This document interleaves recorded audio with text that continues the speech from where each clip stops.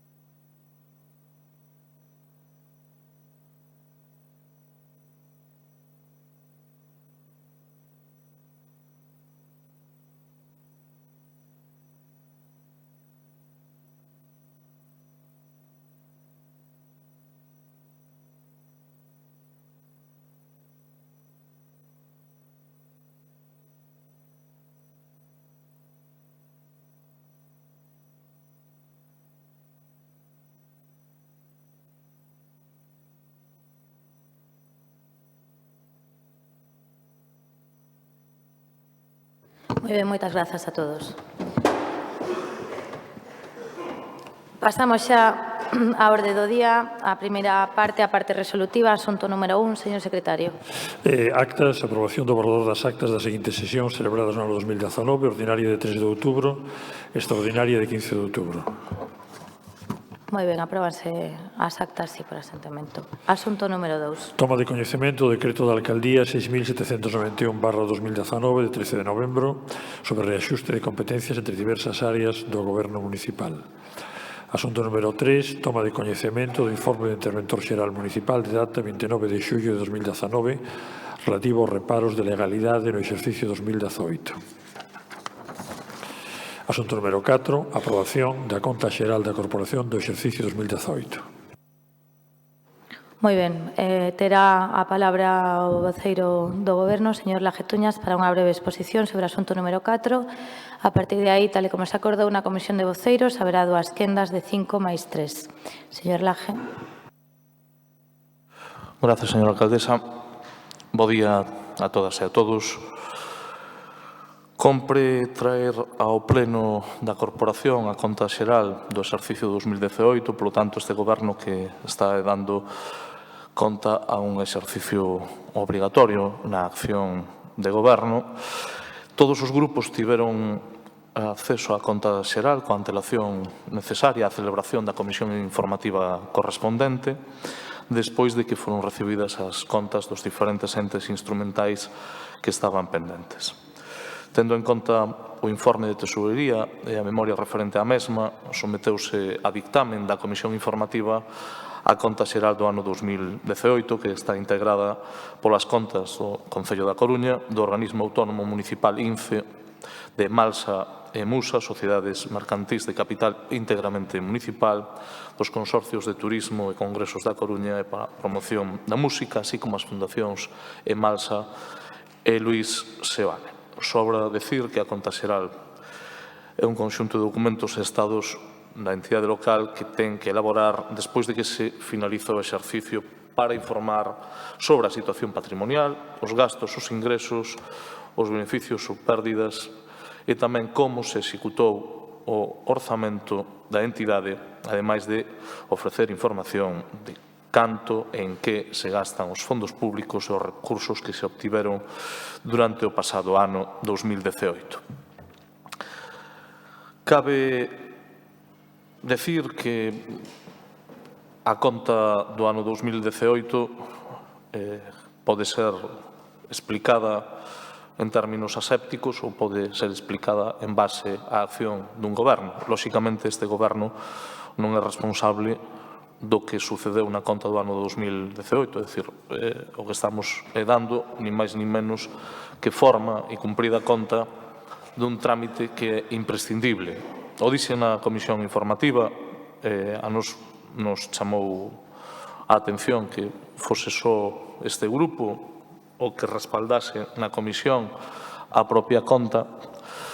Son este tipo de situacións un tanto particulares, ou que, desde logo, son difíciles de explicar, non? Porque se podería preguntar que pasaría se houvese unha abstención tamén por parte deste grupo, que podería ser completamente lícita, tendo en conta que naquel momento non tiñamos responsabilidades de goberno. En calquera caso, penso que o que se está a facer é o correcto, e, polo tanto, destacar, baixo o meu punto de vista, a relevancia que ten os datos referidos aos ingresos. Ingresos con unha previsión definitiva axustada de 267.838.395,45. Obviamente, non se contempla o que ten que ver co remanente líquido de tesorería utilizado para financiar determinadas operacións, é dicir, que non é obxecto da liquidación de dereitos. E, en calquera caso, si chama a atención as modificacións con respecto ao ano 17 sobre a previsión inicial orzamentaria de 246.800.000, que eran 7,41 millóns máis que no ano 17, e a previsión definitiva tendo en conta os expedientes de modificación de crédito por 55.068.145, o que representa un 18% máis. A situación financiera básica ou estrutural é de equilibrio financiero e a situación económico-financiera é de solvencia e de saneamento tanto a corto como a longo prazo.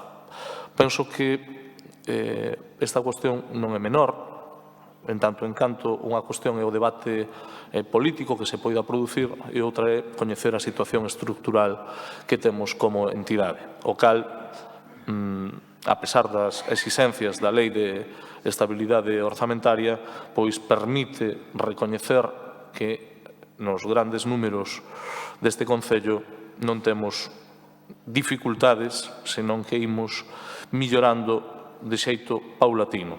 Evidentemente, as cuestións que teñen que ver ca xestión ou que teña sucedido no 2018 entendo que formara parte máis dun debate estrictamente político. Cabe recordar o aforro neto positivo de máis de 22 millóns de euros e a, dende o meu punto de vista, elevada capacidade de autofinanciamento á vista da propia conta xeral. De entrada, non me deterei en máis datos que sí poden ser utilizados ao longo do debate. Creo que damos cumprida conta nesta primeira intervención. Nada máis e moitas gracias. Moitas grazas, señor Laje. Señora Martínez, por Ciudadanos. Muy buenos días a todos. La cuenta general es un documento contable, no político, pero permite un análisis integral de los factores más importantes, patrimoniales, económicos y financieros del Ayuntamiento en cada ejercicio, y nos da también una visión de la gestión política a lo largo de los ejercicios anteriores. Que en este ejercicio 2018 se hayan aprobado más de 1.000 facturas con informes desfavorables de intervención, con reparos de legalidad, pone de manifiesto que una medida que debía ser excepcional se convirtió durante el 18 en una rutina. Situación que ha de corregirse. Debemos poner fin a estos pagos irregulares que no han parado de crecer en los últimos 4 años. Debemos seguir las indicaciones del Departamento de Intervención, actualizando todos los contratos pendientes y no autorizar pagos sin el visto bueno de los habilitados nacionales. Se analiza el Concello, el conjunto de toda la información contable recogida en los estados y en las cuentas anuales dentro de la cuenta general. Ciudadanos no estaba en esta corporación durante el ejercicio 18, motivo por el que nos vamos a abstener, pero los informes y memorias sí nos permiten ver una foto de una realidad contable que nos transmite la necesidad de muchas mejoras en avances y en medios. Es llamativo que un ayuntamiento como Coruña vea limitado el análisis contable del inmovilizado, de las inversiones inmobiliarias y del patrimonio público del suelo, resultando una valoración final que no es totalmente real. Se advierte en los informes que es necesario que este ayuntamiento elabore un inventario de bienes y contable para conocer el aspecto patrimonial. Ya un informe de febrero de 2009, realizado por una empresa de servicios para el sector público que estudia soluciones de gestión para la Administración, advertía ya que no se incorporaban al patrimonio, sino todo lo contrario, las operaciones que no tienen incidencias presupuestarias de las que no se tiene conocimiento, como son las donaciones, cesiones, permutas y otras. Esto es muy grave para una entidad local y más aún si además el balance tampoco incorpora el patrimonio municipal del suelo, no se amortiza, dice el informe. A través de la memoria de gestión, que es un ejercicio de autoevaluación, se mencionan las mejoras que se necesitan para el óptimo funcionamiento de esta herramienta, ya que desde que se implantó, la recopilación de la información sigue siendo prácticamente manual y los funcionarios han de unificarla sin apenas medios que les facilite la labor. Es necesario avanzar a la Administración electrónica. Un ayuntamiento que pretende albergar la ciudad de las TIC tiene que avanzar en la implantación de la tecnología para la agilización en los procesos y para sistematizar el trabajo de todo el año. Otro obstáculo para este laborioso trabajo contable que realizan los servicios económicos del Concello son los retrasos con que se encuentran para que les entreguen la información desde algunas unidades. Trabajos que por ese motivo han de incluirse en la cuenta general con el tiempo justo, lo cual dificulta su revisión y las aclaraciones de algunos conceptos. Se hace también una reflexión muy importante en la propia memoria de gestión, la conveniencia de dedicar unas horas del año a pasar revista con espíritu crítico y constructivo al trabajo realizado para que sirva de base para la planificación del trabajo futuro. Cada memoria debe ser una reflexión singular de cada ejercicio. Y para esto, señores, es necesario dotar a los funcionarios de todos los medios posibles para que, además de gestión, podamos tener planificación. Por tanto, desde este Grupo Municipal de Ciudadanos les propongo que nos pongamos deberes para seguir dotando a los servicios económicos de modernización, innovación, información y nuevas tecnologías para poder realizar un óptimo trabajo que repercutirá en la imagen fiel de las cuentas del Ayuntamiento. Y fundamental es la realización de un inventario del patrimonio municipal del suelo. Sabemos que habría que invertir mucho tiempo y dinero para localizar, digitalizar y consolidar mediante inscripción en el registro de la propiedad todo lo atrasado. Por eso propondremos en nuestras aportaciones a los presupuestos que hacen los grupos municipales la reserva de una partida presupuestaria anual para la elaboración de este inventario del patrimonio municipal del suelo y que en los sucesivos ejercicios de las cuentas generales nos ofrezcan una imagen fiel y real de nuestro concello. Muchas gracias. Moitas grazas, señora Martínez. Polo Bloque Nacionalista Galego, señor Jorquera. Moitas grazas. Como é habitual, quero aproveitar esta primeira intervención para saudar os membros da corporación e dos distintos medios de comunicación presentes, o persoal do Concello que está prestando labores de auxilio a este pleno e, por suposto, o público presente na tribuna e o que está seguindo esta sesión por streaming. Por moito que consideremos importante asegurar a sustentabilidade das contas públicas, o BNG nunca participou das políticas obsesionadas coa estabilidade orzamentaria, políticas que algúns definiron como austericidas e que, utilizando a crise como pretexto, puxeron o foco no recorte do gasto público. Comezo con este apuntamento porque, en calquer caso, e para a tranquilidade dos defensores destas receitas, a conta xeral reflite unha situación de equilibrio financeiro e patrimonial, un nivel de endebedamento asumível, moi por debaixo dos límites establecidos pola lei para poder concertar novas operacións de endebedamento a longo prazo para financiar investimentos, endebedamento que ademais está en descenso e ademais é unha situación corroborada polos datos do exercicio 2018 que se pechou cun saldo positivo de 18,5 millóns de euros. Situación que en cambio contrasta coas dificultades para a prestación de moitos servizos por mor, entre outras cousas, da escaseza de recursos humanos, como se reflexa en moitos apartados da memoria do informe de xestión. Razón de máis para demandar a modificación, dunha vez por todas, da legislación estatal de estabilidade orzamentaria e hoxe, sen ir máis lonxe, neste mesmo pleno vai debatirse unha moción sobre esta cuestión. Con todo, dende o noso punto de vista, non todos os datos son positivos nesta conta xeral. É inaudito que o Concello non teña un inventario de bens, é dicir, que descoñeza cal é o seu patrimonio real, unha carencia, como se apunta no propio informe da Tesouraría Xeral, que impede que o balance de situación reflita a imaxe fiel da entidade no seu aspecto patrimonial, como tamén é inaudito que o Goberno municipal non teña un coñecemento real de todos os contratos suscritos polo Concello e que haxa moitos servizos que se sigan prestando sen contrato. Sen ir máis lonxe, hoxe este pleno vai tomar tamén coñecemento do informe do interventor xeral relativo aos reparos de legalidade no exercicio de 2018, a relación de reparos de legalidade que foron resoltos a favor do servizo xestor por decreto da alcaldía ocupa nada máis e nada menos que 82 páxinas, en total máis de 1000 facturas, perto de 26 millóns de euros. Merécenos tamén unha valoración crítica a alta porcentaxe dos modificativos de crédito respecto do orzamento inicial.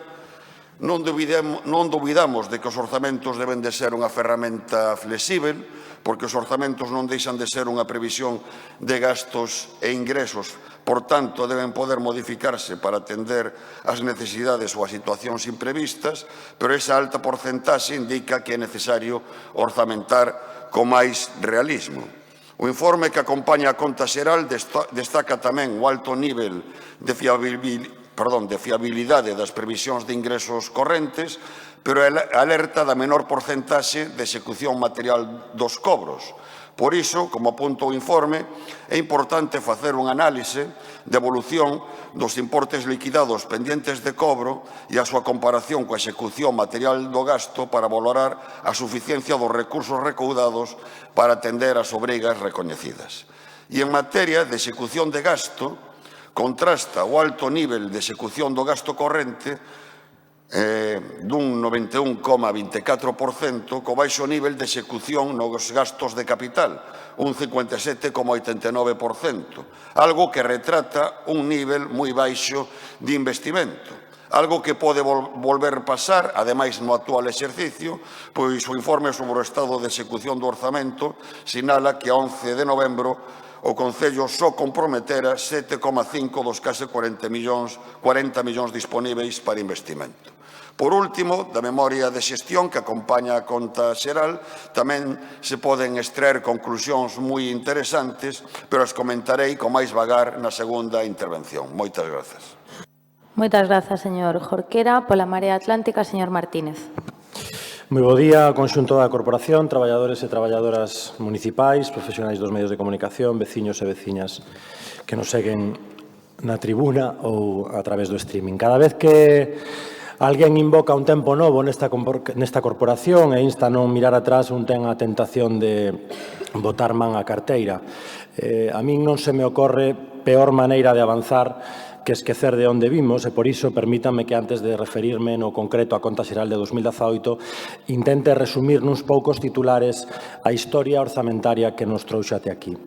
Na primavera de 2015, como recordaba todo o mundo, a Marea Atlántica gaña a Alcaldía da Coruña, cambio histórico, dicían algúns, no que debeu ser o último titular veraz que nos dedicaron. Cambio histórico, certo, que tivemos que afrontar cos orzamentos que había e, por desgrazas, en a colaboración de quen podía facilitar cambios que eran moi necesarios. Titular de 2015, 5 meses e medio de execución cun orzamento da dereita.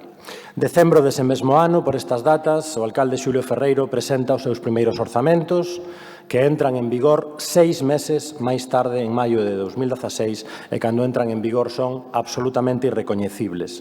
Por que?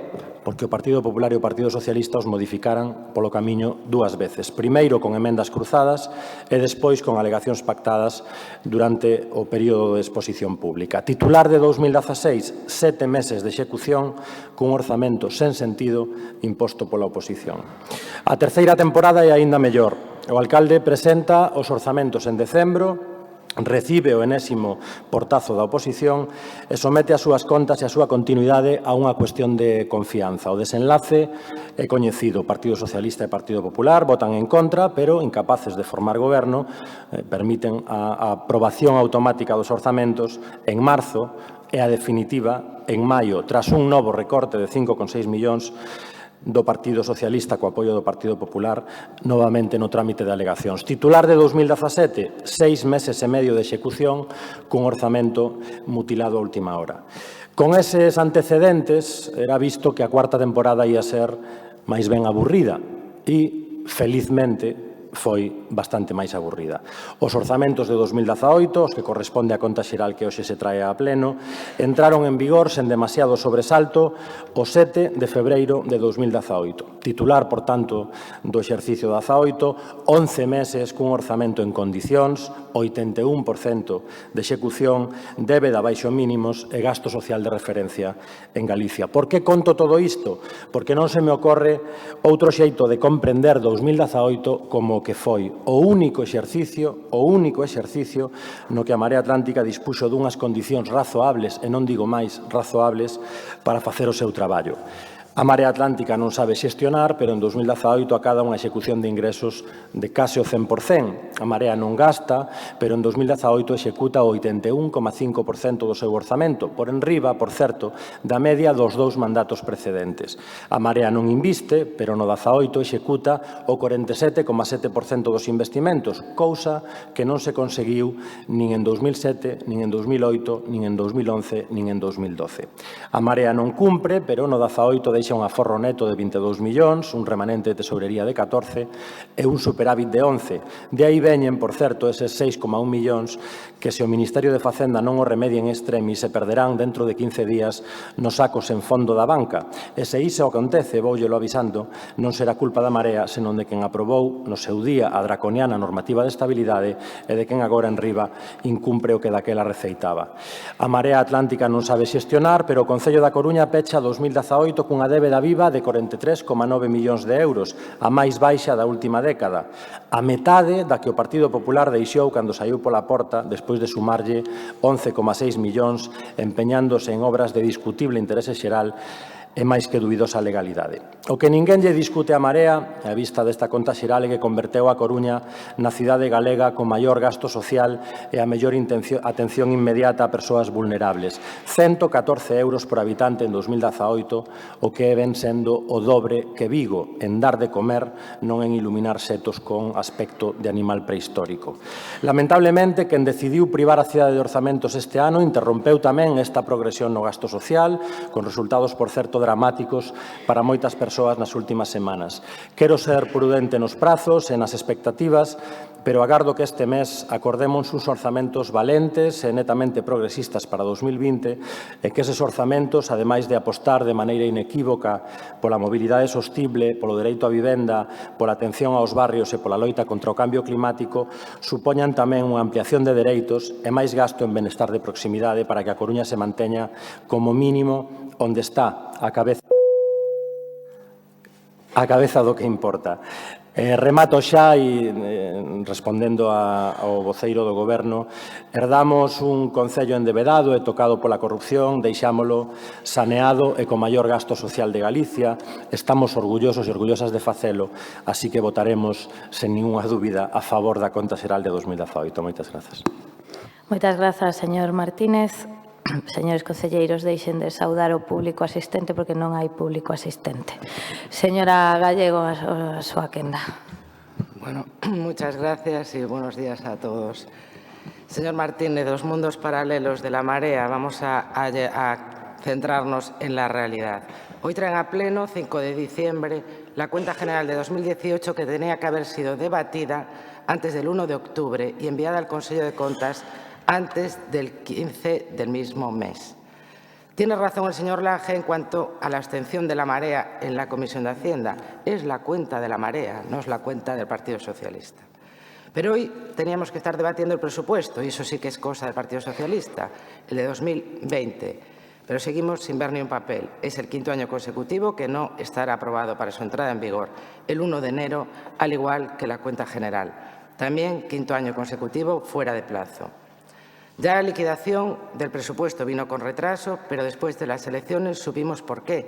Incumplieron la regla de gasto en 2018, señor Martínez, y la Marea no quiso traerla a pleno en tiempo y forma porque tenían que presentar un plan de ajuste. Así que ocultaron la liquidación hasta después de las elecciones, como ocultaron el 1 millón de euros de sobrecoste de la cubierta del estadio y como querían ocultar los 12 millones de la sentencia del Castro del Viña. En la memoria de gestión que acompaña la cuenta encontramos ejemplos de la maravillosa labor del socio prioritario del Gobierno socialista. Sin recortes de personal. El gasto de personal en 2014 era de 61,2 millones, ahora es de 65 millones. Fíjese la diferencia para gestionar. La Marea cerró 2018 sin ejecutar 55,8 millones del presupuesto total, lo que supone 226 millones sin gastar en la ciudad en sus 4 años. A pesar de que no ejecutó, se negó a bajar el IBI y subió el recibo del agua a todos los coruñeses, mileuristas y pensionistas incluidos, lo mismo que ahora con el PSOE. La Marea dejó sin gastar 37 millones para inversiones en 2018, alcanzando 170 millones en los 4 años. La Marea ha privado a los coruñeses de más de 10.000 empleos a no ejecutar esos 170 millones de inversiones, a pesar de ser la ciudad con los peores datos de paro de Galicia. En 2018 la Marea dejó sin ejecutar 2,7 millones, el 62% para subvenciones de rehabilitación, accesibilidad y ARIS. En 2018, la Marea dejó sin ejecutar 1,7 millones, el 80% para inversiones de movilidad. En 2018, la Marea dejó sin ejecutar el 45% de la partida para obras en colegios públicos. En 2018, la Marea dejó sin gastar el 24% del plan de dinamización comercial. En 2018, la Marea dejó sin gastar el 57% de cursos de empleo. En 2018, la Marea dejó sin ejecutar el 28% para programas sociales o el 30% para programas educativos. Eso sí, gastaron el 80% del importe para publicidad y propaganda. Estos son los socios prioritarios del Grupo Socialista, los que dejaron a la ciudad en la cola del empleo y a la cabeza de la parálisis. Por eso, por si esto fuera poco, también traen los reparos de legalidad suspensivos, levantados mediante el decreto de alcaldía en 2018. Récord histórico, 26,6 millones de euros de más de 1.000 facturas ilegales. En 2015, Xulio Ferreiro firmó 5 millones de euros en facturas irregulares. En 2016, 14,5 millones. En 2017 fueron 20,8 y en 2018 26,6, sin que le temblase el pulso. Es decir, la Marea autorizó el pago de más de 66 millones de euros de más de 2.000 facturas irregulares en 4 años. Un escándalo. Ustedes dicen que es normal pagar facturas con reparos. Más de 2.000 facturas por importe de 66 millones de euros no solo es un escándalo, sino que es inaceptable y es intolerable. La Marea pagó irregularmente 44.520 euros diarios cada uno de los 365 días del año durante 4 años. Fíjese la cifra. Y estos son sus socios prioritarios con los que el Partido Socialista va a recuperar la ciudad.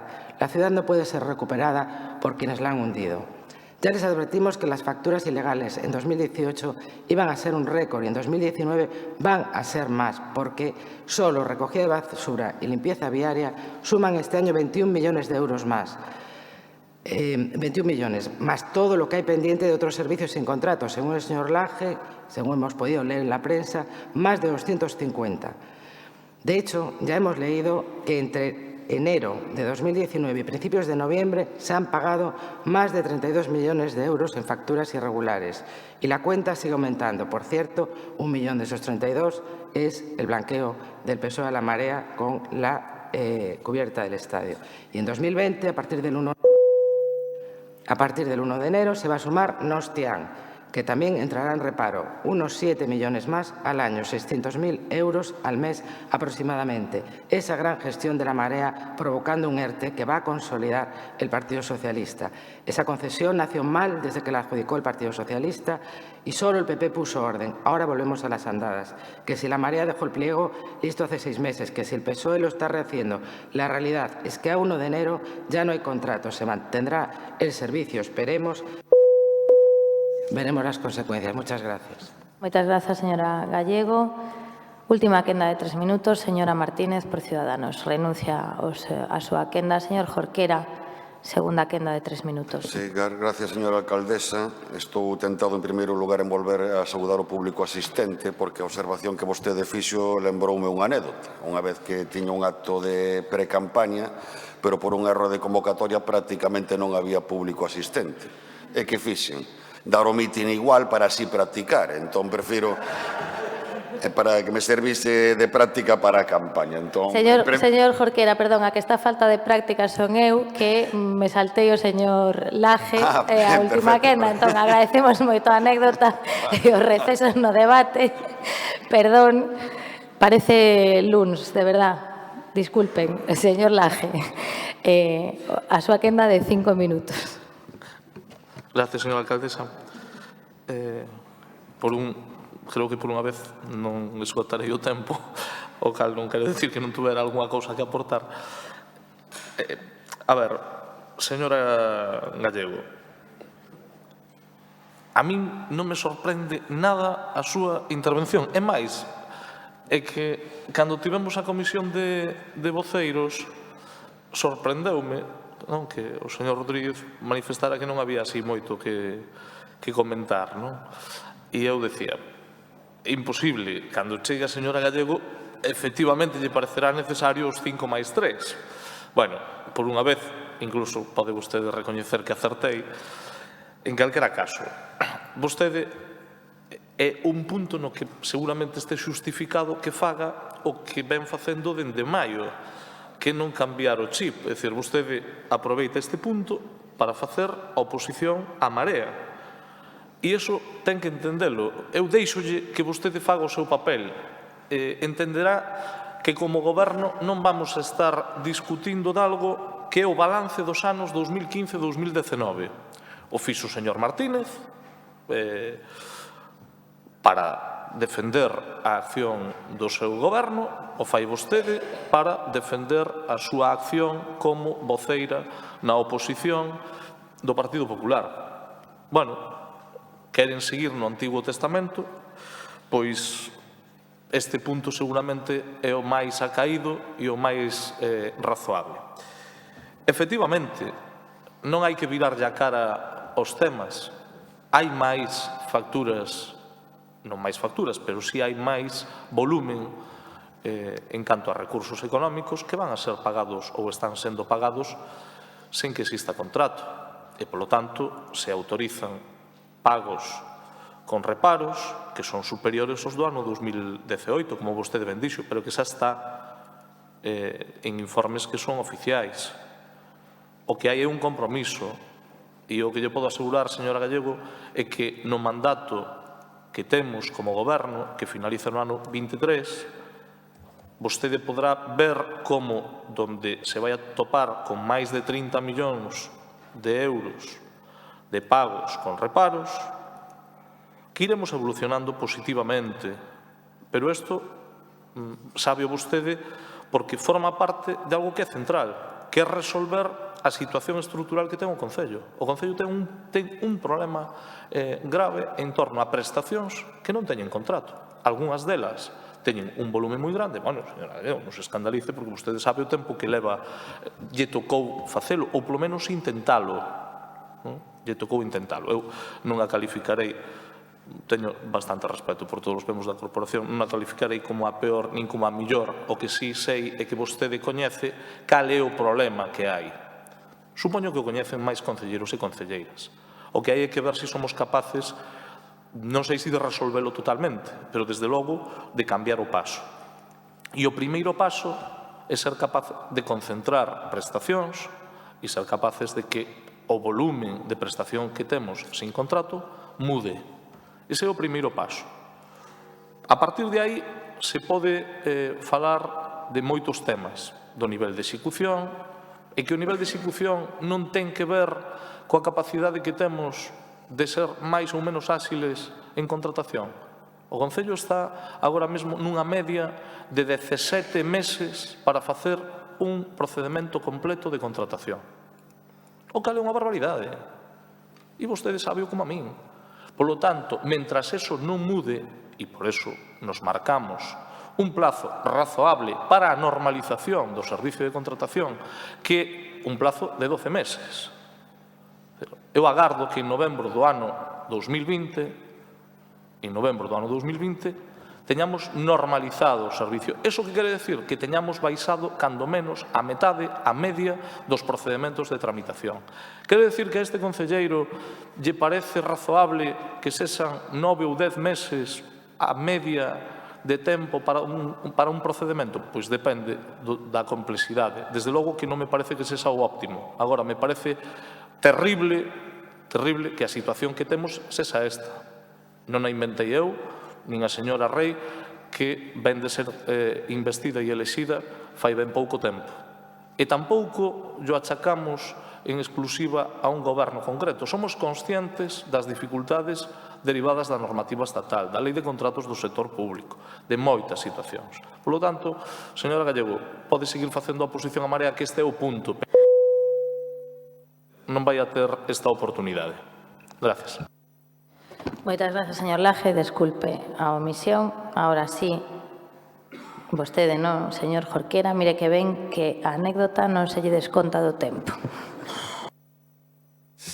Sí, señor alcalde, en calquer caso, creo que non vou a consumir os 3 minutos, porque a primeira quenda de debate sobre a conta xeral estarán de acordo en que moitos aspectos foi un auténtico revival de debate xa mantidos en moitas ocasións, Creo que os argumentos están expostos, polo tanto, como anunciei na primeira intervención, vou usar esta segunda intervención para facer uns comentarios moi breves sobre a memoria de xestión que acompaña a presentación da conta xeral. O primeiro xa o fixen, a memoria de xestión reflite moitas áreas, a escaseza de recursos humanos como a eiva que dificulta unha mellor prestación do servizo. Vou citar en particular un aspecto que me parece relevante, porque a presentación dunha memoria de xestión non deixa de ser un exercicio de transparencia e todos estaremos de acordo en que a transparencia debe guiar a actuación do Concello a todos os niveis. En ese sentido, vou facer unha cita textual. Alcaldía. Finalmente, en materia de transparencia municipal, non se realizou actividade propia e específica por non existir ningún tipo de recurso, material nin humano, que permita desenvolver tarefas neste ámbito, polo que non se cumpliu ningún dos obxectivos previstos no exercicio anterior. Polo demais, como se di na propia memoria, a memoria de xestión debe de ser un instrumento de planificación que permita, entre outras cousas, ter máis información á hora de asignar recursos e mellorar a xestión e o rendimento. Pero para que así sexa, hai que mellorar a calidade da información que se aporta e o propio informe valorativo de memoria da xestión di o seguinte. En canto á valoración xeral dos contidos, nalgúnas memorias queda sen cubrir unha porcentaxe destacable de campos, tanto descriptivos como de información cuantitativa. Obsérvase un certo deterioro da adecuación dos textos aos correspondentes epígrafes. E, en consecuencia, o informe enumera unha serie de aspectos a mellorar. Agardamos, por tanto, que estas recomendacións que contén o propio informe sexan tidas en conta.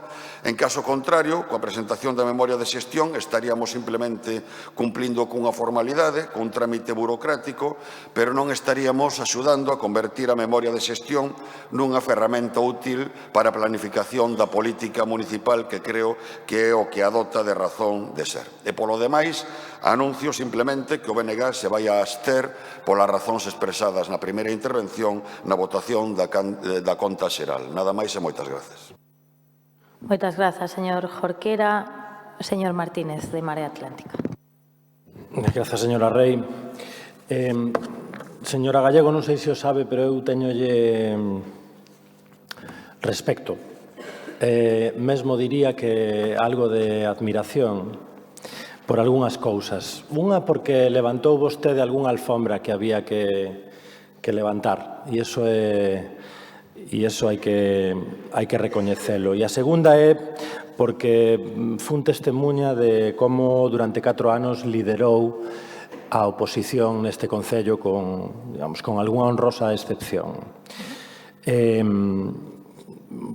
Por onde vostede tiraba, sumaba normalmente 16 concelleiros, e antes creo que fixen un repaso en viñetas ao que foi iso. Iso non quere decir que teña sempre razón, nin que diga sempre a verdade. Queixase vostede da execución do orzamento da Marea Atlántica en 2018 cando foi superior a calquera das execucións do mandato no que vostede era responsable do orzamento. Repite un deses argumentos que repetiu con moito éxito durante o pasado mandato, porque se cadra vostede non a satisface, porque o seu gran éxito foi tumbar a Xulo Ferreiro e facer a alcaldesa Inés Rei. Supoño que non era exactamente o seu plan, pero certo que a primeira parte sí que a conseguiu. Repetía moito esa equivalencia automática entre capítulo 6 e creación de emprego. Terá que explicarnos entón cantos empregos deixou de crear a señora Gallego, deixando de executar 229 millóns de euros durante os seus 4 anos. Terá que explicarnos tamén por que a débeda que deixou cando abandonou a súa responsabilidade era de 86 millóns de euros, e cando volva a glosar as bondades da regra de gasto e a criticar a calquera goberno que teña que dedicar o seu superávit á banca, terá que explicarnos tamén por que durante o seu mandato os intereses da débeda custaban 2 millóns de euros ao ano, cando, despois do traballo constante da Marea Atlántica durante 4 anos, como consta na conta xeral, os custos deses intereses se reduciron a pouco máis de 170.000 euros. En fin, creo que ás veces é difícil valorar o traballo cando non se ten memoria suficiente. A nós pasábanos en 2015, seguramente máis dunha vez fomos inxustos coa xestión de quen nos antecedeu. Creo que aínda pasa valorar a implantación da administración electrónica, por exemplo, sen coñecer como estaba esa implantación en 2015, pois sempre conleva xuizos algo máis severos do debido. En todo caso, creo que son declaracións de intencións positivas ás que nos sumamos e que trataremos tamén de poñer sobre a mesa na negociación dos orzamentos. Remato coa mesma idea coa que remataba a primeira intervención. Para nós é un motivo de orgullo ter collido as rendas dun concello cunha débeda de 350 euros por habitante e reducila a menos da metade e coller un concello que gastaba menos de 90 euros por habitante en protección das persoas e deixala con 114 euros por persoa como a referencia nesta materia en Galicia. Nada máis. Moitas grazas. Muchas gracias, señor Martínez. Señora Gallego.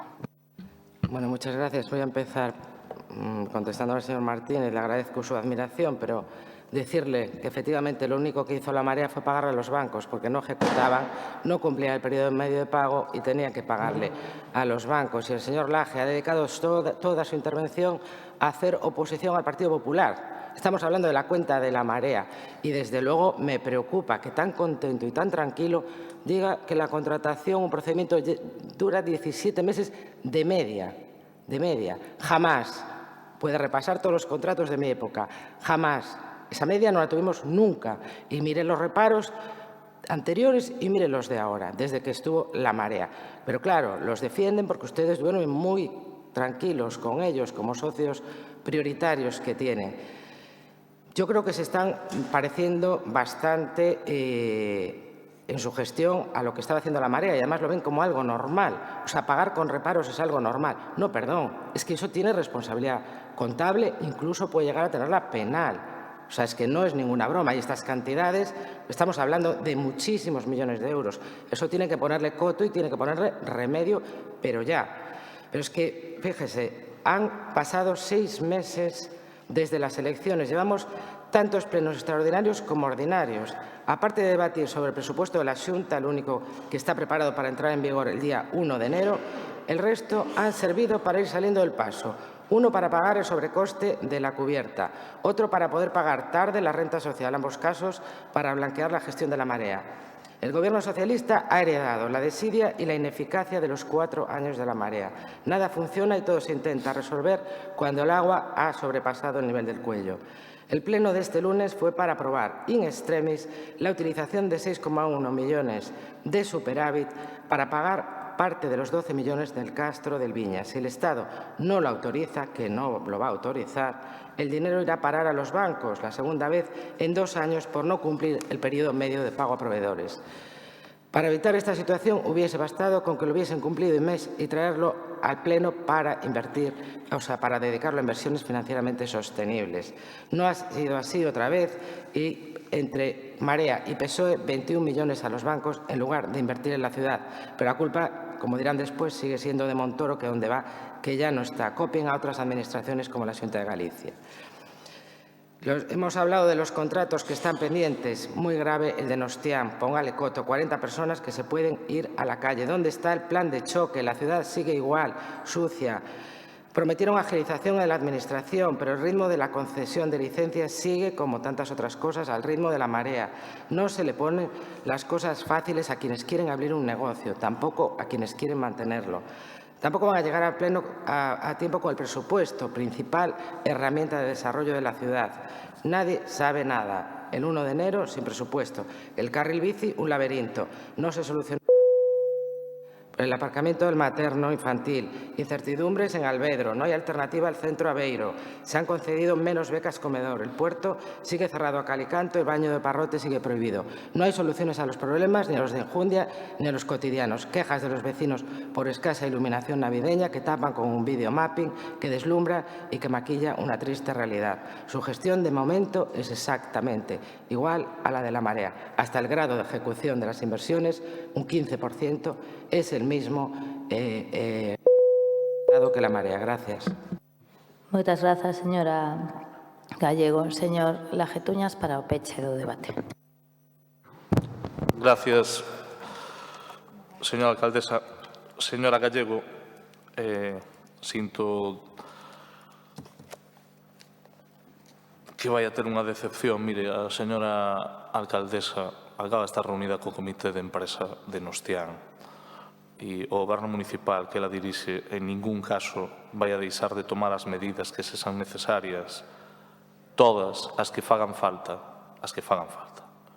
entre outras cousas porque hai unha persoa que lidera a cidade e toma as medidas e as decisións cando debe tomalas de forma proporcionada, sempre ao lado dos traballadores, pero fundamentalmente preservando os servicios que debemos de prestar. Por lo tanto, non fagan demagoxia con iso e non sean irresponsables. Mire, o debate non pretenderá que o teña co señor Martínez, que non era quen se sentaba no salón de plenos, quen estaba gobernando, non? Lóxicamente, o normal é que o teña con vostede, que é a que está actuando como voceira do Grupo Municipal do Partido Popular. E como vostede non só fala, aínda que fala fundamentalmente do pasado, tamén fala do que está sucedendo, eu conto o que sucede. Eu non lle dixen se pasaba con vostede ou non, eu digolle o que nos atopamos. E o que nos atopamos é unha realidade. Xa lle digo, achacable a moitos cambios, a administración electrónica, a lei de contratos do sector público, seguramente o goberno anterior, seguramente tamén o goberno no que estivo vostede, etc. etc. É obvio e evidente que só fai falta preguntarlle a calquera empregado municipal se o funcionamento do Concello 10 anos despois de que os socialistas estivéramos gobernando, si foi a peor. Oye, o Partido Socialista nos últimos 10 anos non gobernou. Eso é o que eu preguntei cando cheguei. Vale? Entonces, señora Gallego, non sei se é responsabilidade súa tamén, pero un pouquiño de prudencia ás veces convén. Mire, xa lle anuncio que o goberno municipal vai a poñer en marcha algo que non fixeron vostedes nunca, que é un plan de contratación. Vamos a facelo no primeiro trimestre do ano 2020. Está en fase de elaboración.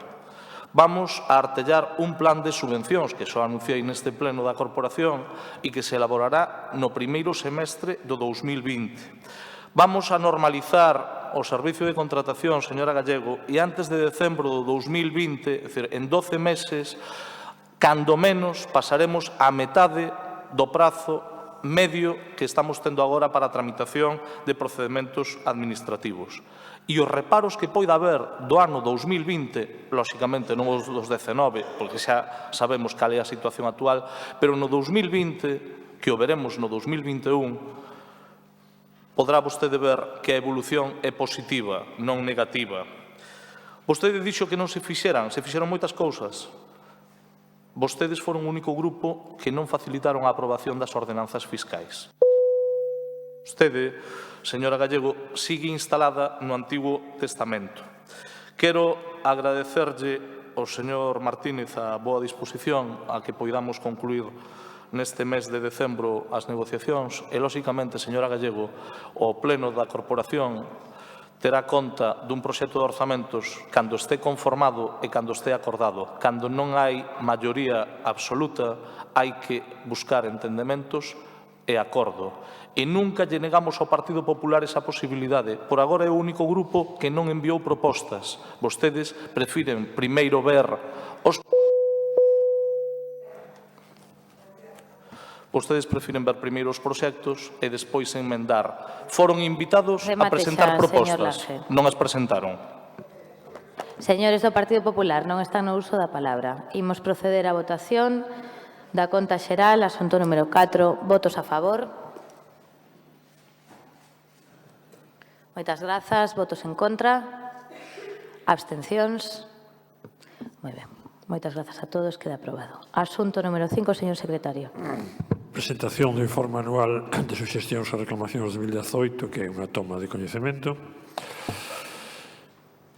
E logo, os asuntos número 6, 7, 8 e 9 van a ser tratados conxuntamente de conformidade co acordado na Comisión de Portavoces, independentemente da súa votación separada e do quórum que requiren diferentes según a súa naturaleza.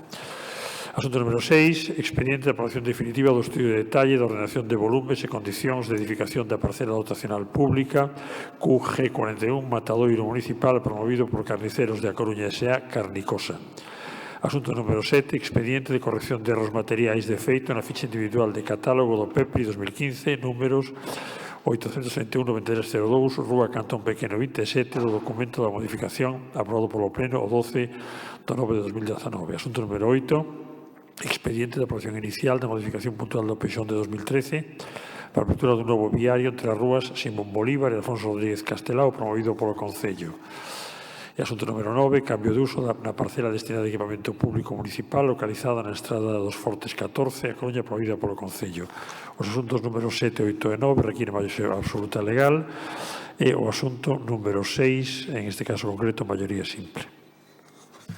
Moi ben, moitas grazas, señor secretario. Ten a palabra en primeiro lugar o concelleiro de Urbanismo, señor Díaz Villoslada. A continuación haberá unha quenda primeira de 5 minutos e unha segunda de 3 minutos para todos os grupos. Sí, grazas, señora alcaldesa. Bo día a toda a corporación, os medios e a todo o persoal que os está prestando auxilio a este pleno. Para dar conta, quero ser sintético a hora de dar conta, como digo, destes 4 asuntos que proceden da área de urbanismo e que, no seu conxunto, estarían impulsando unha serie de actuacións, eu creo que relevantes, tanto en materia económica como en materia social e veciñal. En ese sentido, o primeiro asunto que relataba o señor secretario na orde do día é a proposta de aprobación definitiva en este pleno do estudio de detalle de ordenación de volumes e condicións de edificación da parcela dotacional pública QG41 do Matadoiro Municipal, xa que en xuño de 2018 Carnicosa presentara a ampliación das súas instalacións na Rúa Gambrinos 2028 do polígono da Grela Bens. Solicitouse o correspondente informe dos Servicios de Medio Ambiente en agosto de 2018 como responsables desta concesión administrativa e os servicios de planeamento municipal informaron positivamente este estudio de detalle en xullo deste ano 2019. O 4 de setembro, a Xunta de Goberno Local aproba inicialmente o estudio de detalle, somete esa información pública, non se recibe ningún tipo de alegación e o estudio é informado favorablemente nun informe ordinario sectorial por parte da Dirección Xeral de Patrimonio Cultural da Xunta de Galicia.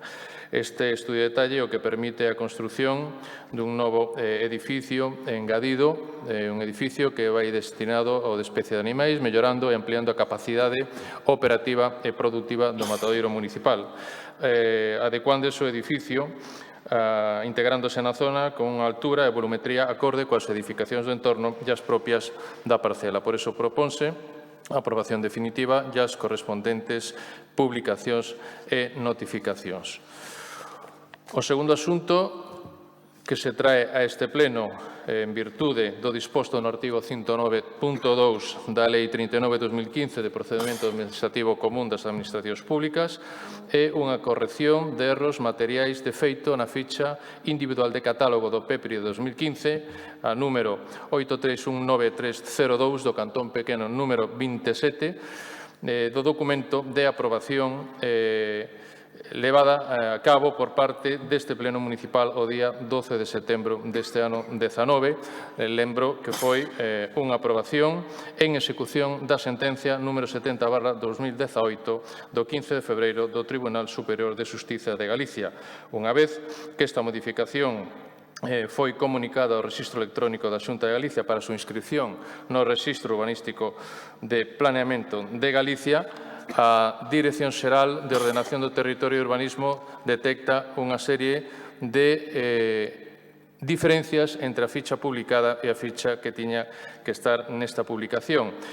En ese sentido, e á vista deste informe, os servicios municipais de xestión de solo de planeamento detectan efectivamente ese erro, xa que utilizouse por un erro estrictamente de traballo técnico, como ficheiro electrónico o documento de aprobación inicial do PEPRI en canto do ficheiro electrónico do documento de aprobación definitiva do PEPRI.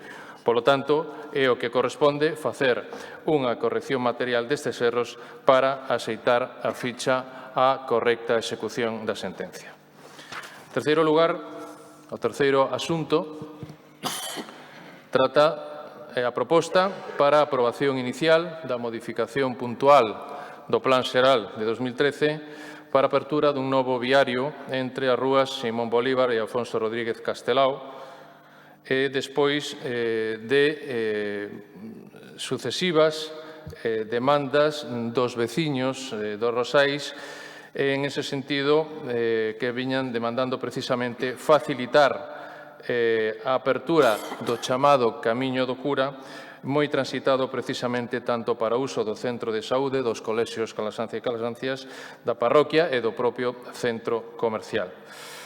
En este sentido, a Xunta de Goberno Local aprobara estes instrumentos de modificación do planeamento o 22 de abril deste ano 19. A Dirección Xeral de Calidade Ambiental e de Cambio Climático da Xunta de Galicia, no seu informe preceptivo, conclúe que non é necesario someter esta modificación puntual a un procedimento de avaliación estratégica ordinaria e, polo tanto, o que por parte deste pleno procede sería continuar cos trámites de apertura deste importante viario para a veciñanza dos Rosais coa correspondente suspensión do procedimento de outorgamento de licencias que resulten incompatibles co obxecto da modificacións nas tres parcelas basicamente afectadas neste ámbito. Por iso a proposta é esta aprobación inicial, declarar esa suspensión do procedimento de outorgamento de licencias e solicitar os correspondentes informes sectoriais para facer viable este demandado viario no ámbito dos Rosales. E, en cuarto lugar, o cuarto asunto que por parte da área de urbanismo se trae a este pleno é o cambio de uso da parcela destinada a equipamento público municipal localizada na Estrada dos Fortes número 14. En febreiro de 2018, como sabemos, a Fundación Azcor presentou unha solicitude de licencia urbanística para a construción de un ceador de xardín no espacio libre da parcela. Comunicouse a Fundación Azcor que esta pretensión mudaba a ordenación volumétrica da mesma desta parcela e, polo tanto, Azcor presentara en decembro do 18 a correspondente solicitude e documento de estudio de detalle para a ordenación destes volumes nesta parcela. Este documento, este estudio de detalle solicitado por Azcor, fora aprobado inicialmente por parte da Xunta de Goberno Local o pasado 29 de outubro, estando actualmente en trámite de información pública. Nese momento, os servicios municipais tamén de planeamento de xestión de solo observan a necesidade de modificar o uso previsto no plan xeral vixente para esta parcela previa ou simultaneamente á aprobación definitiva dos correspondentes estudio de detalle, porque o plan xeral, nos informan os servicios técnicos de planeamento, clasifica esta parcela como solo urbano consolidado coa cualificación de Sistema Local de Equipamento Administrativo Público. E sabemos que a parcela actualmente está ocupada por esta edificación de uso de residencia de persoas adultas con discapacidade intelectual que ten a consideración de equipamento asistencial e sanitario de titularidade pública. Por eso, para eliminar esta discordancia no planeamento, procede esta modificación de uso. Esta modificación, conforme ao artigo 42.5 da Lei do Solo de Galicia 2/2016, non precisa seguir o procedimento ordinario de modificación do plan porque acorda cambio de uso de terreos reservados para equipamentos públicos por outro uso dotacional público distinto. Por iso, a proposta é levar adiante, aprobar precisamente este cambio de uso na parcela municipal a que fixen referencia en tanto en cuanto se tramita o estudio de detalle solicitado pola Fundación Azcor. E máis nada, gracias. Moitas grazas, señor Villoslada. Señora Martínez, 5 minutos. Moitas grazas. O primeiro dos asuntos trátase da aprobación definitiva do estudo de detalle de ordenación de volumes, unha tramitación sinxela na que non se formularon alegacións, cúmplense as determinacións do estudio para a ampliación do matadoiro, ampliación que lle permitirá agrandar a súa capacidade operativa. Trátase, pois, de facilitarlle o traballo ao matadoiro municipal da cidade. En calquera caso, neste asunto, este grupo vaise abster por considerar que podería facer falta un informe para valorar a idoneidade de ter un matadoiro nun polígono que está dentro da cidade. O seguinte asunto entendemos a natureza do erro, un erro humano que calquera pode cometer e que hai que correxir e que en nada afecta ao xa aprobado no seu día ao tratarse dunha sentenza firme que hai que acatar e executar. En canto ao asunto 8, valoramos positivamente a aprobación inicial da modificación puntual do PEXON para a apertura do coñecido Camiño do Cura, co informe da Xunta que di que non é necesario someter a modificación ao procedemento de evaluación ambiental estratégica ordinaria e pois un avance esta ferramenta urbanística para darlle ao vial a calificación correcta e poder así dar conta dunha demanda veciñal moi necesaria para mellorar as condicións de mobilidade, de accesibilidade, de seguridade e calidade de vida dos veciños dos Rosales, que por outra banda xa veñen usando este camiño de xeito precario porque lle facilita moito realmente a accesibilidade dos escolares e tamén dos usuarios ao centro de saúde. Prioritaria, pois, esta apertura que o Gallá se resolva chegando ao acordo cos 3 propietarios dos terreos que conforman o camiño en calquera caso. De non ser así, pois aplaudimos esta opción da modificación puntual do PEXON polo ben dos veciños. E, por último, tamén apoiamos o cambio de uso na parcela municipal onde está o equipamento da Fundación Azcor, cambio de uso necesario para axeitalo ao uso real que ten na actualidade e que así se poida facer a ampliación que o centro necesita. Nada máis. Moitas grazas.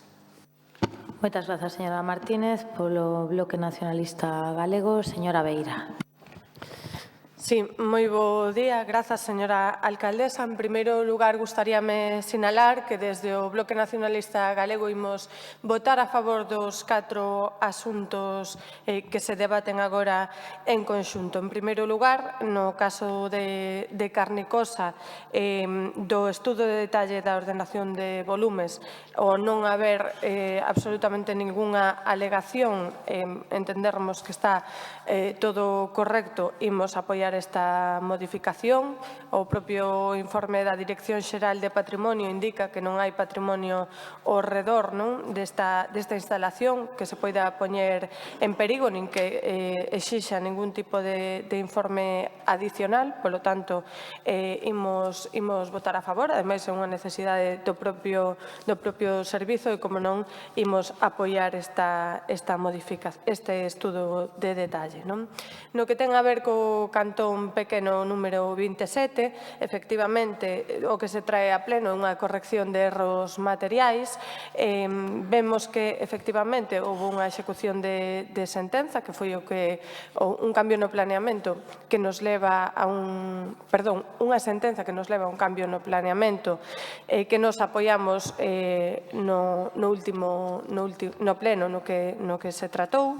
Creemos que simplemente unha execución da sentenza. Entendemos que efectivamente houve un erro material e humano de coller efectivamente unha ficha que non era a correspondente, que era a da aprobación inicial do PEPRI de 2012, no canto de coller a ficha correspondente á aprobación definitiva en 2014. De feito, molestámonos en imprimir, en verificar efectivamente que foi a ficha de 2012 a que se colleu e que os erros que pon de manifesto a propia Xunta de Galiza son os que se corresponden coas diferenzas que hai a respecto da ficha do PEPRI da aprobación definitiva de 2014.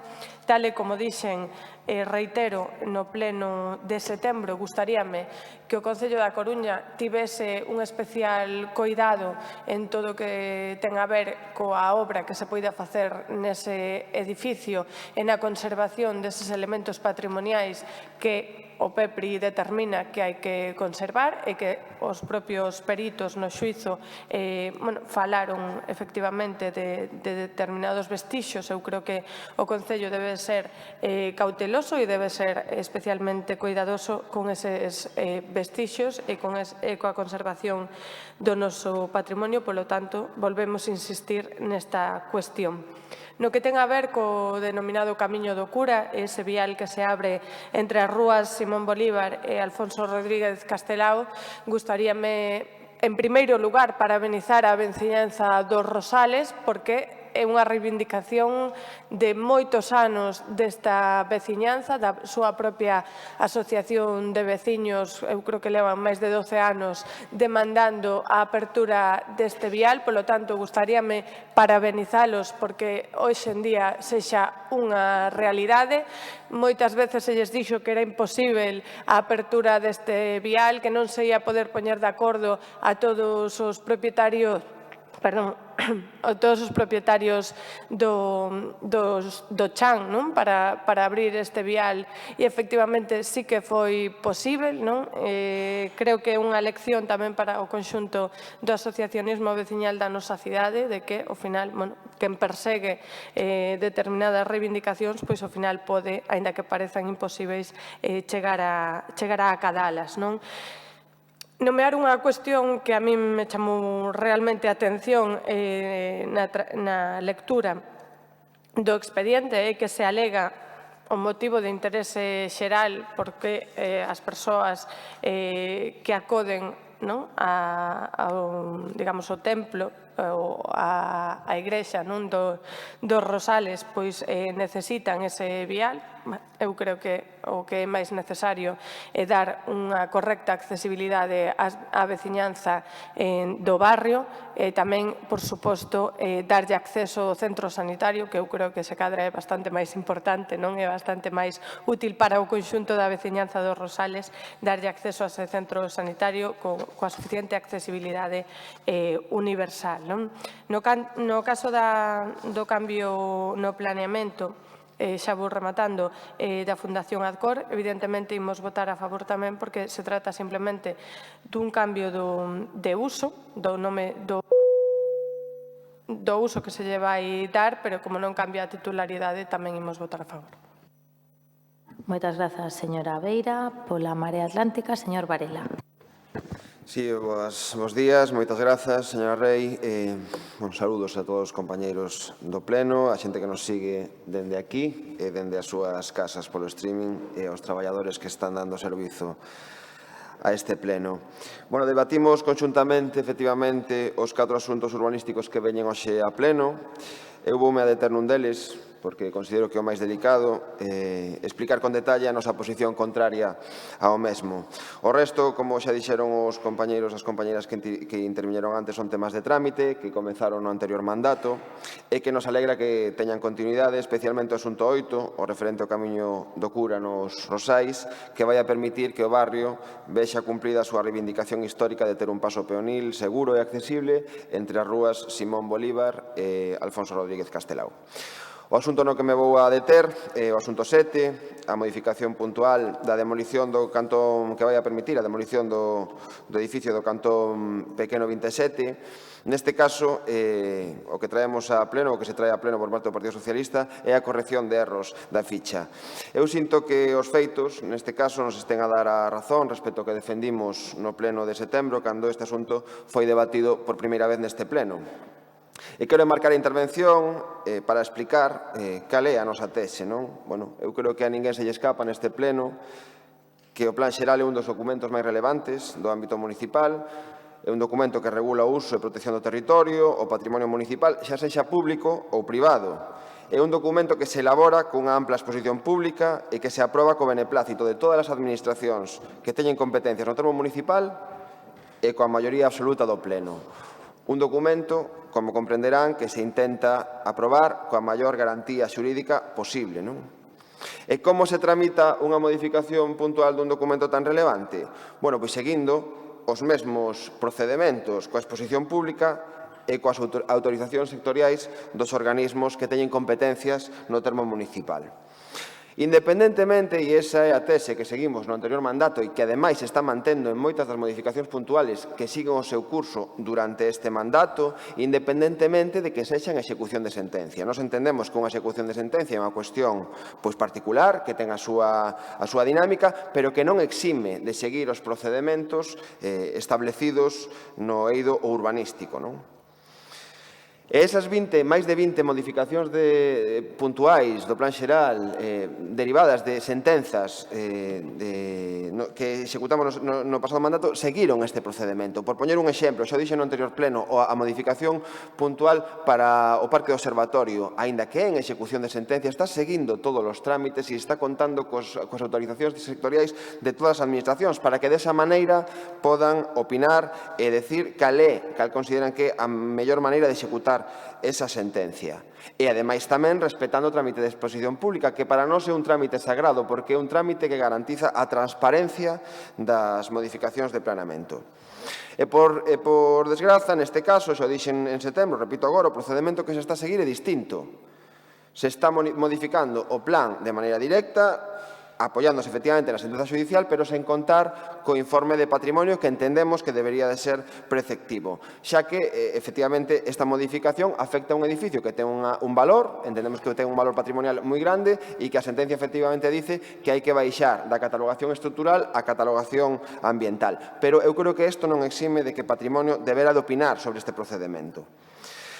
E sinto decir que isto nos está dando a razón porque volve este asunto ao pleno en corrección de erros e volve porque a Xunta, precisamente, a Dirección Xeral de Urbanismo, detecta erros na ficha e os detecta non porque o Concello lle pedir autorización, sino porque poden ver a modificación no rexistro de planeamento da Xunta, que é un trámite obligatorio. Por lo tanto, a Xunta, vía Dirección Xeral de Urbanismo, detecta erros na Xunta, digo na ficha, é a propia Xunta que nos advirte, que advirte o Concello de que hai erros na ficha e isto obriga ao Goberno a volver a traer este tema a pleno. Bueno, pois eu quero evidenciar que este trámite, bueno, que tería dito Patrimonio se lle houbésemos mandado, a modificación para informe? Bueno, pois non o sabemos porque eso non sucedeu, non?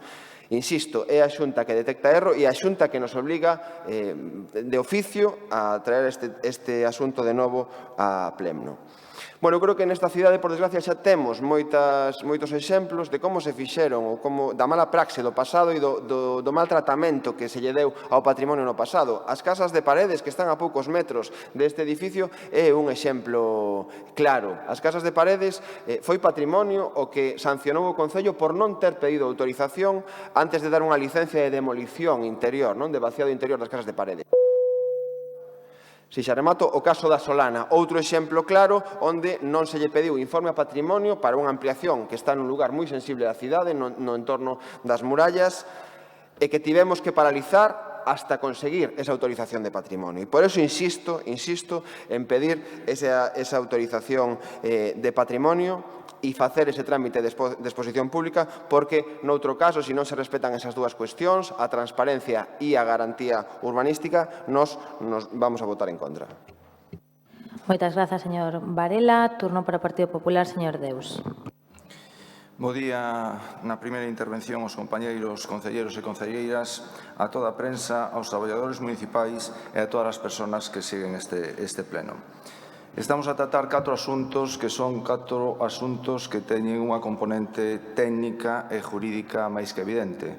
Entonces, vamos a enumerar, porque creo que polos compañeiros xa está dito todo en todas as súas intervencións e non fai falta alargar máis a exposición destes temas. No asunto 6, no caso da parcela de Carnicosa, pois se pretende a ampliación dun pequeno volumen para que a empresa continúe prestando os seus servicios. A concesión desta parcela Carnicosa data do ano 1986 e foi dada en esa concesión administrativa por unha duración de 50 anos, que está neste momento en vigor. Evidentemente, o que diría a señora Martínez de cuestionar neste momento a situación do matadeiro, por moitos cambios que se produciron no entorno, pois podes ter algo de importancia, pero a concesión está neste momento en vigor, a empresa necesita seguir prestando os seus servicios, necesita desta ampliación, a pesar de que hai moitas queixas que en determinado momento se producen malos olores e fortes olores no seu entorno. Quizáis, hai xa que considerar este traslado desta planta cando finalice esa concesión administrativa. No expediente consta, además desta ampliación de volumen a través deste estudio de detalle, consta tamén que se van facer obras en 2 locais, anulando un que tiña un uso administrativo de oficinas para facer unha cafetería máis grande, co cual o estudio de detalle en tramitación ten todos os informes técnicos favorables e non hai ningún inconveniente. O asunto 7, que ten que ver con esa corrección de erros da ficha do PEPRI do edificio do Cantón Pequeno número 27, quero dicir que xa foi aprobado neste pleno o 12 de setembro deste ano esa tramitación, e agora aquí no que estamos non é a cuestionar esa corrección de errores que ven además dado por unha sentencia firme, sino que estamos facendo e tramitando unha corrección de errores que se detectou porque se cobrou mal unha ficha ao utilizar un documento distinto. Señor Varela, eu creo que outro día na Xunta de Goberno precisamente usted expuxo tamén as súas dúbidas. Eu creo que os funcionarios municipais xa aclararon que a outra administración, a Xunta de Galicia, se personou no proceso judicial e xa tuvo tempo de defender a súa postura, igual que se personou tamén este Concello, e foron desatendidas e a sentenza fallou a favor dos propietarios, nese caso unha sociedade mercantil, para avaliar esa protección dun nivel 4 ao nivel 3. Por lo tanto, eu creo que cuestionarlo neste momento non é obxecto deste pleno. En canto ao asunto número 8, que é a apertura dese novo vial nos Rosales, felicitarnos porque se pode dotar a todos os veciños dos Rosales deste uso que tácitamente se está utilizando, que se aproveite tamén para corregir unha serie de calificacións que teñen unhas pequenas partes da parcela no plan xeral. Conta tamén con todos os informes favorables, e creo que está pendiente que co Arzobispado que faga unha cesión, que se faga esa cesión dunha parte dese vial que ten que abrirse, consensuado esa cesión con as negociacións do Concello. A señora Avia lle quería dicir que parece ser que por a intervención que fixo que con a Iglesia hemos topado. Pois eu creo que teñen tanto dereito os parroquianos que utilicen a parroquia dese lugar dos Rosales como aqueles que van aos colexios ou van ao centro de saúde.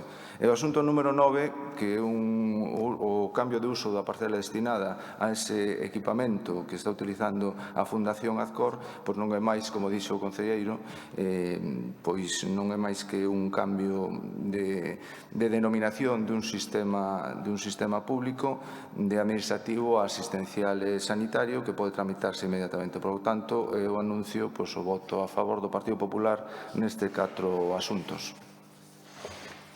Moitas grazas, señor Deus. Señor Díaz Villoslada.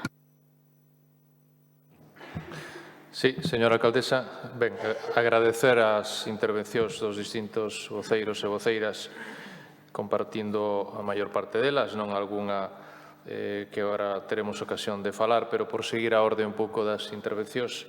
En primeiro lugar, señora Martínez, sí que en relación con Carnicosa, que, por certo, está crecendo dunha forma importante, existían os servicios. Os informes correspondentes dos servicios de medio ambiente, a concesión está en vigor, quero dicir que urbanísticamente tamén ten o encaixe oportuno, pois non deixa de ser unha empresa importante da Grela, insisto, en constante crecemento. Polo que respecta ás cuestións que comentou a señora Beira, por suposto, para que non exista ningunha sombra de dúbida, que imos ser moi vixiantes en relación coas licencias que se poderán ter que estar tramitando ou a tramitar neste número de Cantón Pequeno 27 coa aplicación estricta do PEPRI. Non lles quepa ningunha dúbida. E polo que respecta á cuestión, pois un pouco máis, siquera, podemos dicir que anecdótica en relación co camiño do cura, é importante facilitar a veciñanza o tránsito que xa viña sendo casi consuetudinario nesta zona. Pero, é certo que nos documentos de sinatura que daquela se presentaron por parte dos veciños falábase tanto da necesidade de acudir á parroquia como aos colexios, como ao centro de saúde, efectivamente, como incluso poñen aquí nas asignaturas que presentan ao propio centro comercial. Quero dicir que o importante ao final, como objetivo global, é que toda a veciñanza dos Rosales pois poda ter este novo viario que vai mellorar de forma sustancial a conformación de servicios para o conxunto dos veciños. Agradecer tamén a posición por parte do Partido Popular a hora de tramitar estes 4 expedientes que eu creo que son importantes desde diferentes puntos de vista por parte da área de urbanismo para que podan entrar en vigor e seguir as correspondentes modificacións e en relación coa cuestión que formulaba o señor Varela en relación co anuncio de voto en contra do segundo expediente que é a corrección de erros, insisto, corrección de erros material en función do que dispón a propia Lei de Procedimento Administrativo e en ese sentido teño que decir que non se equivoca quen non traballa, quero dicir que os servizos técnicos municipais recoñecen que utilízase un ficheiro electrónico equivocado, hai que corrixir, eu creo que é unha obriga tanto a instancia de parte, neste caso observou na Xunta de Galicia, como, se non fora así, de oficio, de corrección. Hai dúas cousas, porque eu creo que, señor Varela, non convén nin é oportuno estender ou a veces seguir tratando de estender determinadas sospeitas de comportamento non axustado a dereito a procedemento por parte dos servizos técnicos municipais. E este goberno municipal o ten así de claro. Cuestión que non sucedeu en ocasións anteriores. Por iso insisto en que, primeiro, e como neste caso acaba de recordar o señor Deus, na propia comisión informativa que tivemos para dictaminar este asunto, os propios servizos técnicos e xurídicos de urbanismo municipais teñen claro que esta é unha modificación que o único que busca é aplicar nos seus propios términos a propia sentencia. Non é necesario para nada seguir o procedimento ordinario de modificación puntual porque o que estamos é modificando o plan en execución estricta dunha sentencia firme. Eu creo en ese sentido que a máxima transparencia está garantida desde o momento en que precisamente é cando se inscribe no rexistro público da Xunta a ficha errónea cando se detecta que hai que facer unha corrección. Si seguimos, por outra parte, un procedimento ordinario de modificación puntual e se somete a unha información pública ou a alegacións, que lle dicimos á sala? Que temos que correxir o sentido do fallo? Creo que non se sostén, desde o punto de vista técnico-xurídico, a posición que está a defender a Marea Atlántica en relación co voto en contra desta ficha, porque si no hipotético caso de que non obtivera a maioría absoluta este asunto, e remato, señora alcaldesa, que lle decimos á sala? Que o Pleno non está de acordo en executar a sentencia. Eu creo que non se sostén, o digo con toda a cortesía, e é a sistemática, insisto, xurídica e técnica que ten clara o Servicio Municipal a hora de levar adiante a execución desta sentencia. Máis nada, gracias. Moitas grazas. Última quenda de 3 minutos. Señora Martínez, por Ciudadanos. Nada, simplemente, descoñecía que había eses informes de medio ambiente en canto ao Matadoiro e entonces, mentres dure a concesión vou cambiar o sentido do voto, decía que iba a absterme, pero, vou votar a favor desa modificación, nada máis. Moitas grazas, señora Martínez. Polo Bloque Nacionalista Galego, señora Beira.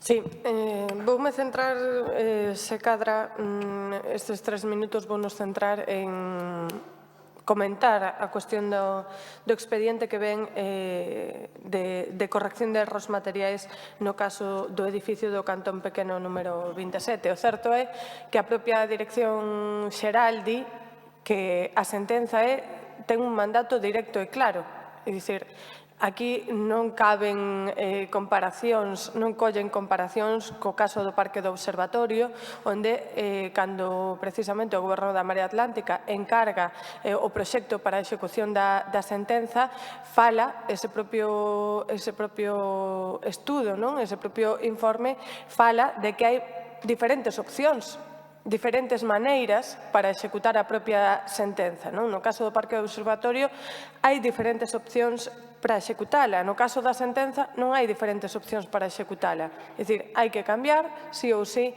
en atención a esa sentenza ao nivel de catalogación. Outra cousa é, efectivamente, que podamos estar de acordo ou non en mudar o nivel de catalogación.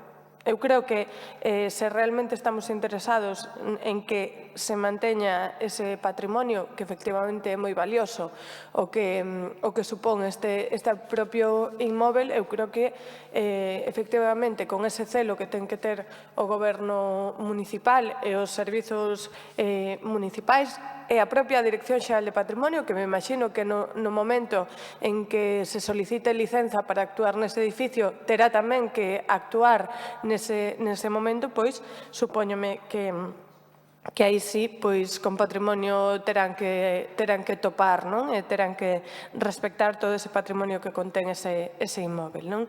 Tampouco é comparável o caso co tema da Solana, no que, por certo, seguimos dicindo que esa obra, por moito informe de patrimonio que houvese, segue incumprindo coa determinación legal de respectar as vistas da lámina de auga, que non a respecta, e a nivel do paseo do Parrote non se ve a lámina de auga e invade as vistas a lámina de auga. Polo tanto, a mí tamén me gustaría saber que se vai facer nese asunto. Por certo, señor Deus, eu son a señora Beira ou dona Avia, se me quere chamar así, non señora Avia. Eu simplemente, no caso do Camiño do Cura, resaltaba que me chamaba a atención que se falase de interese xeral no caso do acceso ao templo relixioso, ao edificio relixioso, e non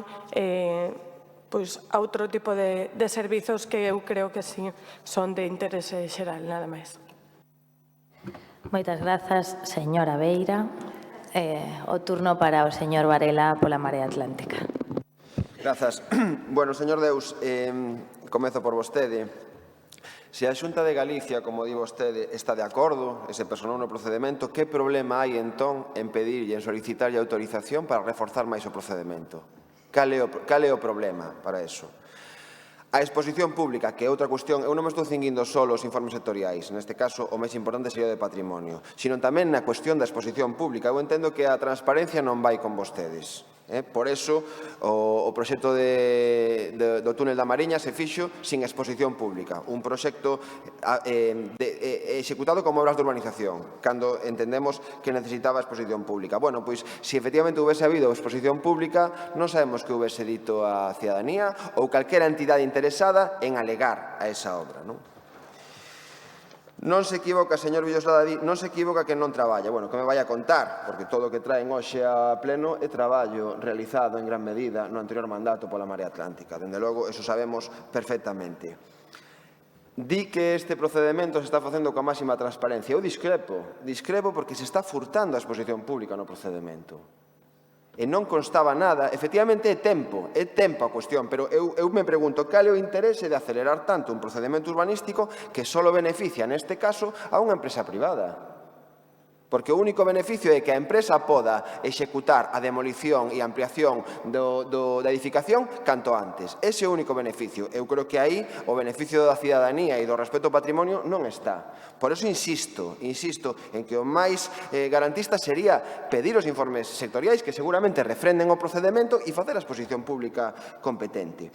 Os números récord, estes días coñecíamos os números récord de concesión de licenzas dos últimos 20 anos, especialmente na cuestión de rehabilitación. Os mellores números de rehabilitación no Concello nos últimos 20 anos. e os mellores números absolutos nos últimos 10. Bueno, pois esos números récord veñen, efectivamente, da aposta polas políticas de rehabilitación feita polo anterior goberno da Marea Atlántica e tamén da garantía xurídica que lle dimos a todo o que ten que ver coas obras de rehabilitación, contando moitas veces ao noso pesar e con dificultade con patrimonio da Xunta. Que efectivamente, cando está, sabemos o que pasa coas administracións, cando están en mans do PP, do Partido Popular, que se convirten en armas arroxadizas, bueno, pois nós, a pesar de eso, traballamos, intentamos traballar de maneira coordinada e respetando as súas determinacións. Eu insisto, o dixen no pleno de setembro e o volvo a decir agora, e agora máis reforzados, efectivamente, polo que pasou despois de que a Dirección Xeral de Urbanismo dixera que hai erros no procedimento. Nos demandamos seguridade xurídica e transparencia neste procedimento. É unha cuestión exclusivamente de tempos. Non temos un calendario que nos asfixie, como hai noutras ocasións con demolicións, por exemplo, a da Rúa de Santo Tomás, outra xestión do Partido Socialista, que levou a unha licencia ilegal e a unha posterior demolición. Aí sí que o xulgado decía que había que executar a sentencia con uns plazos determinados. Neste caso non, e polo tanto, nos demandamos seguridade xurídica e transparencia, é o que demandamos. En caso contrario, insisto, vamos a votar en contra. Moitas grazas, señor Varela. Polo Partido Popular, señor Deus. Sí, simplemente centrarnos neste asunto 7, que parece que é o que ten máis chicha dos catro asuntos. Bueno, eu non vexo este empecinamento, señor Varela, no caso da tramitación deste expediente. Como se dixen antes, foi aprobado no pleno do 12 de setembro. O que temos agora non é unha nova tramitación do expediente, é unha corrección de erros que foi detectado nun proceso administrativo. Estamos ante un tema eminentemente técnico e de cumprimento dunha sentenza. O que non se pode poñer en cuestión, e non sei se está acostumbrado vostede a eso, é o traballo dos funcionarios. Nos repetiron na Xunta de Goberno continuamente que non fai falta esa tramitación da que vostede está falando. En este caso, estou tamén de acordo co que di a señora Beira, que apunta que, evidentemente, no proceso construtivo que se realice posteriormente haberá tamén unha vigilancia de toda a administración, incluindo a administración da Xunta e a de patrimonio. É un cambio de catalogación, dunha catalogación máxima do nivel 4 ao nivel 3, que xa tiña este edificio no anterior plan xeral. Por lo tanto, sigue tendo ese edificio unha protección e ten que conservar os elementos singulares de que ese edificio dispón. Por lo tanto, eu creo que existen neste procedimento todas as garantías. Nada máis, moitas gracias. Moitas grazas, señor Deus. Pecha este debate o señor Díaz de Villoslada. Sí, non vou entrar neste debate a ver números da xestión urbanística en canto a licencias, rehabilitación, etc., de mandatos anteriores, da situación actual. Eu creo que a veces os números falan por si solos, non? Pero eu a pregunta que lle faría, ou un pouco retórica, non? Basicamente, que maior reforzo, que maior garantía na adopción deste acordo, que, insisto, non é o acordo, é a corrección de erros materiais do acordo de setembro, que xa pasaron uns meses, ou sea, que imos a un ritmo razonable, pero non precipitado, que maior garantía que, precisamente, tratar de executar a propia sentencia firme en todos os seus propios termos. Evidentemente, a Xunta detectou un erro, pero ese erro, precisamente, é o que se trata de correxir. Ou é que temos que someter a información pública a execución da sentencia? É o que eu entendo, señor Varela, que non se sostén, como decía anteriormente. Facía unha puntualización, eu creo que máis que acertada, señora Beira, porque cando temos execucións de sentencia que teñen un marxe de decisión ou de posibles alternativas, como vostedes saben perfectamente, se pode encargar unha alternativa a outra para validala precisamente na propia execución da sentencia ou algún incidente de execución. Pero en este caso, que único que era un cambio de catalogación, non quedaba outra. Por iso que, en maior garantía, insisto, que executar a sentencia nos seus propios términos non podemos encontrar, e ese son, ademais, insisto, o posicionamento claro tanto dos servizos técnicos como xurídicos do Concello. Máis nada, gracias. Moitas grazas. Procedemos, xa rematado o debate, a votación. separadamente, lembrando que para o asunto 6 se require maioría simple e para os asuntos 7, 8 e 9 maioría absoluta do Pleno. Empezamos co asunto 6. Votos a favor. Moitas grazas. Votos en contra. Abstencións. Grazas. Queda aprobado. Asunto número 7. Votos a favor. Moitas grazas. Votos en contra. 6. Abstencións. Non consta. Queda aprobado. Asunto número 8. Votos a favor. Aprobado por unanimidade do Pleno. Asunto número 9. Votos a favor. Moi ben, moitas grazas. Aprobado por unanimidade. Pasamos xa á parte non resolutiva de control e seguimento da xestión. Señor secretario. Toma de coñecemento das resolucións da Xunta de Goberno Local desde a número 14.101 de 23 de outubro de 2019 a número 15.900 de 26 de novembro de 2019 e dos decretos da Alcaldía desde o número 6.301 de 22 de outubro de 2019 ao número 6.918 de novembro de 2019. A continuación, mocións, vou dar lectura, se lle parece, o listado de todas as que se presentaron e figuran na orde do día. En primeiro lugar, moción do Grupo Municipal Ciudadanos Partido de Ciudadanía, número 1, moción para a elaboración dun plan estratégico de subvencións. Segunda, moción para revisar e poñer en marcha o plan director da Torre de Hércules. Terceira, moción para convocar a Mesa da Mobilidade e empezar a traballar na reordenación de rutas e horarios do transporte público. Mocións do Grupo Municipal do Bloque Nacionalista Galego. A primeira, unha moción sobre medidas para promover a revitalización, modernización e diversificación do pequeno comercio. A segunda, moción sobre accesibilidade para persoas con diversidade funcional. Unha terceira, moción sobre mobilidade metropolitana. Mocións do Grupo Municipal da Marea Atlántica. Primeira, moción sobre os centros de educación pública na cidade. A segunda, moción para a recuperación da autonomía local. E a terceira, moción sobre medidas inmediatas para encarar a emerxencia climática. E do Grupo Municipal do Partido Popular, a primeira, moción en defensa das libertades educativas consagradas na Constitución. E a segunda, moción sobre a remodelación da Avenida de Alfonso Molina. E unha terceira moción sobre a estrategia municipal contra o cambio climático. Moi ben, moitas grazas, señor secretario. Señora Martínez, polo Grupo Ciudadanos, para a defensa da súa primeira moción sobre o Plan Estratégico de Subvencións. 3 minutos. Bueno, aplaudimos que el Gobierno ya haya avanzado en esa elaboración del Plan Estratégico de Subvenciones. Son buenas noticias. Plasmémoslo, pues, esa necesidad con un acuerdo plenario con esta moción que tiene la siguiente exposición de motivos. La Ley General de Subvenciones establece elaborar un plan estratégico de subvenciones en el que se deberán concretar los objetivos y efectos pretendidos con su aplicación, el plazo necesario para su consecución, los costes previsibles y sus fuentes de financiación, sujetándose en todo caso al cumplimiento de los objetivos de estabilidad presupuestaria. Con esta medida se entra en el área de la actividad administrativa de fomento de las técnicas de planificación estratégica propias del sector privado y que fueron incorporadas progresivamente como herramientas de programación y gestión en las 2 últimas décadas en el sector público español. Además, con esto se daría respuesta a las exigencias constitucionales de una gestión eficiente y eficaz de los recursos públicos, coherente con el resto de herramientas de programación y planificación presupuestaria o sectorial que se puedan aprobar. Se hace necesario disponer de una actuación administrativa de los adecuados instrumentos de planificación de las políticas públicas, como es el caso de los planes estratégicos de subvenciones. La elaboración de dicho plan debe pretender dotar a cada departamento municipal de ese instrumento de planificación de las políticas públicas que tengan por objeto el fomento de una actividad pública o de interés social o cualquier promoción de utilidad pública relacionada con las materias de la competencia de cada área. También desde una perspectiva económica financiera definiría instrumentos de gestión más uniformes en el conjunto de todas las áreas y desde la transparencia se haría cumplir con la normativa de todas estas materias de manera más ágil. Un seguimiento de los logros de este plan permitiría mejorar y perfeccionar planes estratégicos que se puedan realizar en un futuro.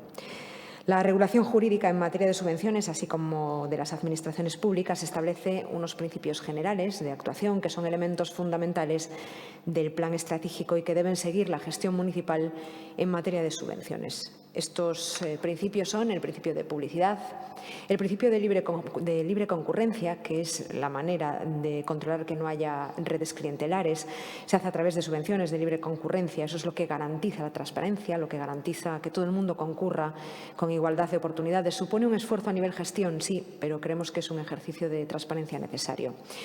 Principio de objetividad, principios de transparencia e igualdad y no discriminación en la asignación de los recursos públicos, principios de eficiencia y eficacia, principio de adecuación de la estabilidad presupuestaria y de regla de gasto, principio de control y análisis de la adecuación de los fines de las entidades solicitantes. Por todo lo anteriormente expuesto, desde Ciudadanos elevamos a este Pleno el siguiente acuerdo: la elaboración durante el año 2020 de un plan estratégico de subvenciones en el Ayuntamiento de A Coruña. Y teníamos una enmienda a esta moción de La Marea que vamos a aceptar, por lo tanto añadiríamos aprobar durante o ano 2020 unha ordenanza reguladora de subvencións do Concello da Coruña. Moi ben, moitas grazas, señora Martínez. Polo Bloque Nacionalista Galego, señor Jorquera. Moitas grazas. Nesta moción propónse dotar o Concello dunha ferramenta que xa existe noutras administracións, incluídos moitos concellos, e consideramos que pode ser unha ferramenta útil a hora de planificar o uso que se fai dos recursos públicos nesta materia. Sobre todo se vai acompañada de mecanismos de control e avaliación para constatar o grau de eficacia da actividade de interese social ou de utilidade pública obxecto da subvención. Pero, ademais, a existencia deste plan tamén contribuiría a dotar dun marco máis claro as entidades que quixesen optar a subvencións. Nesta cidade hai un entramado moi rico de entidades sociais. Moitas delas desenvolven un labor insustituível en eidos como a atención á diversidade, a loita contra a exclusión, a asistencia sociosanitaria e outros moitos, suplindo moitas veces as carencias da propia administración. Moitas destas entidades son perceptoras de subvencións, mais o retraso na firma dos convenios e na percepción das axudas moitas veces dificulta extraordinariamente o seu labor e, ademais, impide que elas mesmas podan planificar. Polo tanto, creo que tamén favorecía as entidades ter un marco máis claro a este respecto. Polas razóns devanditas, imos votar a favor desta moción. Moitas grazas, señor Jorquera. Pola Marea Atlántica, señor Lema. Ben, agradecerlle en primeiro lugar a representante de Ciudadanos a súa actitude constructiva e o seu diálogo que fixo que se pudiese incorporar esta emenda que entendemos que complementa o plan estratégico de subvencións. A emenda reguladora establece unhas bases, un mecanismo que de alguma maneira homoxenice en todos os departamentos do Concello a xestión das ordenanzas en aspectos como a porcentaxe de subcontratación admitida ou os gastos de xestión que se entende que veñen justificados xa coa concesión da propia subvención. Para a Marea Atlántica, esta moción, de alguma maneira, é afín a forma de actuar que nos propusemos durante o pasado mandato. Nos quixemos en todo momento que a xestión do capítulo 4, a xestión das transferencias, fose o máis obxectiva posible, o máis obxectivable posible. Temos que dicir que, desgraciadamente, esta vontade política, que creo que entra dentro deso que podemos entender como principios de regeneración democrática ou de transparencia, este principio, este postulado, tropezou, digamos, sempre coa resistencia dos dous partidos naquel momento non tan afastado, non tan lonsano, que representaban a maioría da oposición nesta Cámara. É unha mágoa porque asistimos aquí repetidamente a espectáculos que na aprobación de cada orzamentos, pois o Partido Socialista e o Partido Popular de alguma maneira se postulaban como conseguidores, creo que é o único nome posible para esta cuestión, conseguidores as entidades de determinadas subvencións. Certo, nós en absoluto pensamos que este sexa un xeito de actuar responsable nin digno dunha administración que se considera a sí mesma, creo que nun dos principios básicos como igualitaria, que pretende tratar a todas as entidades sociais por igual. Entendemos que o capítulo 4, as subvencións, deben ser ordenadas e planificadas e xestionadas de acordo co seu obxecto e non co seu suxeito. É dicir, este Concello debe propoñer unha porcentaxe determinada do orzamento inicial ás subvencións e que estas subvencións se distribúan segundo obxecto por cada unha das áreas de goberno. Non o que sucedía máis ben o contrario, é dicir, que se son aquelas determinadas entidades as que, por ser afíns ou non afíns ás afinidades políticas representadas nesta Cámara, as que teñen aseguradas ou non a súa asignación. Non? Entendemos, por tanto, estamos de acordo, parécenos que é un xeito de mellorar a xestión deste Concello, de dalle certa seguridade xurídica e tamén seguridade en canto a súa continuidade ás asociacións que están facendo os labores que lles toque sectorialmente no Concello da Coruña e, por esta razón, apoiamos, sen dubidalo, esta moción. Moitas grazas, señor Lema. Polo Partido Popular, señora Gallego. Bueno, muchas gracias. Seguridad jurídica ya hay. Las bases de ejecución del presupuesto, el de 2018, porque de 2019 no hay, claro. En concreto, la base 11 ya está dedicada a las subvenciones precisamente y recoge todos los principios que contiene la moción, que por otro lado son los mismos que marca la ley. En este ayuntamiento, a lo largo de los años, se han aprobado numerosas ordenanzas para regular las subvenciones. También se puede encontrar en la página web ordenanza de subvenciones del área de bienestar, que regula las subvenciones en materia de acción social, cultural y deportiva, ordenanza municipal de emergencia social, ordenanza de subvenciones del servicio de movilidad urbana, ordenanza de concesión de subvenciones para mejorar la imagen en el ámbito PEPRI, etcétera, etcétera. A partir de cada ordenanza se aprueban y publican las correspondientes convocatorias y rige como norma general el principio de concurrencia competitiva, como no puede ser de otra forma. Y todas las subvenciones nominativas que no van a través de de concurrencia competitiva constan en el anexo de subvenciones que se aprueba con el presupuesto por el Pleno de esta corporación. Entonces, la normativa es amplia y las cosas deberían hacerse bien. Siempre se puede actualizar, ampliar, unificar, mejorar, en definitiva, porque lo que sí es cierto es que estos años no se han hecho bien las cosas. Es curioso que la marea que gobernó 4 años enmiende la moción para poner su sello y pida la ordenanza de subvenciones, cuando en 4 años no fueron capaces de modificar una promesa electoral, el reglamento de orgánico municipal o el de participación ciudadana. La marea que no ha hecho más que generar problemas con las distintas convocatorias y con los convenios. Las de comercio las acaban tarde y mal, señor Lema, generando problemas a todas las entidades. Pregúntele a la FUC. Se han reducido, se han firmado y pagado tarde y mal los convenios nominativos. El último ejemplo lo vimos en el pleno del lunes con SOS Racismo, que tuvo que renunciar a 20.000 euros porque en septiembre aún no se había firmado su convenio, ni por parte de la Marea ni por parte del PSOE. Lo vimos con la renta social, que dejaron sin presupuesto, y el PSOE tampoco se apuró en incrementar porque trajo antes a pleno el sobrecoste de la cubierta. Lo vimos con las becas comedor, que también son subvenciones. Empezó el curso sin que estuviesen resueltas por ninguno de los dos socios. Lo vimos con los pisitos, señor Lema. Sí, con los pisitos. No es una subvención, pero como si lo fuese. O con la adjudicación del uso de la cárcel, con unas bases a medida para montar el chiringuito de la Marea porque no se podía firmar un convenio. Nuestro grupo siempre ha defendido que se respeten e incluso se incrementen los convenios con las entidades sociales, sociosanitarias, educativas, deportivas, culturales, que esos convenios se aprueben con el presupuesto inicial para que puedan programar sus actividades de todo el año. Que los convenios se firmen en tiempo y forma y se paguen de manera diligente. Son entidades, como dijo el señor Jorquera, que en muchos casos prestan servicios a los que no llega la Administración. Vamos a votar a favor de la moción para que se elabore un plan estratégico de subvenciones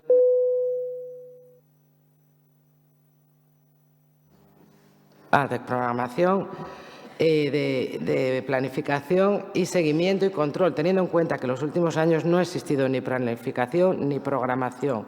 Y a la vista del reparto así aleatorio de los 13.700 euros, por ejemplo, del pleno del lunes, sin absolutamente ningún criterio. Muchas gracias. Moitas grazas, señora Gallego. Por parte do Grupo Socialista, señor Laje Tuñas. Bo día, gracias, señora alcaldesa. Como ben apuntou a señora Martínez do Grupo Municipal de Ciudadanos, o Goberno Municipal elaborará no primeiro semestre do 2020 un plan estratégico de subvencións respondendo ás necesidades de maior transparencia no reparto dos recursos públicos. O plan terá unha vixencia para o período 2020-2022 e regulará o funcionamento dos convenios e das subvencións municipais.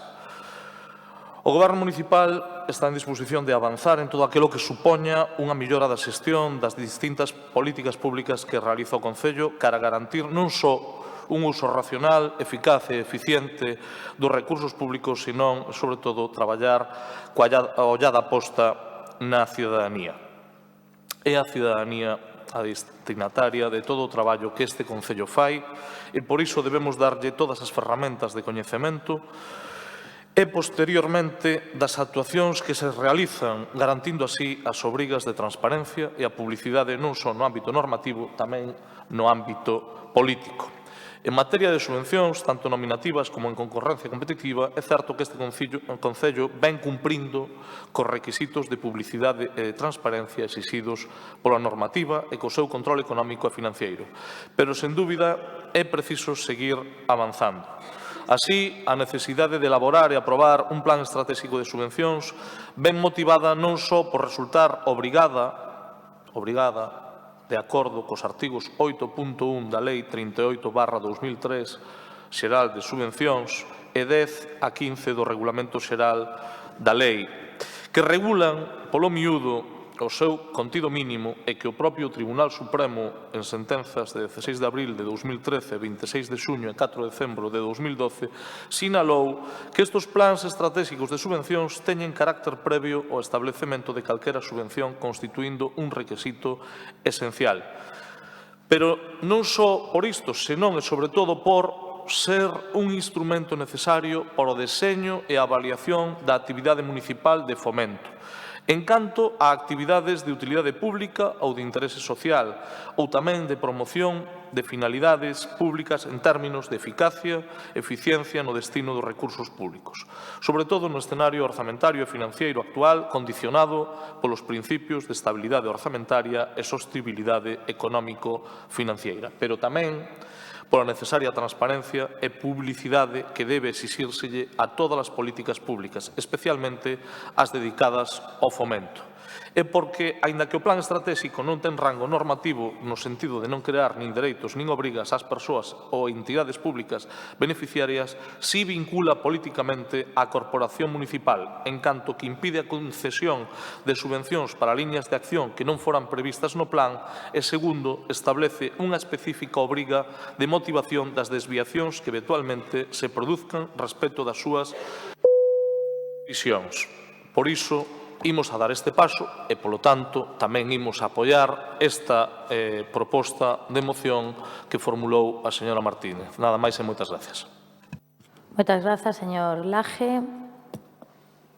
Aceptou a emenda da Marea, polo tanto, se votará a moción xa con esa emenda. Votos a favor? Moi ben, moitas grazas. Queda aprobada por unanimidade. Segunda emenda do Grupo Ciudadanos para revisar e poñer en marcha o Plan Director da Torre de Hércules. Hai dúas enmendas, unha de adición de Marea Atlántica e outra de sustitución do Partido Popular. Comeza o seu turno, señora Martínez, por Ciudadanos. Pechamos o ano 2019, o ano do 10º aniversario da declaración da Torre de Hércules como Patrimonio da Humanidade pola UNESCO.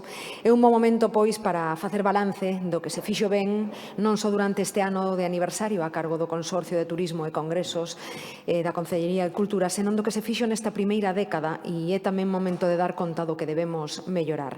Todos estamos de acordo en que a Torre de Hércules é o emblema da nosa cidade, o faro que nos guía, é un dos maiores reclamos turísticos da Coruña, máis aínda desde que é Patrimonio da Humanidade. Milleiros de cidades en todo o mundo compiten por conseguir tan prezada denominación porque son conscientes de que a proxección internacional turística das mesmas aumenta notablemente. Sabemos por datos de hai tan só uns días que a Coruña situouse como líder na subida do crecemento turístico da zona norte, segundo o balance de rendabilidade e o emprego dos 105 principais destinos turísticos españois, urbanos e de vacacións, pero deberíamos saber despois destes 10 anos como se traduce en cifras o impacto da declaración, xa sexa en financiación, desenvolvemento da cidade e atracción dos novos turistas e así poder enfocar mellor as accións a mellorar. É necesario tamén, despois de 10 anos, revisar o cumprimento de todos os parámetros da UNESCO na súa conservación e xestión, parámetros e requisitos exixidos pola UNESCO e recollidos no Plan Director do Monumento elaborado pola profesora Ana Goi en 2010 e ampliado en 2012 con propostas de actuación. Pendente seguen, entre outras cousas, un plan plan de actuacións para protexer o ben, un órgano que o xestione e a creación dun centro de interpretación cun museo co material das excavacións contextualizado co ámbito mariño, polo que tamén sería un museo de faros tal e como se recolle nese plan. Consideramos que o lugar idóneo sería o antigo cárcere, como así propuxo o Goberno a pasada semana, e como está previsto no Plan Estratégico de Turismo 2017-2020, pero todo apunta a que os complicados pasos a dar antes de poder facer uso deste edificio non van permitir que isto sexa unha realidade a curto prazo e teñamos que seguir co centro de interpretación para visitantes instalado no seu día no parking de maneira provisional. A infraestructura turística e as instalacións para os visitantes relacionadas cos bens patrimonio da humanidade deben ser cuidadosamente planificados, deseñados e actualizados periódicamente segundo sexa necesario para maximizar a calidade da apreciación e as experiencias dos visitantes ao tempo que se minimizan os impactos negativos sobre os valores patrimoniais e o contexto ambiental e cultural. 10 anos despois de que a torre se convertise en patrimonio cultural, a caseta do parking segue sendo o lugar onde se albergan as exposicións e onde se venden as entradas aos visitantes que, en moitos casos, por non estar ben sinalizado, teñen que baixar a mercalas unha vez que xa chegaron ao pé da torre. Bótanse tamén, por exemplo, moito de menos as visitas nocturnas. É tempo de modernizarse, é tempo tamén de cumprir outro dos obxectivos do Plan de Dinamización Turística da Torre de Hércules, incluído nese Plan Estratégico de Turismo que tiña como data de execución 2018, que era a implantación ou revisión dun plan de comunicación que contemple unha renovación da páxina web. Consideramos que a páxina web está obsoleta en imaxe e necesita unha actualización. A todo agora todo foron plans, pero poucas actuacións. E tendo en conta a importancia de manter a distinción da UNESCO e co Xacobeo ás portas, propoñemos ao Pleno este acordo. Revisar e pôr en marcha o plan director do monumento que detalla todos os requisitos exixidos pola UNESCO e que recollen máis de 100 medidas para unha mellor xestión do ben vinculando con todo o que pode ter de patrimonial, gastronómico, cultural, material e inmaterial. Das dúas emendas imos aceptar a da Marea, así que engadimos o punto que di, engadir no orzamento orgánico do Concello para o ano 2020 unha partida específica con esta finalidade. A do PP non a imos aceptar porque consideramos que é o mesmo que xa se pide nesta moción. Grazas.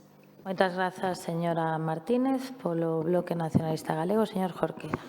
Grazas, señora alcaldesa. A Torre de Hércules é un dos principais emblemas da Coruña e un dos seus maiores atractivos para os visitantes. Alén da súa importancia histórica e arquitectónica, a Torre de Hércules é un elemento básico da nosa identidade.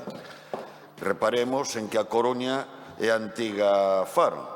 Nalgúnas referencias documentais antigas aparece a Coruña como Faro, noutras como Illa do Faro, noutras como Burgo do Faro, inda que este en discusión se Burgo do Faro se refería a túa localidade de O Burgo ou a Coruña. Pero, en definitiva, a Coruña naceu á sombra da Torre de Hércules. A torre mesmo forma parte da nosa mitoloxía, sexa a través da lenda de Hércules, establecida por Alfonso X, que nos enlaza coa mitoloxía clásica, sexa a través do mito de Iz, fillo de Berogán, que nos conecta coa mitoloxía celta. E creo que todos estaremos de acordo en que moito que se pode facer para poñer máis en valor este monumento e o seu entorno. Por citar algúns exemplos, non é de recibo que no entorno da torre siga haber un almacén a ceo aberto de chatarra e entullos nos terreos dos talleres 7, ou un edificio sin uso en un estado deplorável de conservación, como é o antigo cárcere, nen tampouco de recibo que non exista un centro de interpretación e un centro de atención aos visitantes merecentes deste nome. E aproveito para decir que a criterio do BNG o antigo cárcere é o edificio que reúne as condicións idóneas para albergar estes centros, para albergar usos museísticos, unha factoría cultural, un espazo da memoria en lembranza de todos os que estiveron presos por loitar contra a ditadura e, por suposto, un espazo autoxestionado polas entidades sociais desta cidade, porque entendemos que ali hai espazo para todo, nun cárcere devolto á cidade e debidamente restaurado por quen ten a obriga de restauralo. Como non é de recibo que o aparcamento se este convertindo nun aparcamento de autocaravanas ou que moitas veces nos topemos con visitantes da nosa cidade desorientados preguntando por onde teñen que ir para chegar á Torre de Hércules debido á ausencia dun bus turístico ou dunha sinalética adecuada. Coincidimos, por tanto, en que é prioritario revisar, actualizar e reactivar o plan director da Torre e, polas razóns devanditas, o BNG tamén vai votar a favor desta moción. Moitas grazas. Moitas grazas, señor Jorquera. Polo Grupo da Marea Atlántica, señor Lema. Graciñas. Agradecelle novamente ao representante de Ciudadanos que tivera ben acoller ou aprobar a nosa engádega da súa moción, que basicamente consiste en que no orzamento orgánico do Concello, en un do consorcio, se establece unha partida ad hoc para esta finalidade de seguir executando o que xa está establecido nese plan director 2010. Ben, unha pequena, se me permite, un pequeno paréntese referíndome á intervención da señora Gallego. A verdade é que o certo é que o elemento que non este aquí, a cuestión dos pisos, non tiña demasiado que ver cunha ordenanza de subvencións, francamente, e o único que creo que deixan claro é que a compañeira sigue un pouco ancorada no pasado o no que considera que foi o seu gran hit, esa descoberta que finalmente non foi nin admitida pola Fiscalía como indicio de nada.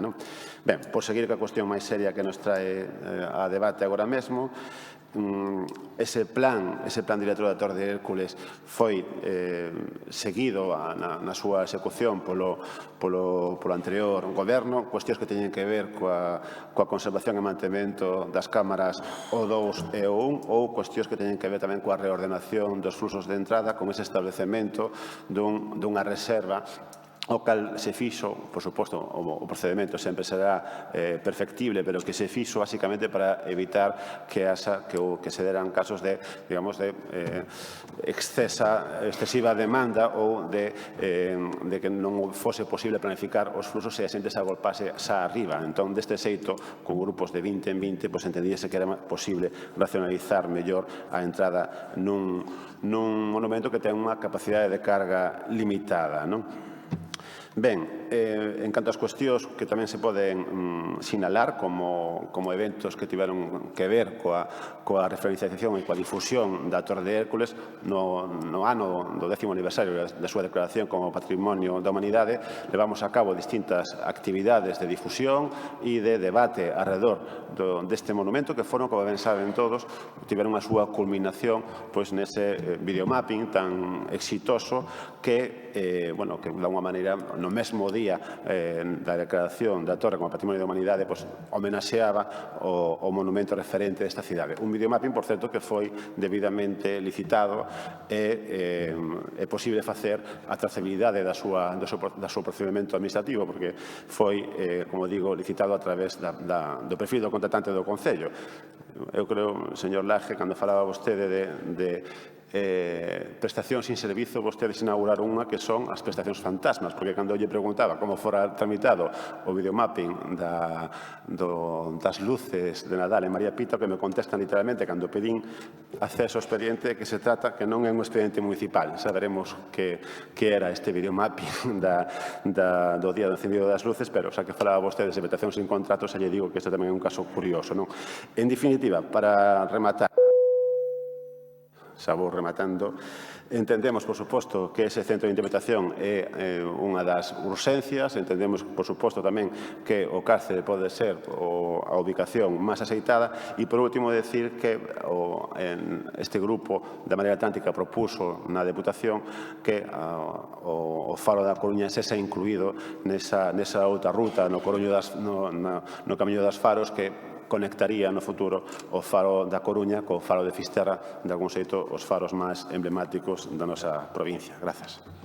Moitas grazas, señor Lema. Polo Grupo Popular, señora Cendán. Moitas grazas, señora alcaldesa. Vanme permitir que antes de comenzar a miña intervención manifeste a nosa condena en nome de todo o Grupo Municipal, do Grupo Popular, a nosa condena a calquera tipo de manifestación homófoba. En particular ao acto vandálico que aconteceu nestes últimos días na contorna da Urbana. Dende aquí enviamos o noso apoio aos clientes e traballadores da Urbana Esperamos que a identificación do responsable deste acto sexa realizada con prontitude para que poda responder ante a lei sobre este feito e damos as gracias ao Concello pola súa axilidade e rapidez na limpeza de dita pintada. Xa atendendo á moción que presenta Ciudadanos, comentar que, sen dúbida, é un dos grandes momentos que viviu esta cidade no que vai de século foi a declaración do noso milenario símbolo como Patrimonio da Humanidade. 10 anos despois, teríamos que preguntarnos como xestionamos desde o Concello a designación do noso faro. Teríamos que plantexarnos se soubemos aproveitar esa distinción para mellorar a experiencia de visitar a torre e a cidade. Moito nos tememos que a resposta é que non.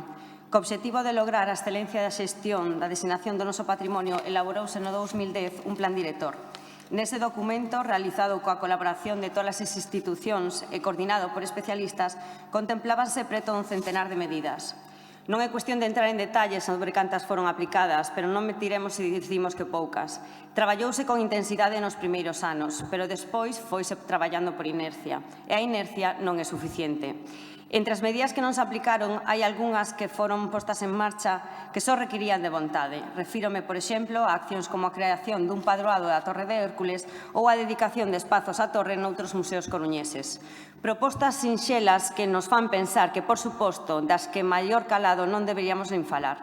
Referímonos, por exemplo, á habilitación do Centro do Patrimonio Mundial no antigo cárcere ou a posta en marcha dun Museo dos Naufraxios ao pé do noso faro. Por certo, esta última proposta foi realizada nesta sala por o principal artífice da designación da torre como Patrimonio da Humanidade, don César Antonio Molina, a quen, por se non o recordan, eu vos lo recordo, olvidáronse de invitar á celebración do 10º aniversario da torre como Patrimonio da Humanidade. Que fixo o PSOE dende que chegou a María Pita? Pois o que fixo aquí, con todo, ou como case en todo, un anuncio. O pasado mes de agosto, cando visitou a cidade a ministra de Turismo, anunciou a súa intención de reactivar o plan director da torre.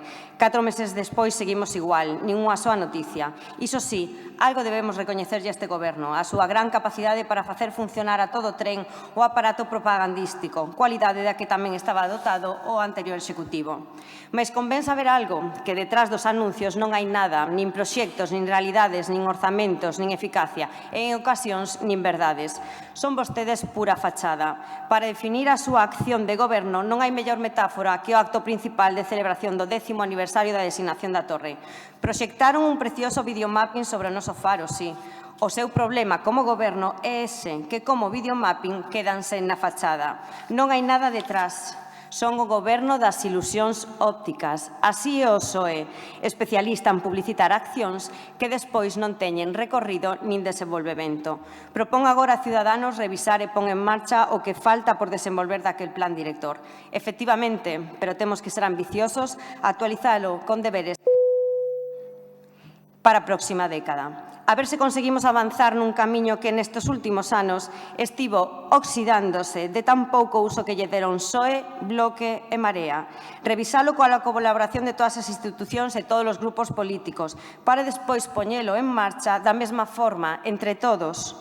En definitiva, un plan director, alén do papel e do cartel, que é onde se quedaron os dous de sempre, PSOE e BNG, máis o seu novo socio de goberno, a Marea. Daí o noso voto favorable a esta moción. Moitas gracias. Moitas grazas, señora Cendán. Entendo que retira vostede a emenda.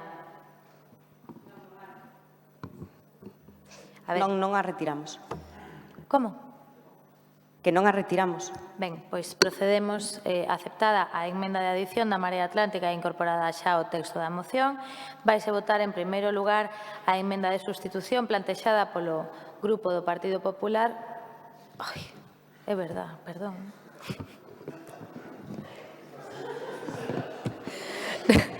Me teñen que disculpar os meus compañeiros, non sei que me pasa, será que os teño xa moi oídos a todos.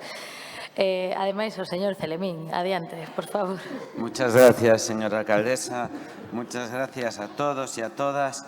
Después, no me extraña que se haya olvidado, porque después de este planteamiento oscuro y aciago de la señora Cendán, que parecía más el espíritu de la golosina negra, pero más que un discurso, ¿no?, para apoyar una moción, que hay que estar, y está bien que todos los partidos estemos a revisar y poner de nuevo en marcha el plan director de gestión de la Torre de Hércules y su entorno, que tantos años ha quedado en el olvido y que desde el primer día de nuestro mandato el Grupo Socialista ha reivindicado públicamente. A lo largo de estos meses hemos impulsado el contacto con diversas administraciones para recabar los apoyos necesarios, tanto económicos como institucionales, lo que ha quedado patente durante la visita de la ministra de Industria, Reyes Maroto, a pesar que no le guste a usted. Nuestra intención a lo largo del 2020 es la de reconstruir la antigua Comisión de Seguimiento del Plan Director Fase 1 2010, compuesta por todas aquellas administraciones que guardan relación con el monumento y su entorno, y crear una dirección técnica que coordine y supervise los trabajos pendientes, entre ellos el estudio y actualización de la segunda propuesta del Plan Director Fase 2 2012, que nunca ha sido expuesto públicamente por razones que no alcanzamos a comprender y que atañen a gobiernos anteriores. El encargo de un proyecto técnico que valore las diferentes opciones que hasta el momento se han barajado relativas a un centro de interpretación, punto clave y todavía no afrontado de los planes de gestión y de los compromisos adquiridos con la Declaración de Patrimonio de la Humanidad por la UNESCO.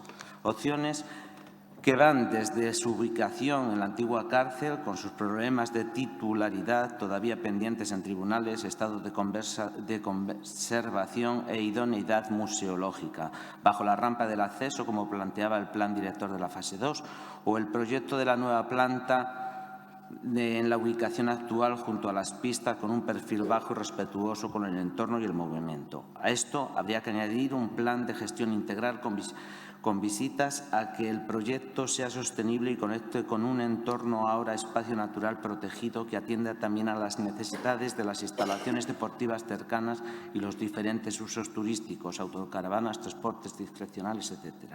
Finalmente, la convocatoria de un concurso público para su ejecución. En paralelo, tanto la Comisión de Seguimiento como la Dirección Técnica han de valorar la situación administrativa y orgánica que ocupa la Torre de Hércules dentro de la estructura municipal y su gestión futura, así como todo el abanico de medidas de revalorización del monumento desde diferentes perspectivas patrimonial, cultural e inmaterial, como usted también propone, y que nos alegrará apoyen, por tanto, todos los grupos de la corporación. Muchas gracias. Moitas grazas, señor Celemín, e disculpas novamente. Agora sí, señora Cendán, mantén vostede a emenda presentada? Sí, ben. Votos a favor da emenda do Partido Popular?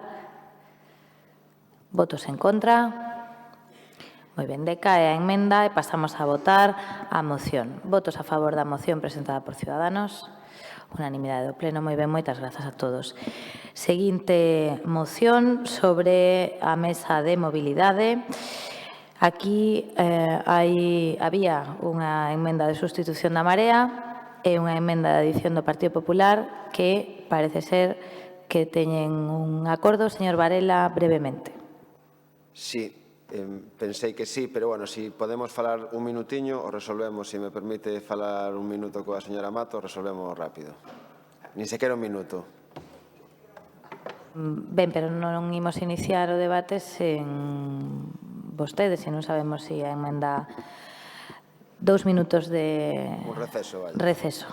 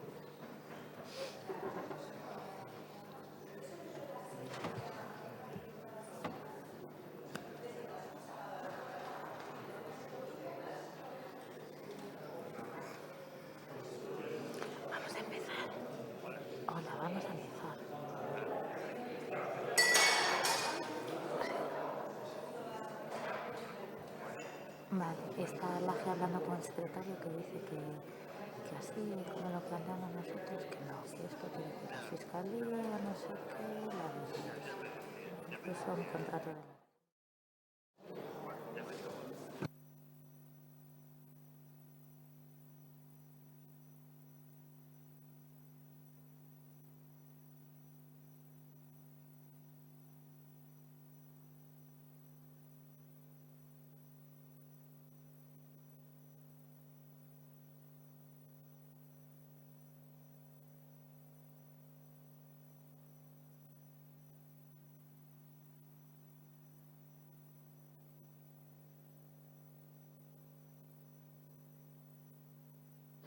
Ben, retomamos a sesión coa terceira moción de Ciudadanos, señora Martínez. O retraso que sufre a Intermodal, que se supón que será un revulsivo á hora de conectar os diferentes puntos da cidade en condicións, non pode retrasar máis o que todos consideramos como unha prioridade nesta cidade desde xa hai anos, a actualización de rutas e horarios do transporte público. O esquema actual da articulación de liñas non ten en conta as demandas dos novos barrios, deixando zonas e franxas horarias sen servizo. É o caso, por exemplo, de Novo Mesoiro, onde a actual liña do bus, a liña 21, cobre apenas as necesidades reais do barrio, conectándoos co centro da cidade, pero é totalmente insuficiente para un barrio no que viven máis de 2.000 rapaces en idade escolar. Porque, tal e como explican os veciños de Novo Mesoiro, unha das reclamacións recorrentes é dotar ao barrio dun servizo de transporte público colectivo, áxil, rápido e funcional. Xunto con Mesoiro, Feáns e a urbanización Breogán son a única zona da Coruña que non está conectada de xeito peonil coa cidade, polo que o uso de vehículos se fai necesaria se queren facer vida normal, ir traballar, ir estudar, ir aos centros sanitarios de referencia, ir facer compras ou mesmo para sair do barrio. Eles mesmos iniciaron unha campaña de recollida de sinaturas para reclamar a implantación dunha liña de bus entre o barrio de Novo Mesoiro e o barrio dos Castros que percorra o campus universitario del Viña, Mato Grande e as zonas universitarias Chuac e Materno e para a ampliación en 2 paradas da liña hoxe en día existente da universidade para que atenda o barrio de Novo Mesoiro. Non é o único barrio que fixo unha proposta, quen mellor que os propios veciños dos barrios que coñecen as súas necesidades. A falta de conexión con hospitais e coa universidade únense tamén a escasa comunicación cos polígonos industriais desta cidade. O último estudio de mobilidade feito rexistraba que o 90% da xente que traballa nos polígonos de Pocomaco e da Grela vese obrigada a desplazarse no seu vehículo propio ante a falla de conexións axeitadas aos horarios de traballo. O anterior goberno investiu máis de 600.000 euros en estudos sobre a reforma das liñas que non se chegou a materializar en nada. Cando coñezamos ese estudo, saberemos se poden servir para levar a cabo a tan reclamada reforma global do mapa das liñas, pero é necesario coñecelos. O propio programa electoral do PSOE dicía literalmente: impulsaremos a reordenación das liñas de autobuses buscando unha maior racionalidade para reducir os tempos de espera e de viaxe e para mellorar a conexión entre os diferentes barrios e nodos estratéxicos da cidade. Este goberno asegurou que a Mesa da Mobilidade sería a ferramenta fundamental para abordar a reforma con rigor técnico. Así que, por todo o anteriormente exposto, desde Ciudadanos elevamos a este pleno os seguintes acordos cas enmendas que acepto de sustitución da Marea e de adición do Partido Popular, daquela quedaría do seguinte xeito. Instar ao Goberno municipal a convocar a Mesa da Mobilidade a primeiros de ano para definir unha proposta de revisión da rede de transporte público da Coruña, dándolle continuidade aos estudos realizados no pasado mandato para que entre en vigor antes do verán de 2020, que dé a resposta ás necesidades de mobilidade actual da cidade, coidando a integración da rede urbana coa metropolitana, a futura construción da estación intermodal e que mellore o servizo aos barrios, aos polígonos industriais e aos centros asistenciais, ampliando as frecuencias e reducindo os tempos de espera. E engadimos as propostas do Partido Popular, que é instar ao Goberno municipal a elaborar no primeiro trimestre de 2020 unha nova ordenanza de circulación que teña en conta os novos medios de transporte utilizados pola cidadanía e poñer ao dispor do resto dos grupos municipais os estudos realizados no mandato anterior sobre a necesidade de reorganizar as liñas de bus urbano da cidade. Moitas grazas, señora Martínez. Polo Bloque Nacionalista Galego, señora Beira. Sí, desde o BNG sinalar que imos apoiar esta moción. Non é novo que o Bloque Nacionalista Galego ou ben traia propostas ou ben pregunte ao Goberno Municipal sobre esta cuestión. Evidentemente, os 4 anos anteriores, onde se xerara unha expectativa importante alrededor da reordenación das liñas de autobuses, insistimos unha e outra vez sobre a necesidade de reordenalas, de facelas útil. Somos moi insistentes en que o transporte público da nosa cidade sexa útil para o conxunto das coruñesas e dos coruñeses, que cubra as súas necesidades, as necesidades de acudir ao traballo, as necesidades de asistir aos servizos públicos, ben sexan de ensino, ben sexan sanitarios ou de calquera outro tipo.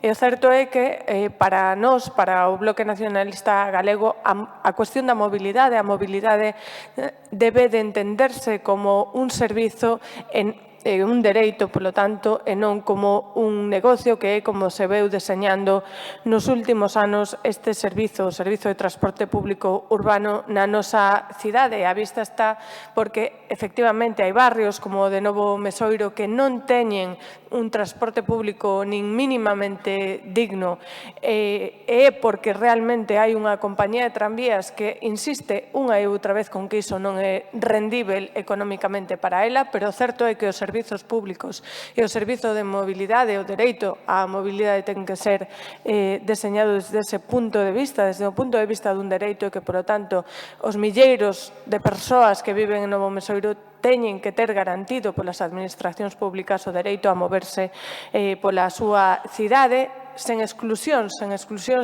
xeográficas, sen exclusións económicas. E o certo é que se obriga, por exemplo, a veciñanza de Novo Mesoiro, pero tamén podemos falar da veciñanza de Feáns, da veciñanza de Bisma ou de outros barrios da nosa cidade que están absolutamente excluídas do deseño das liñas e que están obrigadas a empregar o transporte privado, ocasionando efectivamente emisións que van contra a sustentabilidade do noso medio e que teñen efectivamente esa repercusión tamén social.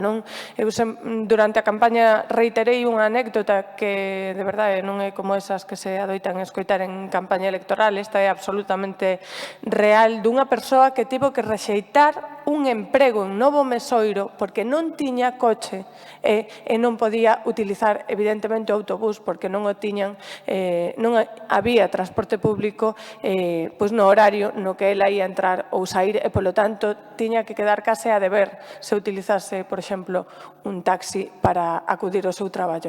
Tivo que rexeitar, polo tanto, un traballo porque non hai un transporte público digno. Polo tanto, esta é a importancia que lle damos desde o Bloque Nacionalista Galego a este asunto e instamos, polo tanto, ao Goberno a que se poña en marcha con este asunto o antes posible. Moitas grazas, señora Beira. Pola Marea Atlántica, señor Varela. Sí, gracias, señor Rei. Efectivamente, a mobilidade coincidimos todos, é a mostra e a negociación das emendas a esta moción. O gran desafío, un dos grandes desafíos da cidade nas próximas décadas. É un dos maiores retos nos que eu creo que dende o pasado mandato, dende a Marea Atlántica, avanzamos moito, pois ampliando o carril bici, gañando espazo para peón, baixando as tarifas de bus por primeira vez en décadas, pero somos conscientes tamén de que queda moito por avanzar. E para eso é necesario e importantísimo ese consenso que parece que agora sí que hai nas cuestións de mobilidade. Galla nos houvésemos tido este talante que ten agora mesmo a oposición cando estábamos no goberno. Dende logo, nos vamos a participar desa vontade máis constructiva. E eu creo que tamén unha das mostras desa vontade constructiva é a ampliación desa mesa de mobilidade que se levou a Xunta de Goberno, a última Xunta de Goberno, e que ven motivada tamén polas demandas, tanto dos colectivos que solicitaron sumarse a esa mesa pola mobilidade, como da propia Marea Atlántica, que reivindicou que a mesa da mobilidade recollera voces máis variadas das que tiña na primeira proposta do Partido Socialista. Unha mención, efectivamente, á nosa emenda, que finalmente se amplía con aportacións do Partido Popular, que nos parecen positivas. Bueno, a nosa emenda tentaba, por un lado, recoñecer o traballo feito na cuestión da mobilidade e das redes de bus no pasado mandato, e, por outro lado, tamén intentar definir ou detallar un pouco máis cales creemos que deberían de ser os obxectivos, non? E por eso falábamos de cuidar a integración da rede urbana coa metropolitana, a futura construción da estación intermodal, que vai a ser clave para esa integración, mellorar os servicios barrios, eu creo que aquí está vendo moitas intervencións nesa línea, os polígonos industriais, outra demanda moi recurrente da cidadanía da Coruña, ou os centros asistenciais e ampliando as frecuencias e reducindo os tempos de espera. Nos parece que esos obxectivos son clave a hora de abordar unha revisión da rede de buses.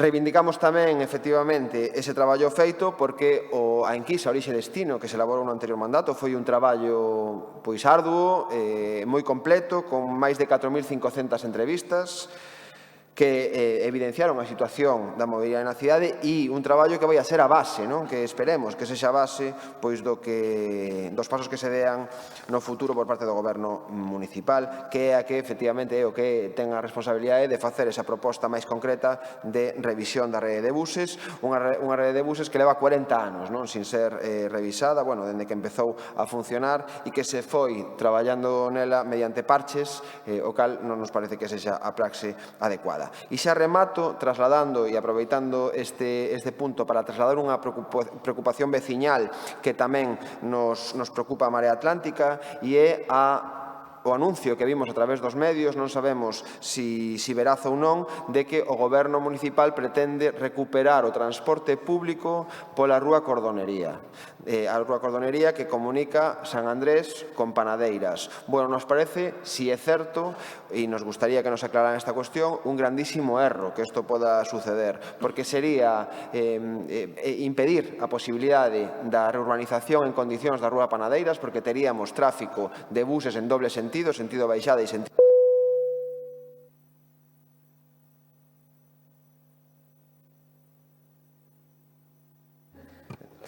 o cal impediría a propia dinamización comercial desa rúa, que é unha rúa con grande potencialidade, a máis vencellada a posibilidade de que se abra o paso a través do edificio do Arzobispado de Oviedo que negociamos no anterior mandato co mercado de San Agustín e, por suposto, empeoraría as condicións de seguridade da Rúa Cordonería que, como todos vostedes saben, non ten unha sección adecuada para que pasen os buses por aí. Os veciños están preocupados por esta cuestión, nos recollemos esa preocupación e a poñemos aquí en foro plenario para intentar evitar que se tome esa decisión se é que realmente é intención do Goberno municipal. Gracias.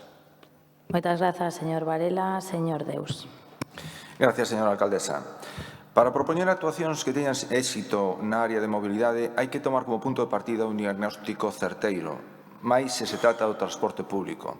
Certo é que a estas alturas, sí, señor Varela, deberíamos ter ese diagnóstico que vostedes fixeron no mandato anterior que custaron máis de 640.000 euros, pero non sabemos nada sobre el a pesar de que o pedimos en reiteradas ocasións. Entendemos, efectivamente, que algo podemos sacar dunhos estudios que custaron un importante montante de diñeiro ás arcas públicas municipais. Pero hai feitos constatables para os que non necesitamos esperar a ter eses informes. Que o uso do transporte público na cidade é aínda baixo é evidente, un 15% do total e un 25% dos desplazamentos motorizados. Que o mapa actual da liña de buses data da década dos anos 80 e claramente desde entón a cidade cambiou moito. Creáronse novos barrios na periferia e os hábitos e necesidades dos coruñeses tamén. Isto provoca que os barrios periféricos teñan un nivel de cobertura de transporte público moito menor que o centro, co que gran parte dos residentes desa zona ven como son excluídos da posibilidade de usar o transporte público. Por estes datos e algún outro de carácter máis técnico, na actualidade xa ninguén dubida sobre a necesidade imperiosa de realizar unha reorganización das liñas e servicios do autobús urbano, tendo en conta como principal obxectivo ter un transporte do século XXI, adaptado ás demandas dos potenciais novos usuarios, mellora da frecuencia e posibilidades de transbordo e incremento de liñas con destinos a hospitales e polígonos industriais. A rede actual, a pesar de ofrecer unha amplia cobertura nos barrios centrais, non ofrece unha conexión eficaz entre barrios periféricos como os que sinala a señora Martínez na súa moción, e centros tractores, constituindo unha suma de liñas según unha estrutura de rede. É aquí onde verdadeiramente atopas o problema. Por iso é clave e urxente acometerse en demora a reordenación xeral da rede e non quedar en modificacións puntuais que xa non son suficientes. A vista do que cambiou a cidade e as necesidades dos coruñeses e coruñesas nestes 40 anos. Por suposto que ter xa a estación intermodal ao dispor dos cidadáns axudaría a realizar de maneira máis eficaz e áxil os intercambios, pero novamente nos encontramos coa xestión do mandato anterior. En todo caso, non podemos permitirnos máis dilación porque a cidade necesita alternativas para reducir o uso do vehículo privado. E iso non pasa só por refacer o nefasto carril bici que deixou feito o goberno anterior, sino que debe pasar polo impulso ao transporte colectivo na nosa cidade, un mellor sistema de bus urbano. Con todo, fronte a esta urxente necesidade e demanda cidadá, non detectamos ambición neste goberno, senón falta dela. Así, unha vez esquecidas xa as promesas electorais, as últimas declaracións do Concelleiro de Mobilidade, refrendadas tamén na Comisión de Mobilidade, non nos convidan a ser optimistas. O Concello descarta agora afrontar un cambio global das liñas de bus, optando por modificación puntuais. De seguir esta formulación, estaremos de novo ante decisións illadas, mantendo unha rede pouco eficiente en lugar de afrontar o problema coa decisión. Neste tema, como en tantos outros, estamos ante promesas que tras as eleccións deixaron nun caixón ou caído no esquecemento. Aí temos o compromiso dunha nova ordenanza de circulación, donde se inclúa a regulación de patinetes e outros vehículos ou a remodelación do carril bici, tan utilizado pola actual alcaldesa na campaña, pero que de nada máis se volveu a saber.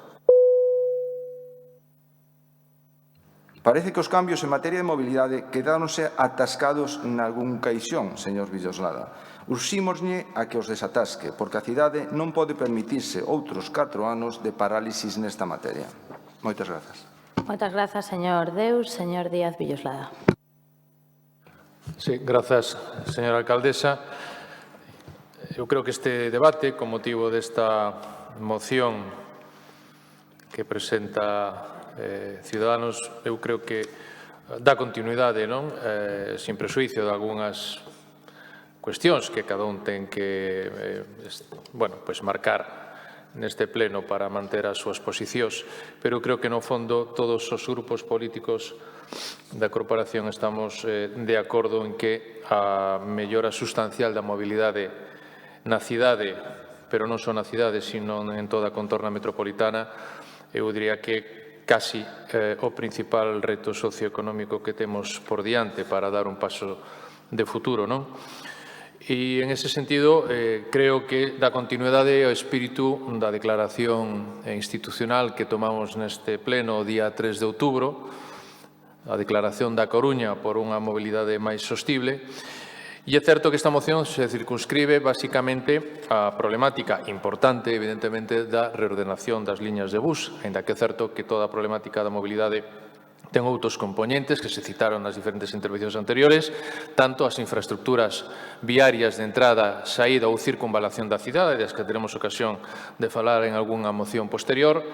Estamos a falar tamén, precisamente, das infraestructuras ferroviarias, dos novos vehículos de mobilidade persoal, da recuperación do espacio público para camiñar, que debe ser o principal reto da mobilidade na cidade, poder desplazarse camiñando e recuperar o espacio público. E, en ese sentido, son moitos os componentes que eu creo que confluíron precisamente na vontade unánime deste pleno a hora de adoptar a declaración do día 3 de outubro neses 10 compromisos. 10 compromisos que basicamente parten, e estamos asistindo á celebración do Cumio do Clima de Chile en Madrid, basicamente porque é absolutamente inaplazable a reducción das emisións de CO2 na cidade, evidentemente. As preocupacións en materia de saúde pública tamén están acelerando as decisións en materia de mobilidade urbana e, como decía anteriormente, a recuperación do espacio público é máis que necesaria. En toda esta cuestión, como saben, constituímos a Mesa Mobilidade. Na Xunta de Goberno desta semana, precisamente, ampliamos a composición da Mesa Mobilidade para darlle entrada tamén, por exemplo, ás federacións de AMPAs e, por exemplo, tamén aos polígonos de Pocomaco e da Grela, porque hai moito que falar da mellora de mobilidade nos ámbitos tamén empresariais, nos determinados barrios e tamén en centros asistenciais. E, en ese sentido, a Mesa vai traballar basicamente en 5 ámbitos que son os que estamos a falar habitualmente. Un deles vai ser, evidentemente, a seguridade vial. En segundo lugar, temos que traballar os temas de accesibilidade universal de dominización do espacio público, temos que traballar en outro ámbito a sostenibilidade, o medio ambiente e a saúde pública, os sistemas de transporte público e a xestión da circulación e o estacionamento. E en ese sentido, nos parece que as propostas coas emendas que se están a aceptar por parte do grupo propoñente son máis que axeitadas. Nos, e o dixemos así, efectivamente imos ir a unha reordenación das liñas de bus, pero non imos poñer, e o dixen algunha vez, patas arriba a cidade e reordenar as liñas de bus. Imos presentar propostas técnicas que fagan que esa reordenación sensata e eficiente, e en ese sentido sí que nos parece axeitado ir a unha nova ordenanza, evidentemente, de mobilidade e, por suposto, que faremos e daremos conta dos traballos que estaban realizados nos mandatos anteriores á Comisión de Mobilidade para que todos os grupos políticos podan facer as súas aportacións á mesa que, evidentemente, a volta do ano que ven empezar a traballar. Mais nada, gracias. Moitas grazas, señor Villoslada. Procedemos á votación da moción. Votos a favor. Moi ben, moitas grazas. Queda aprobada por unanimidade. Pasamos xa ás mocións presentadas polo Bloque Nacionalista Galego. A primeira é a moción sobre medidas para promover a revitalización, modernización e diversificación do pequeno comercio. Existe unha emenda de adición da Marea Atlántica. Señor Jorquera, o seu turno. Moitas grazas. Nesta moción proponíamos instar ao Goberno municipal a impulsar un plan de promoción, revitalización, modernización e diversificación do pequeno comercio e para iso propoñamos tamén unha serie de medidas. Unha moción que se debate, por certo, só uns días despois do Black Friday, Halloween, Black Friday. O seguinte paso será que nos poñamos a trinchar o pavo para celebrar o Día de Acción de Grazas. E fago este comentario porque esta moda importada de Estados Unidos non fai senón consolidar un modelo de consumo a medida dos intereses das grandes superficies e dos xigantes da venda online, acentuando a crise do noso pequeno comercio incapaz de competir coas súas grandes rebaixas. Unha crise de grandes proporcións. Nos últimos 10 anos pecharon na nosa cidade alrededor de 800 pequenos comercios, destruíndose case a cuarta parte do noso tecido comercial e abonda con pasear polas rúas da Coruña para poder constatalo. No conxunto de Galiza, nos últimos 4 anos, pecharon 3.600 comercios, a razón de 2 peches e medio cada día. As razóns son múltiples: a proliferación de centros comerciais, a competencia das grandes cadeas e da venda online e tamén, nalgúns casos, a incapacidade de algúns comerciantes para modernizarse e acadar unha maior especialización. Por esa razón, creemos que unha das medidas do plan debe ser impulsar o labor de asesoramento e formación co obxectivo de modernizar e diversificar o noso tecido comercial. Para o BNG, o pequeno comercio debe de ter a consideración dun sector estratégico e non só pola súa importancia na xeración de emprego. O pequeno comercio contribúe a fomentar a economía de proximidade e un modelo de consumo máis responsável, pero, ademais, a existencia dunha densa rede de pequenos comercios ten un impacto evidente na calidade do espazo urbano. As rúas con comercios son rúas vivas, dan sensación de seguridade e convidan a pasear e entablar relación social. En cambio, barrios con rúas cheas de locais baleiros son barrios en claro proceso de degradación. Por iso, propomos tamén elaborar un censo de baixos pechados e impulsar a creación dun banco de locais baleiros co xeito de ofertalos en aluguer a prezo taxado. Unha bolsa que se nutra tanto de locais de titularidade municipal, por exemplo, os que existen na chamada Rotonda ou Bagua de San Roque, como de locais de particulares que os poñan a disposición do banco para labores de intermediación. O apoio ao pequeno comercio debe de ser unha política transversal, a aposta por un espazo urbano de calidade, a mellora da mobilidade e accesibilidade, a integración da nosa oferta comercial na promoción turística, son políticas que inciden tamén na revitalización do pequeno comercio. do mesmo xeito que a potenciación dos mercados municipais para que se convirtan en auténticos corazóns de barrio e en centros de dinamización da vida comercial. E aproveito para decir que aceptamos a emenda de engádega presentada esta moción polo Grupo Municipal da Marea Atlántica porque consideramos que as medidas que incorpora son medidas positivas para reactivar o pequeno comercio que complementan as propostas contidas na moción inicial. Estas son as razóns que fundamentan esta moción para a cal solicitamos o voto favorável dos grupos municipais desta Cámara. Moitas grazas. Moitas grazas, señor Jorquera. Señora Martínez, por Ciudadanos. Ben, a historia que puidemos ver o pasado venres e sábado no videomapping que inauguraba o Nadal desta cidade contaba precisamente o que debemos evitar na Coruña. A historia que descobría Sabela na xoguetería pechada, porque xa non había vida no barrio, alentaba a nena a buscar unha solución para revitalizar o pequeno comercio e encher de novo de vida o barrio. No caso que nos ocupa, por desgracia, non basta coa maxia do Nadal.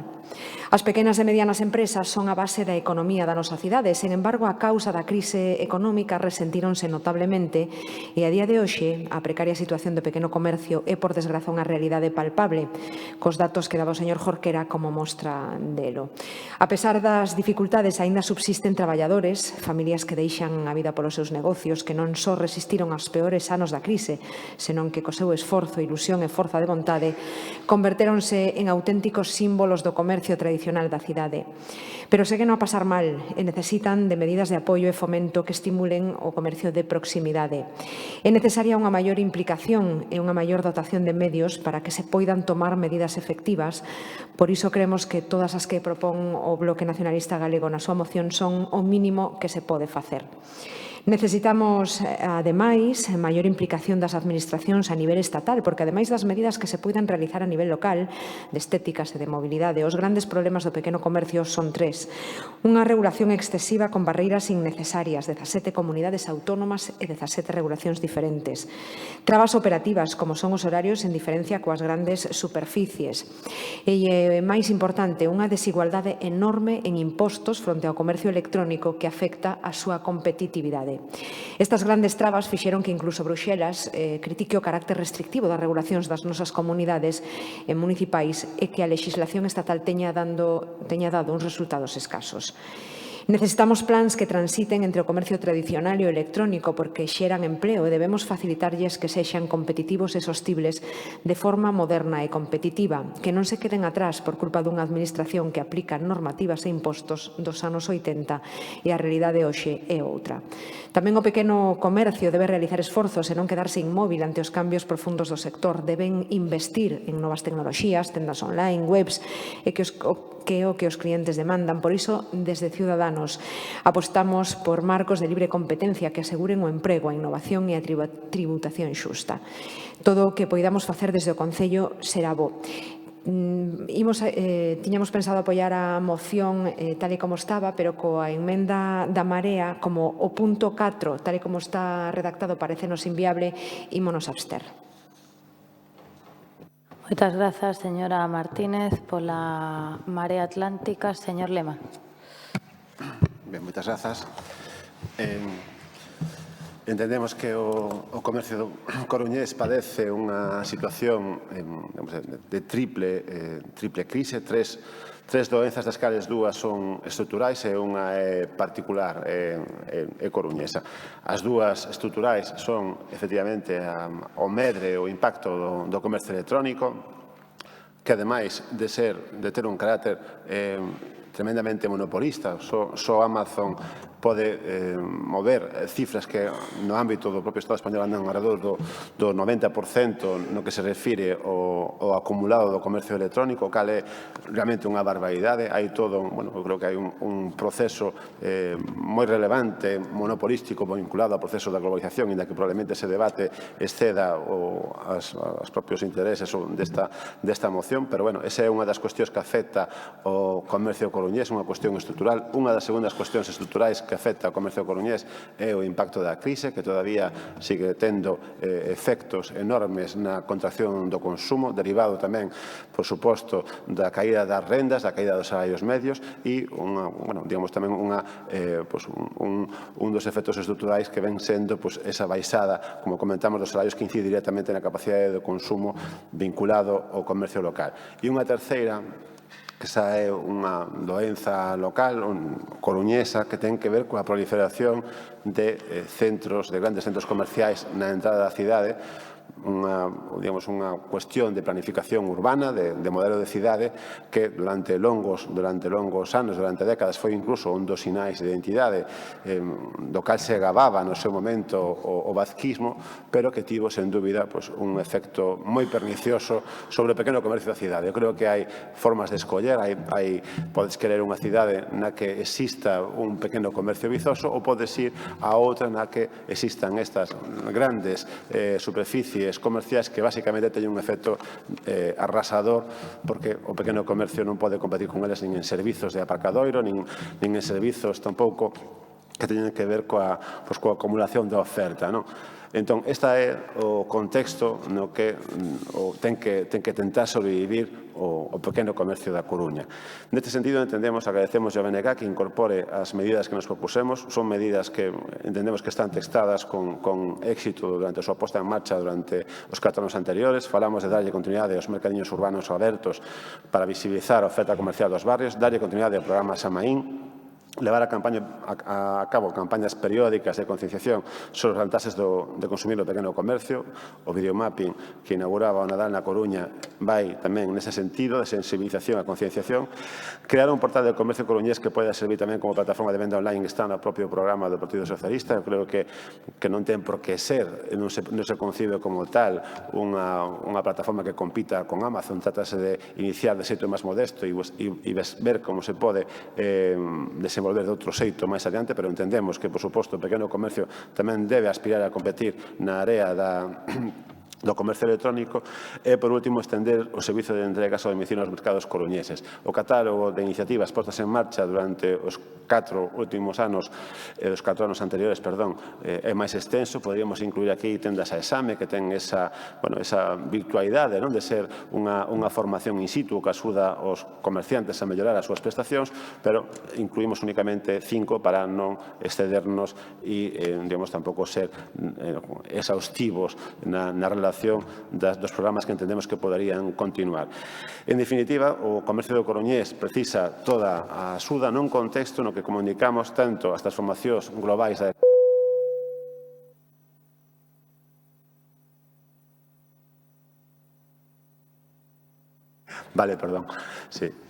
como aquelas decisións que teñen que ver co modelo de cidade e planificación urbana que se tomaron neste pleno durante anos, eu creo que o levaron á situación crítica na que actualmente está. Grazas. Moitas grazas, señor Lema. Teño moitas habilidades e virtudes, pero o control dos micros coa mente aínda non a desenvolvín ben. Teñen vostedes que premer outra vez cando lle dea a campana. Señora Cendán, polo Grupo Popular. Grazas, señora alcaldesa. Comprar no pequeno comercio e apostar pola calidade, pola atención persoal, pola contorna urbana agradable e pola cidade que progresa sen deixar a ninguén atrás. Os nosos barrios morren un pouco con cada peche do comercio local. A Coruña ten que ofrecer múltiples oportunidades en condicións de igualdade, tamén no eido comercial. Pero, por desgracia, non é así. Non son bons tempos para o pequeno comercio, que vive unha crise que anda non ten final, e a continuación recordareilles o porqué. Como contempla esta moción, é preciso que se poña en marcha un plan de modernización, pero máis importante é que este supoña a súa reactivación. Non só polo volume e a calidade de emprego que xera o comercio, senón porque é un factor fundamental de equilibrio, seguridade e benestar para a nosa cidade. E como ten que ser ese plan? Que ten que contemplar? Para atopar as respostas, o primeiro que ten que facer este goberno é escoitar. Escoitar os nosos comerciantes. E que é o que nos din? Que foi o que nos dixeron? Que durante 4 años lles baixaron as axudas e lles puxeron todos os atrancos para pagarllas. E non sabemos se o PSOE vaillas a subir no orzamento do 2020, pero xa adianto que nós pedirémolo.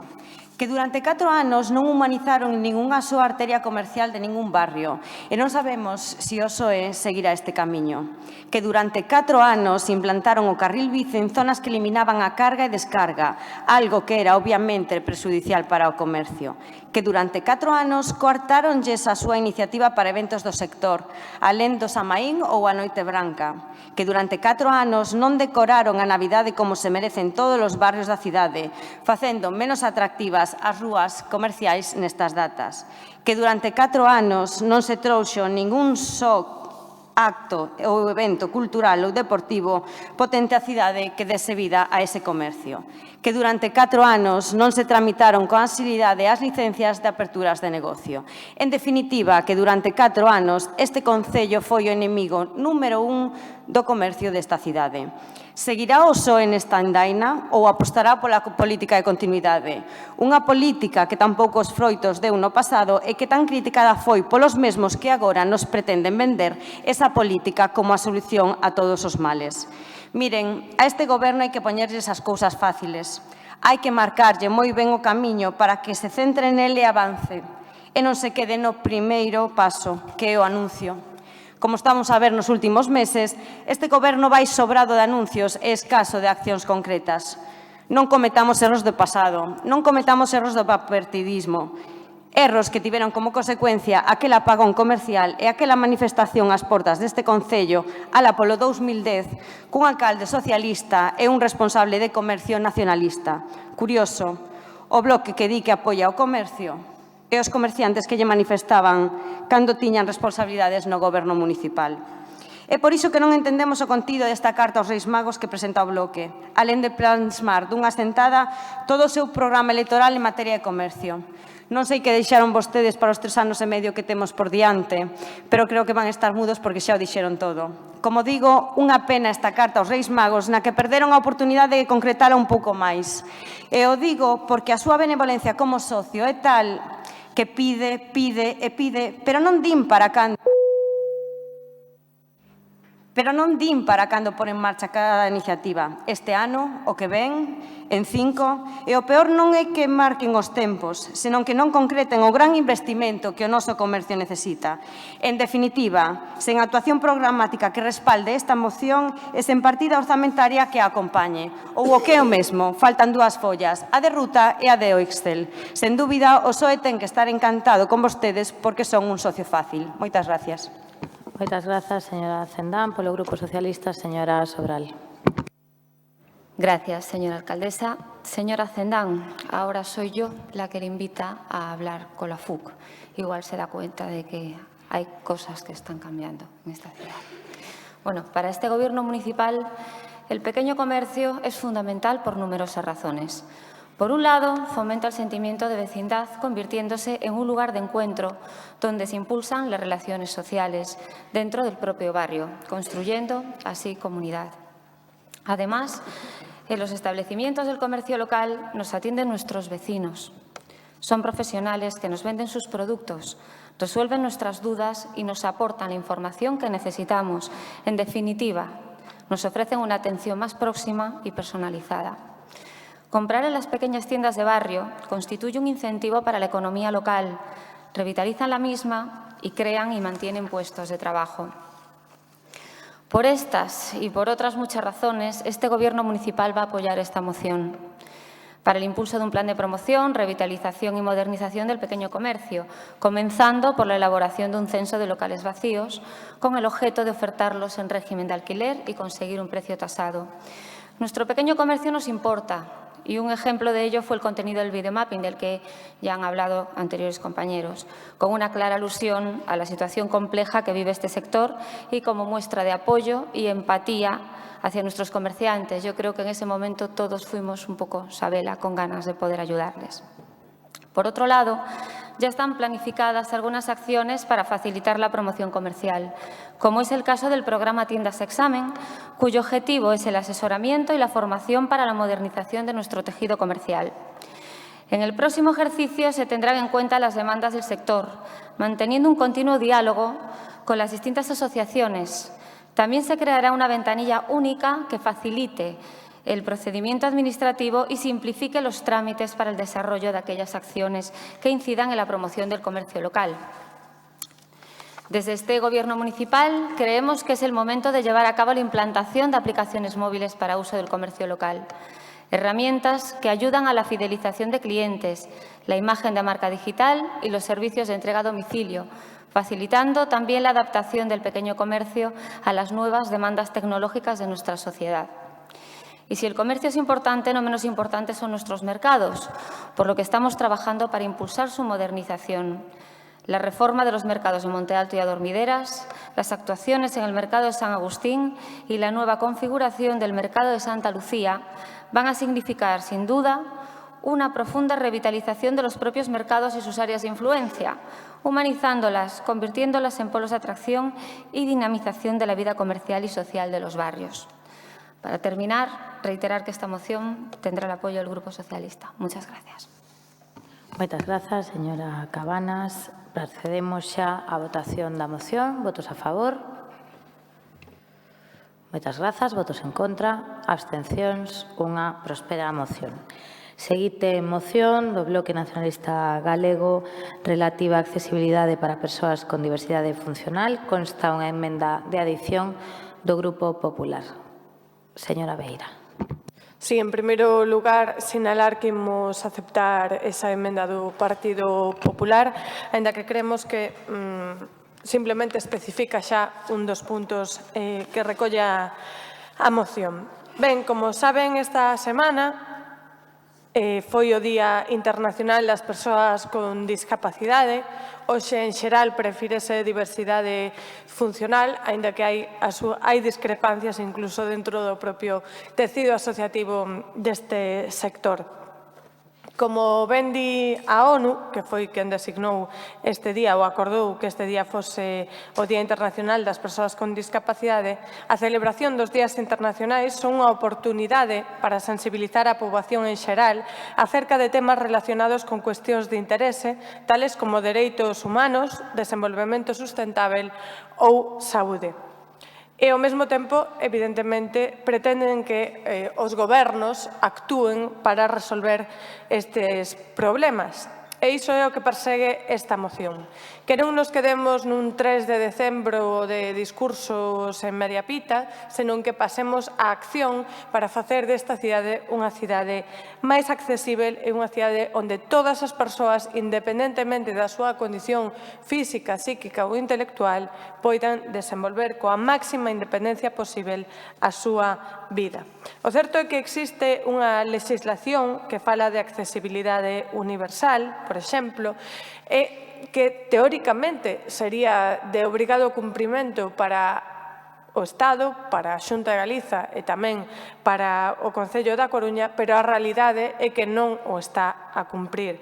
O Concello da Coruña non cumpre cos criterios de accesibilidade universal e de dereitos humanos para as persoas con diversidade funcional. Certo é que o que pedimos nesta moción é que se construa a cidade desde a empatía coas persoas con diversidade funcional, desde o punto de vista de que calquera persoa pode ser en calquera momento ou por cuestións momentáneas ou de súpeto por cuestións de enfermidade, accidentes, etc., unha persoa tamén con diversidade funcional ou con mobilidade reducida.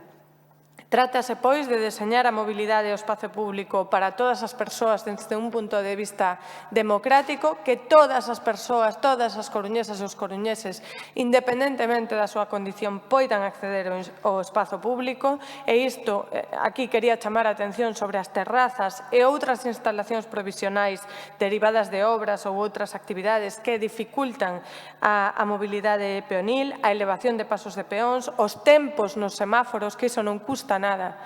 Adaptar os tempos dos semáforos ás persoas con diversidade funcional, accesibilidade de beirarrúas, ampliación de beirarrúas, agilización de trámites como a tarxeta de aparcamento, que nesta cidade está tardando meses e meses en resolverse, as axudas ao bono taxi, a modificación da ordenanza da hora, as barreiras arquitectónicas que hai nos aparcamentos da cidade, que hai un riquísimo tecido asociativo na nosa cidade co que se pode contar, ademais, para consultar a obra pública que sexa accesível, pero tamén as cuestións relativas á vivenda. Hai un problema de vivenda, hai un problema de que hai moita xente na nosa cidade que vive encerrada nas súas casas porque a súa vivenda non é accesível.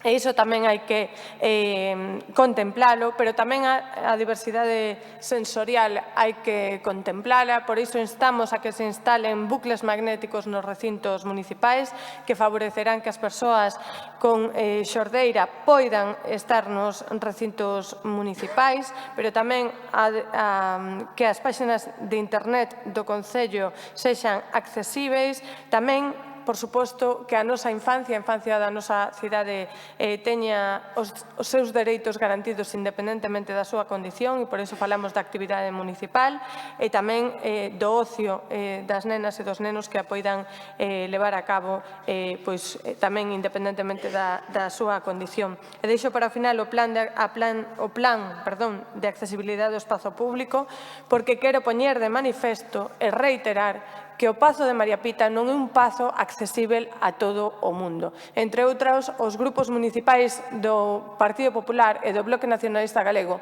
non son accesíveis para todo o mundo, non podemos recibir a todo o mundo nos nosos grupos municipais e eu creo que é máis que necesario actualizarse e facer, como digo, esta cidade unha cidade democrática. Nada máis.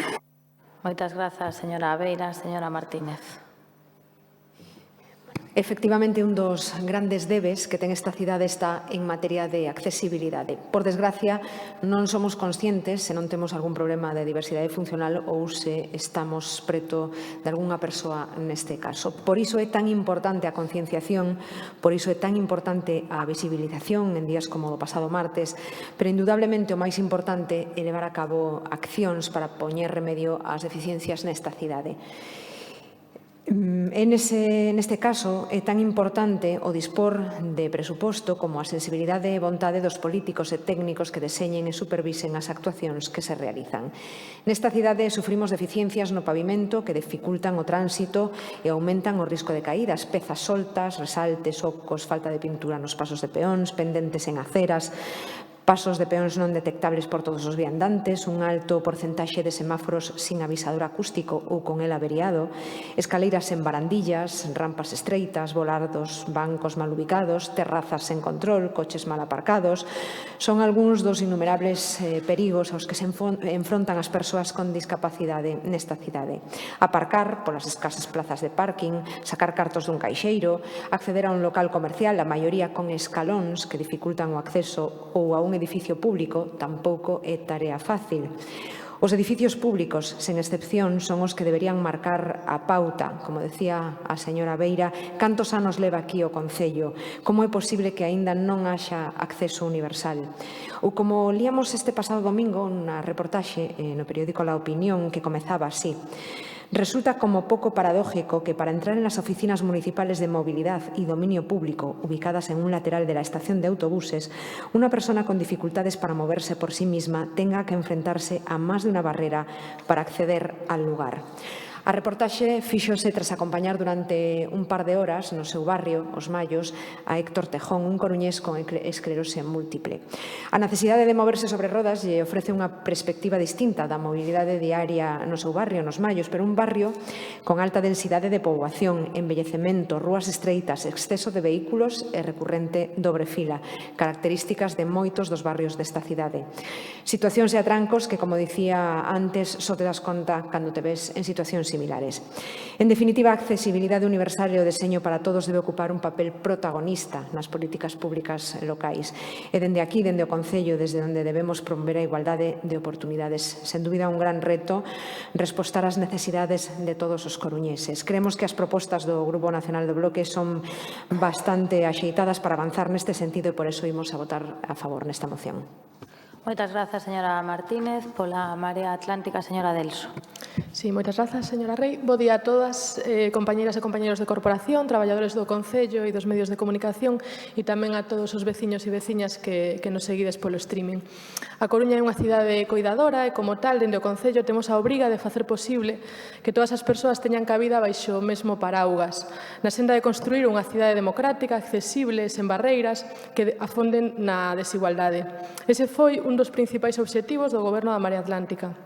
No pasado mandato, amosamos a nosa determinación inequívoca e o noso compromiso por cumprir co dereito á cidade, o dereito de todas as persoas a participar, vivir e moverse na cidade. Algúns exemplos das políticas públicas e intervencións no espazo público realizadas no pasado mandato así o acreditan.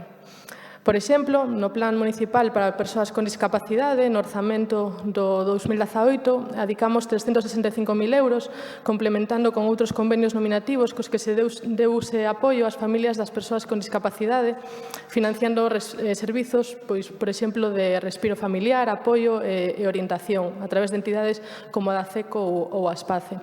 O achegar 150.000 euros a actividades da Fundación Emalsa, dende os que se puxeron en marcha convocatorias e programas moi exitosos, non, como a convocatoria de cultura accesible e deporte solidario, de fomento da inclusión dende a práctica deportiva e a creación cultural. Tamén nese marco definimos as bases da Estrategia Municipal de Cultura Accesible e Inclusiva. A propósito da convocatoria de Cultura Accesible, o pasado domingo puidemos desfrutar da terceira edición do festival, iniciativa tamén impulsada polo Goberno da Marea Atlántica. Tamén no pasado mandato puxemos en marcha un servizo de canle de mensaxería móvil que emprega xa a Policía Local e os bombeiros para atender as demandas e emerxencias das persoas xordas ou o servizo de videointerpretación en linguaxe de signos nos rexistros municipais. Pero a accesibilidade universal vai máis alá da supresión de barreiras arquitectónicas, aínda que, desgraciadamente, segue habendo, como falamos, traballo neste eido. No pasado mandato recuperamos algo que parecenos absolutamente básico e é o traballo co Grupo de Accesibilidade de Coruña, un traballo transversal entre as distintas áreas de goberno e que atendeu, entre outras cuestións, as barreiras arquitectónicas en, por exemplo, 11 centros educativos da cidade, eliminándoas. Melloramos tamén a accesibilidade en distintos centros cívicos e equipamentos municipais. Tamén mellorouse a accesibilidade de paradas de autobús e da propia flota de autobuses, ou as axudas tramitadas para a rehabilitación, fundamentalmente de vivendas. Algúns datos do ano 2018 corresponden a case 2.000 vivendas ou 236 locais. Pero a accesibilidade universal é tamén facer espazos inclusivos abertos a maior diversidade de colectivos por idade ou xénero. Unha concepción ampla da accesibilidade incorpora no deseño a forma de que os espazos públicos conviden a empregalos e a permanecer neles, como se fixo, por exemplo, na entrada ao Parque de Santa Margarita, pola avenida de Fisterra. Superar unha barreira na rúa foi o que se logrou coa rampla e escalinata que dá continuidade dende Maestro Clavé, cara Federico Tapia e José Cornide. Estes son só dous exemplos, creo que paradigmáticos, das case 300 intervencións realizadas que comportaron melloras de accesibilidade nos distintos barrios da nosa cidade. Xa remato. Obviamente quedaron intervencións planificadas que se están rematando ou iniciando nestes días, como é o caso da transformación da Rúa Liaño Flores nun bulevar arbolado que mellore a accesibilidade de Cue o barrio da Agra, a normativa de accesibilidade, ou a necesaria accesibilidade das praias de Oza, San Amaro ou Riazor. Por suposto, votaremos a favor desta moción. Moitas grazas, señora Delso. Polo Grupo do Partido Popular, señora Gutiérrez. Gracias. En primer lugar, saludar a todas las personas que nos acompañan y a todos los que nos siguen por las redes. Las personas con discapacidad constituyen la minoría más grande del planeta, suponen un 10% de la población. Además, la accesibilidad universal nos afecta a todo a lo largo de las diferentes etapas de nuestra vida y por diferentes motivos. Todos en algún momento terminamos por sufrir barreras que impiden o dificultan la participación plena y efectiva en la sociedad, bien por la edad, por empujar un carrito de bebé, por arrastrar un carrito de la compra o por una lesión temporal. Partiendo de estas dos consideraciones, es evidente que debatimos un asunto donde parecería fácil que todos estuviéramos de acuerdo. No obstante, el anterior Gobierno local se comprometió a mejorar la vida de la xente común y, a diferencia de lo que la señora Delso nos ha transmitido, desde nuestro punto de vista, solo lo hizo en el mundo teórico. En la práctica, su desidia impidió incluso realizar acciones tan sencillas como mantener la ciudad limpia. Ya no vamos a ir más allá. En este tiempo funesto, las obras en general y las de accesibilidad en particular fueron tan exiguas que resultaron inapreciables. Y estamos hablando tanto de los edificios municipales como del resto de la ciudad. Por cierto, haber estado parados 4 años de gobierno no fue impedimento para que este partido incluyese en su programa electoral del pasado mayo la propuesta de realizar un estudio y auditoría de accesibilidad de los centros municipales. El caso es que hoy se siguen padeciendo los mismos problemas que antes de su mandato, entre otros los que han comentado ya nuestros compañeros: semáforos sin sonidos activados, zonas peatonales ocupadas por vehículos mal aparcados, mobiliarios de tiendas y bares en medio de la calle, toldos bajos, aceras y calzadas separadas por bordillos a distinto nivel. Esto en cuanto a la gestión de la marea. No obstante, su socio, el PSOE, se comprometió hace meses en sus visitas a entidades sociales a realizar el tan deseado estudio de accesibilidad. El asunto se ha quedado en el limbo, donde también habitan actuaciones urgentes tales como hacer accesibles las entradas a las viviendas en el barrio de Las Flores, dotar de mejor accesibilidad a los centros educativos del Milla o mejorar la accesibilidad vertical. La finalidad genérica de esta moción es conseguir una ciudad accesible para todos los vecinos, no solo para las personas con discapacidad, sino también para las madres, los ancianos con movilidad reducida o las señoras que salen a la compra. Y, por tanto, reducir las condiciones de exclusión a las que determinados colectivos se ven sometidos. Evidentemente, en esta finalidad estaremos de acuerdo, pero pensamos que las actuaciones propuestas por el bloque carecen de una adecuada distribución en áreas de acción ordenadas y una planificación y valoración económica también ordenadas en el tiempo. Por ello, nuestra enmienda a esta Carta de los Reyes Magos. En primer lugar, porque entendemos que no podemos hacer un plan de accesibilidad sin un diagnóstico que determine las barreras arquitectónicas y de otros tipos, y un estudio de detalle que analice la accesibilidad en la ciudad, considerando todos los aspectos que afectan tanto al colectivo de la discapacidad como al resto de la población.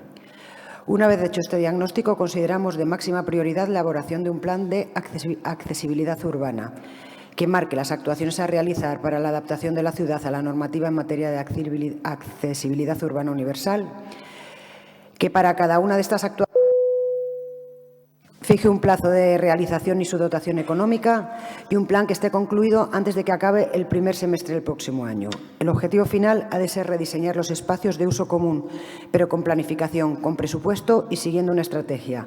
Sin eso, todo puede quedar en saco roto. En cualquier caso, nosotros apoyaremos la moción del BNG. Gracias. Muchas gracias, señora Gutiérrez. Por el Grupo Socialista, señor Díaz Villoslada. Sí, gracias de novo, señora alcaldesa.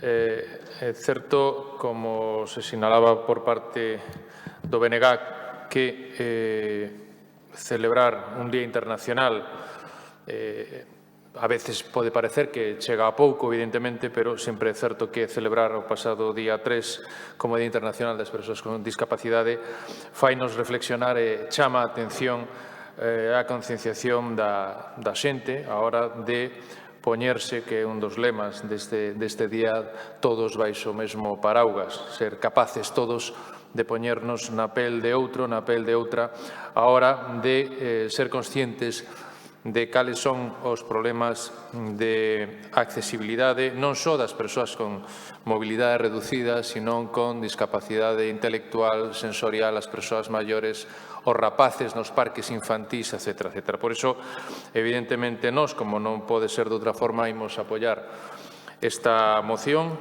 Son moitos os retos que presenta esta moción. Eu creo, un pouco frente ao que dicía a señora Gutiérrez, que sí que ten estructurados de forma clara 4 ámbitos de traballo, un deles como é a mobilidade, que é un dos espacios concretos ou grupos de traballo concretos que se van constituir ou que propoñeramos constituir na mesa da mobilidade. Está todo o problema da accesibilidade, evidentemente, á vivenda, está toda a problemática dos edificios públicos e en relación co Palacio Municipal, que ten as súas peculiaridades estructurais, históricas, arquitectónicas, pero que teríamos que ir a un plan director que nos permita incluir un eixo de accesibilidade importante e todos os dereitos tamén por parte da infancia, porque traballar coa infancia e traballar cos valores educativos é o que, en definitiva, vai facer que as sociedades futuras sexan máis igualitarias e máis sensibles a toda a problemática. Todos os grupos políticos relataron toda unha serie de problemáticas que temos, somos conscientes delas, os problemas en edificios públicos, insisto, na vía pública, na accesibilidade vertical en determinados barrios da cidade, toda a problemática que está a preocupar moitísimo as asociacións de discapacidade en relación cos vehículos de mobilidade persoal, a problemática precisamente da humanización do espacio público e a eliminación con motivo de moitas actuacións de humanización de espacios de doble fila que moitas veces se nos din que forman parte non do ecosistema dun determinado barrio. Iso é unha problemática que temos que traballar. A invasión, e é certo, en determinados puntos concretos se nos consta, e imos actuar nese sentido, de terrazas que están invadindo prácticamente as aceras, e en ese sentido, insisto, que tanto desde a nosa Concellería de Urbanismo, Infraestructuras e Mobilidade como desde a Concellería de Benestar Social estamos traballando cos diferentes entidades do sector, co Grupo Accesibilidade Coruña, para precisamente, e ademais acabamos de crear unha dirección de correo electrónico para tratar de aglutinar toda a información, queixas e suxestións que en materia de accesibilidade cheguen ao Concello para ser capaces de abordalas. Pero hai que ser máis ambiciosos e ir a plans de traballo máis globais, e eu creo que tanto no ámbito da mobilidade como nos outros eixos que se formulan ou se estructura esta moción, pois temos a obriga de tratar de conseguir unha sociedade máis xusta, e a accesibilidade universal sería e é ou debe ser un dos elementos que reflicten que esa sociedade precisamente ten que ser máis xusta. Máis nada, gracias. Moitas grazas, señor Villoslada. Aceptada a emenda presentada a esta moción, procedemos á votación da moción. Votos a favor. Moi ben, moitas grazas. Prospera por unanimidade. Seguinte e última moción do Bloque Nacionalista Galego sobre mobilidade metropolitana. Señora Beira. Seguimos, polo tanto, a pola última carta dos Reis Magos do Bloque Nacionalista Galego. Non me parece, a verdade, nada ofensivo que se diga que é a carta dos Reis Magos. Realmente sí que son desexos de construir unha cidade desde un punto de vista diferente. Son cuestións moi concretas que poden ser moi beneficiosas para a cidade, e a ver que pasa co resultado da votación desta moción.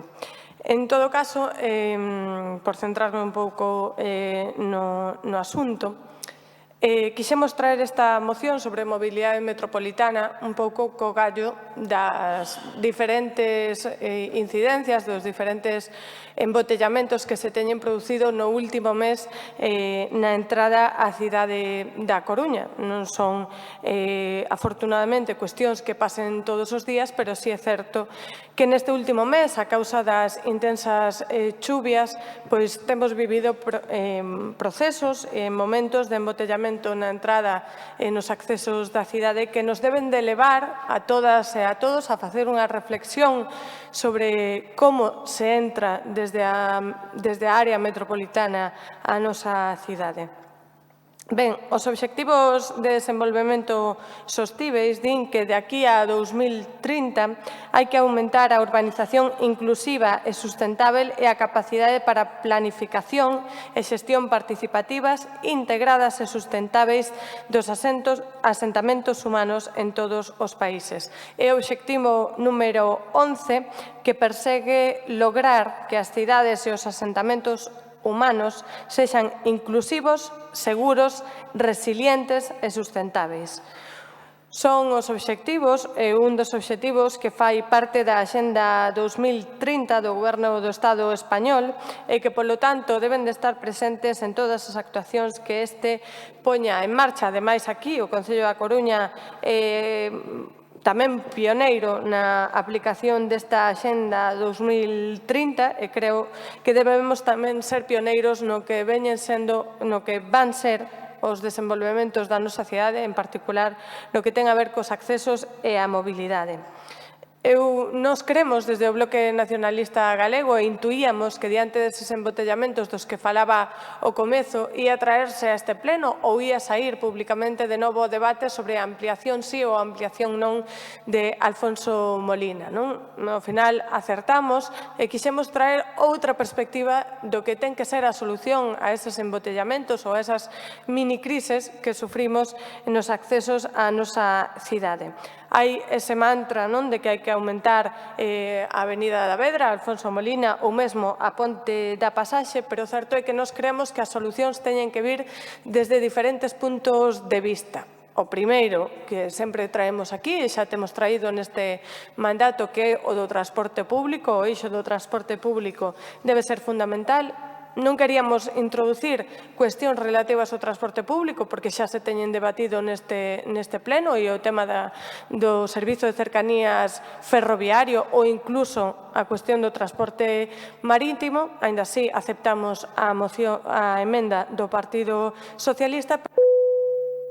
O certo é que creemos que a clave para reordenar os accesos á cidade da Coruña e, sobre todo, a distribuir os tráficos de Alfonso Molina e da Ponte da Pasaxe con carácter previo está noutros puntos de vista. Debe de ser outro punto de vista que é a reordenación dos accesos con carácter previo. Por iso traemos esta moción, porque ademais é unha cuestión que ten posto en riba da mesa técnicos formados na nosa cidade na Escola de Camiños e que teñen saído mesmo públicamente. Nos creemos que hai que incluir tamén a cuestión da vía Ártabra e da mudanza do trazado da vía Ártabra para conectala non só coa P9 senón coa 6, respectando sempre o humidal da Gándara, a cuestión do vial 18 desde un punto de vista máis económico e áxil posible que conectaría a P9 coa C14 e tamén, por suposto, e xa remato, a cuestión do carril Vao ou un carril semellante na Avenida da Vedra, porque o certo é que a xente a xente que quixo coller o transporte público para entrar na nosa cidade e que está aproveitando o tema do transporte público para entrar na cidade, vese perxudicada por eses embotellamentos e creemos que debía de estar premiada e debía de ter a vantaxe de percorrer ese carril Vao ou carril semellante na entrada da cidade. Nada máis. Grazas, señora Beira. Señora Martínez, por Ciudadanos. É indudable que hai que mellorar a mobilidade tamén a metropolitana e tamén favorecer outras alternativas como mellorar a capacidade de Alfonso Molina e, sobre todo, a capacidade dos seus accesos e conexións. É imprescindible. Calquera outra medida non vai acabar cos atascos permanentes a curto prazo. Certo é, non obstante, que hai que tratar de sacar o tráfico daí e para iso as conexións transversais son moi necesarias, como ben di o Bloque na súa exposición de motivos. Sobre a proposta do carril Vao, dicir que é moi atractiva, pero consideramos que é unha quimera. Por poñer un exemplo, en Madrid levan plantexándose dende hai anos un carril Vao para accesos distintos da A6 e non é viable. Aquí sería o menos, non hai sitio para facelo, quedaría un único carril de uso xeral na zona de Palavea. Non hai treito suficientemente longo e non hai un patrón claro de circulación segundo horarios, cando se atasca nun sentido ou outros o estar tamén a tope. Isto non pasa, por exemplo, na saída Cararteixo, que responde de xeito moito máis claro aos horarios laborais, con atasco de saída pola mañá e atasco de entrada pola tarde. Respecto ao número 2, para conectar a vía Ártabra coa P9 e a A6, nos creemos que non é necesario modificar o trazado. O que hai que facer é exixirlle á Xunta que dé continuidade ao trazado ata a A6 unha vez que este conectado o primeiro treito coa P9. Modificar o trazado retrasaría as obras 10 anos máis, polo menos, e xa van 20 esperando a conexión coa A6. O humidal pódese respetar cun tubo de 40 ou de 50, se nos poñemos é suficiente. O que non respeta o humidal son todos os vertidos que van ao río Gándara do polígono industrial do Espírito Santo e que terminan na ría do Burgo. Cambre, por exemplo, non fixo nada para evitar iso, non puxo o alcantarillado necesario, puxo un pequeno trozo nada máis, pero non canalizou o cauce do río para evitar os vertidos industriais, que eso sí que non respecta o humidal, eso sí que contamina. Non é a vía Ártabra o que máis daño lle fai o humidal. Por exemplo, os empresarios do Espírito Santo queren a conexión, os do polígono de Bergondo tamén, os estudios medioambientais da Xunta son favorables e a empresa que os fai é dura, e non é broma. Fixo modificar o trazado dunha estrada nalgún outro sitio porque había unha flor amarilla autóctona que non podía desaparecer. E, por outra parte, hai informes técnicos elaborados por unha empresa de enxeñería civil allea á Xunta onde se verifica que por tonelaxes de tráficos pesados, por datos poblacionais e outros indicadores, é aconsellable o trazado actual. Non vamos a poder votar a favor porque creemos, como decía, queremos que non é necesario modificar ese trazado da conexión da vía Ártabra. Moitas grazas, señora Martínez. Pola Marea Atlántica, señora García. Moi bons días a todas e a todos. Adianto que a Marea Atlántica vai votar a favor da moción do BNG, xa non tanto porque faga referencia á axenda urbana e aos obxectivos de desenvolvemento sostible, que automáticamente me teletransportan, valga a redundancia, ao transporte público, non? A esa necesaria remodelación das liñas de bus, tanto a nivel urbano como metropolitano, a esa integración nunha autoridade única de transporte que coordine os diferentes medios e a esa posta en valor do tren de cercanías. Sin embargo, eu creo que iso non é incompatible coa mellora da rede viaria, nin moitísimo menos, e por iso imos votar a favor. A favor de que se estudie a implantación dun carril BAO, efectivamente, si é técnicamente viable. En ese sentido, consideramos que a emenda presentada enriquece a moción, que se estudie si realmente é viable e compatible cos plans que xa existen de diminuir a velocidade a 50, de facilitar a saída e a incorporación do transporte público, de instalar carriles bici, de mellorar a accesibilidade peonil nas marxes de Alfonso Molina da Avenida da Vedra. Tamén nos posicionamos a favor de que se implemente por fin o Vial 18, que o que vai conducir é a que se desconxestione a Vedra e a Avenida Alfonso Molina para que se poda humanizar e para que se podan coser os barrios que quedaron divididos por unha infraestructura que aínda pretendía convertirse nunha autopista urbana, non nos plans iniciais do Ministerio de Fomento. E en relación á vía Ártabra, outra infraestructura necesaria, agora mesmo polémica pola conexión que se fai polo lugar da Gándara, no canto de facelo no lugar de 4 camiños, como estaba previsto inicialmente. A verdade é que tamén apoiamos esta moción entendendo que a Xunta de Galicia non está tomando a decisión axeitada. En primeiro lugar, o lugar de 4 camiños, segundo hemos entendido, favorece que se conecten as poboacións de maior entidade. Entendemos tamén que é necesario buscar as conexións libres de peaxe e entendemos tamén que se debería preservar o humidal da Gándara, que está catalogado pola Consellería de Cultura, que está incluído na Reserva da Biosfera, que está na zona tampón dunha área da Rede Natura, que conta con ecosistemas de interese para a conservación, que conta con especies amenazadas, incluso pode ser que en peligro de extinción, que se está eliminando prematuramente antes de licitar unhas obras, desoindo pois o valor intrínseco que teñen este tipo de ecosistemas, xa en primeiro lugar para loitar contra o cambio climático, mocións que imos discutir a continuación. Sorprende que antes de iniciarse a licitación das obras dese segundo tramo xa se estea actuando sobre o humidal da Gándara desta maneira. Aquí nesta foto quero presentar que xa se está talando o arborado do bosque de Ribeira que lle dá tantísimo valor a ese percorrido. Aquí estamos amosando os desmontes que se están facendo nunhas obras que pretenden ser de acopio sobre a Xunta de Galicia desvinculadas á construción da vía Ártabra, pero, oh sorpresa, aquí no cartel da empresa que está realizando os traballos, pois aparece UT Ártabra. Non entendemos o que está pasando, que sí, a Asociación de Veciños e Veciñas Afectados xa presentou unha denuncia ante a Fiscalía de Madrid e foi admitida a trámite, segundo contan eles mesmos, así que, bueno, tenemos que ver realmente por que de maneira prematura e antes de que haxa unha licitación, pois xa se están acometendo estas obras. Vou ir acabando. Nos gustaría que estas obras de infraestructuras esenciais e básicas desenvolvidas sobre a Xunta de Galicia contaran co beneplácito da cidadanía e das institucións implicadas, que teñan en conta a conservación do medio ambiente, dos ecosistemas de valor e, por suposto, que sempre busquen a solución máis viable para os concellos e institucións relacionadas. Moitas gracias. Moitas grazas, señora García. Polo Grupo Popular, señor Deus. Gracias, señora alcaldesa.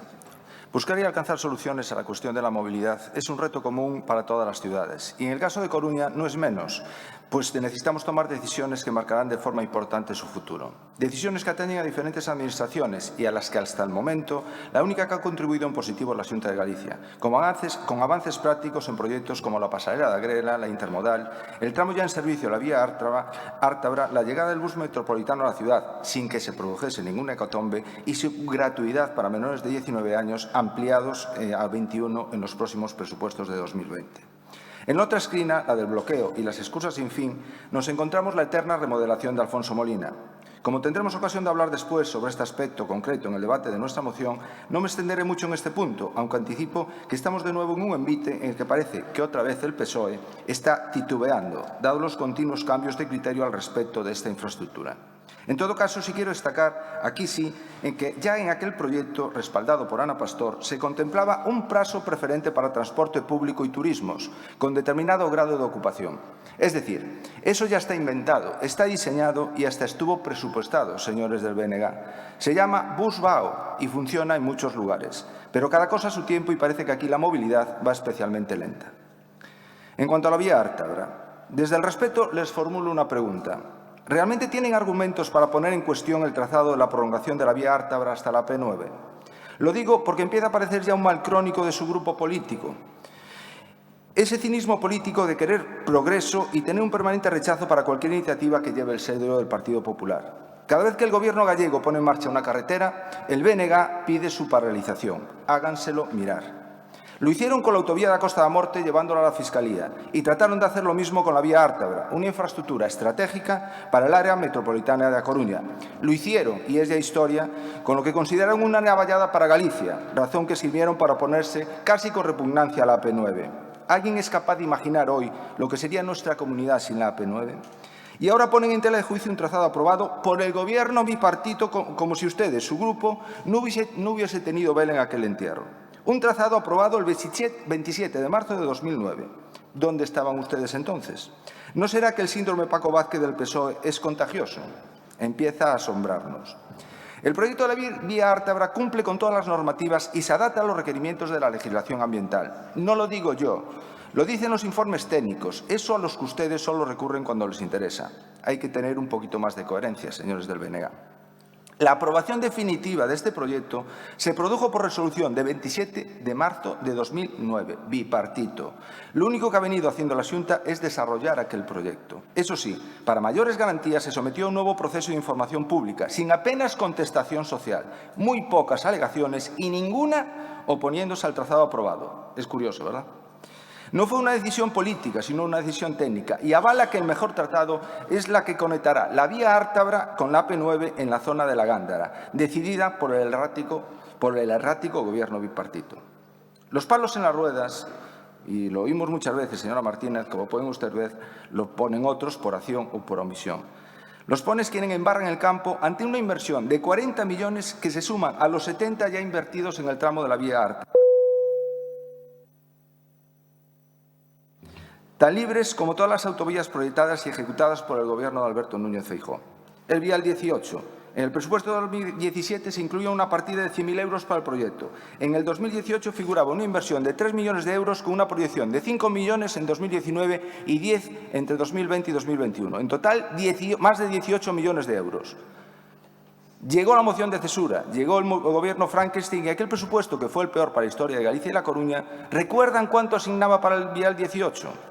Pues pregúntele al Partido Socialista. 0 euros con 0 céntimos. Nada de nada. Señora Beira, señor Jorquera, no se lo tomen a mal. Nosotros no tenemos ningún complejo, pero en esta moción nuestro voto será en contra. Moitas grazas, señor Deus. Polo Grupo Socialista, señor Villoslada. Sí, grazas. Señor Deus, sí que teñen un complexo. Teñen un complexo metropolitano. Perdone que yo diga, porque esta moción vai de mobilidade metropolitana, non estamos a falar aquí ahora de mobilidade interna urbana, de mobilidade metropolitana. Cando este pleno, cando calquera cidade con un ámbito metropolitano máis ou menos destas características quere resolver o transporte metropolitano, leva adiante fórmulas de colaboración interadministrativa para levar adiante unha xestión con autoridade única de transporte metropolitano, a que a Xunta non está disposta a aceptar. De forma expresa, en moitas ocasións. Ou resolvemos o problema da mobilidade metropolitana colaborando concello e concellos, Xunta e Fomento, ou non resolveremos nunca o problema da mobilidade metropolitana. E o primeiro caso que temos encima da mesa é que a Xunta de Galicia nunca entrou pola absoluta necesidade de conformar unha autoridade única de transporte metropolitano. Transporte metropolitano non é introducir transporte interurbano, non só metropolitano, en Entre Xardíns. Transporte metropolitano non é que estendamos as líneas de Santa Cristina a Arteixo, a línea 6 que estamos a traballar, ou a línea 24 na Zapateira. Eso non é transporte metropolitano, eso son parches para tratar de aproximar os autobuses azuis ou vermellos, pero non é transporte metropolitano de verdade. Por iso lle digo que a Xunta de Galicia non ten compromiso metropolitano, nin aquí, nin en Vigo. E ese é un tema absolutamente claro.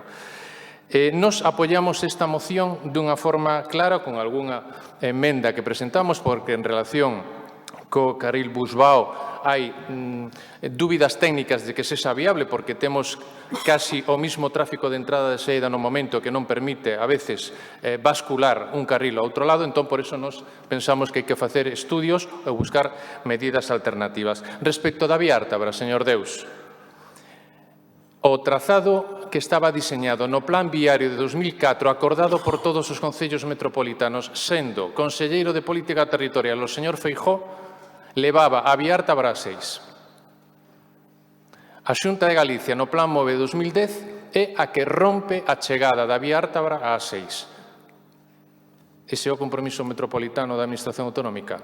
Así non resolvemos a mobilidade metropolitana. Nos apostamos, por suposto, polo vial 18, que ten que ter continuidade coa cuarta rolda. Que está facendo a Xunta de Galicia coa prolongación da AC15? Xugando con darlle e mandarlle ao Ministerio de Fomento a peaxe da G55? Esa é a mentalidade de resolver a mobilidade metropolitana na nosa contorna metropolitana? Eu creo que están radicalmente equivocados na súa política de infraestructuras metropolitana para a cidade. Pero, insisto, mentres non cheguemos a un novo plan viario metropolitano e a un auténtico pacto de infraestructuras viarias entre Fomento, Concello e Xunta, non resolveremos estes problemas. E iso no que neste goberno municipal vai traballar, goberne quen goberne en Santiago e en Madrid. E o que temos que facer entre todos. Por iso confío en que se chegamos a acordos no Concello e na Comisión de Urbanismo e de Infraestructuras nestes temas, mellor nos irá a todos a hora de facer unha mellor planificación de infraestructuras. Se non, imos estar permanentemente peloteándonos e, ao final, son os veciños da cidade e dos veciños de todos os concellos metropolitanos os problemas de un absolutamente inexistente transporte metropolitano. Gracias, máis nada. Moitas grazas, señor Villoslada. Hai ou constan dúas enmendas presentadas polo Grupo Socialista, unha de engádega e outra de sustitución. Pola parte propoñente se aceptan as enmendas, se vota en conxunto. Votos a favor da moción. Moitas grazas. Votos en contra. Abstencións. Moi ben, moitas grazas. Prospera a moción. Rematadas xa as mocións presentadas polo Bloque Nacionalista Galego, pasamos ás do Grupo da Marea Atlántica. A primeira é a moción sobre os centros de educación pública na cidade. Señora Cameán, sí. Sí, moitas grazas. Moi bo día a todas e a todos. Ben, os centros públicos de ensino municipais foron construídos a gran maioría hai máis de 30 anos, polo que as súas necesidades en materia de conservación son considerables. Xa durante o anterior mandato foron asumidas polo Concello distintas actuacións que sobrepasaron as competencias propias municipais de mantemento. Neste caso, podemos sinalar algunhas das obras que se levaron a cabo, como o cambio das cubertas do CEIP Emilia Pardo Bazán, o cambio de cubertas do CEIP María Barbeito, a renovación de todas as áreas de xogos infantís, a reforma do comedor do CEIP La Vaca, a reforma da fachada e os aseos do CEIP Raquel Camacho, a licitación recente do patio cuberto do CEIP San Francisco Xavier, entre outras. A maiores, tamén por parte da área de educación, foi solicitado un estudo ao Servizo Municipal de Edificación no que se sinalaron as diversas deficiencias dos centros de cara a unha planificación a medio e longo prazo. Foi a raíz deste estudo que foron elaborados tamén diversos proxectos que é necesario abordar tanto dentro do ámbito local como dentro do ámbito autonómico, atendendo, en cada caso, cada administración ao cumprimento das súas respectivas competencias. Algúns dos proxectos que quedaron en marcha para acometer durante os meses do verán foron os seguintes: mellora das envolventes das escolas infantís municipais Arela, apertura de porta do comedor e saída de emerxencia do CEIP Víctor López Seoane, reforma do sistema de ventilación da Escola Infantil Municipal Agra do Orzán, entre outras. Non obstante, dende o anterior goberno municipal deixamos outros proxectos xa rematados que están pendentes de seren licitados e para os que se van a precisar dos créditos oportunos e do compromiso tamén do actual goberno local. Estamos falando, por exemplo, da reforma das fachadas do CEIP Raquel Camacho, a reforma do comedor do CEIP Ramón da Sagra, a rehabilitación enerxética das fachadas do CEIP María Pita, a reforma das fachadas da Escola Infantil Municipal Arela, as melloras no saneamento de fontanería do CEIP Sagrada Familia, etc. O importe destas actuacións ascende aproximadamente aos 2 millóns de euros.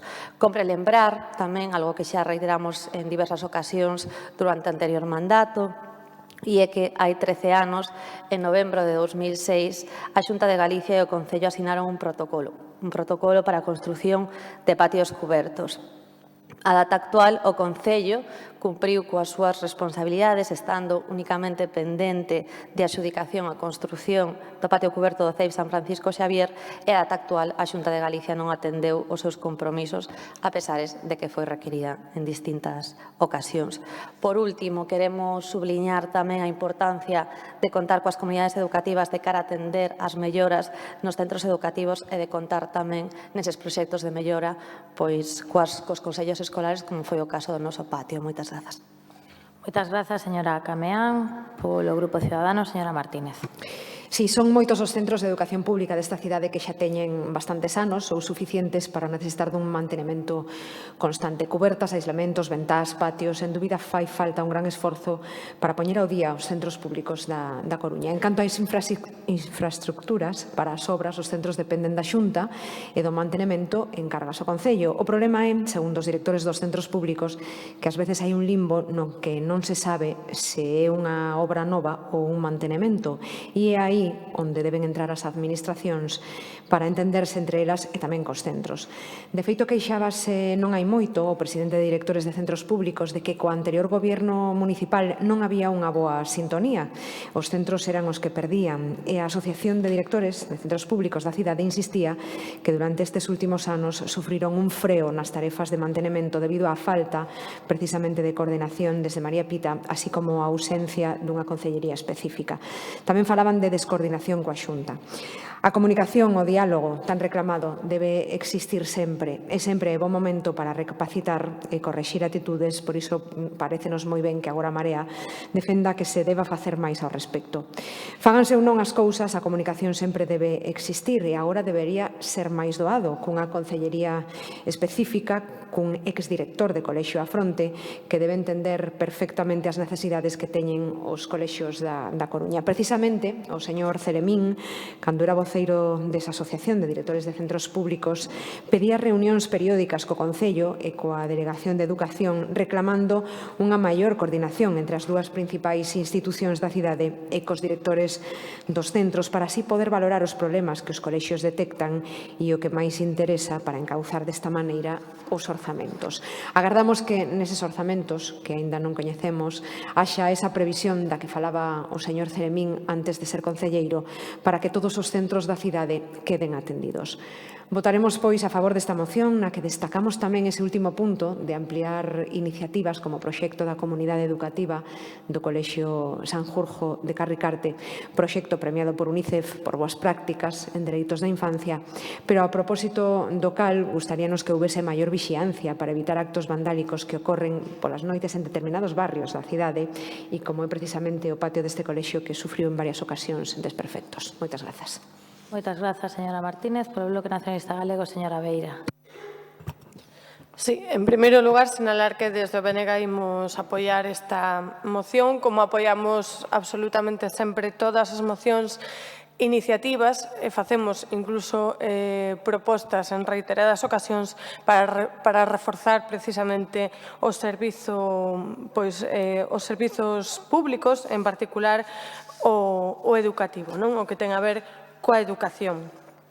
Efectivamente, levamos arrastrando durante moitos anos a pasividade da Xunta de Galiza diante das necesidades dos centros públicos.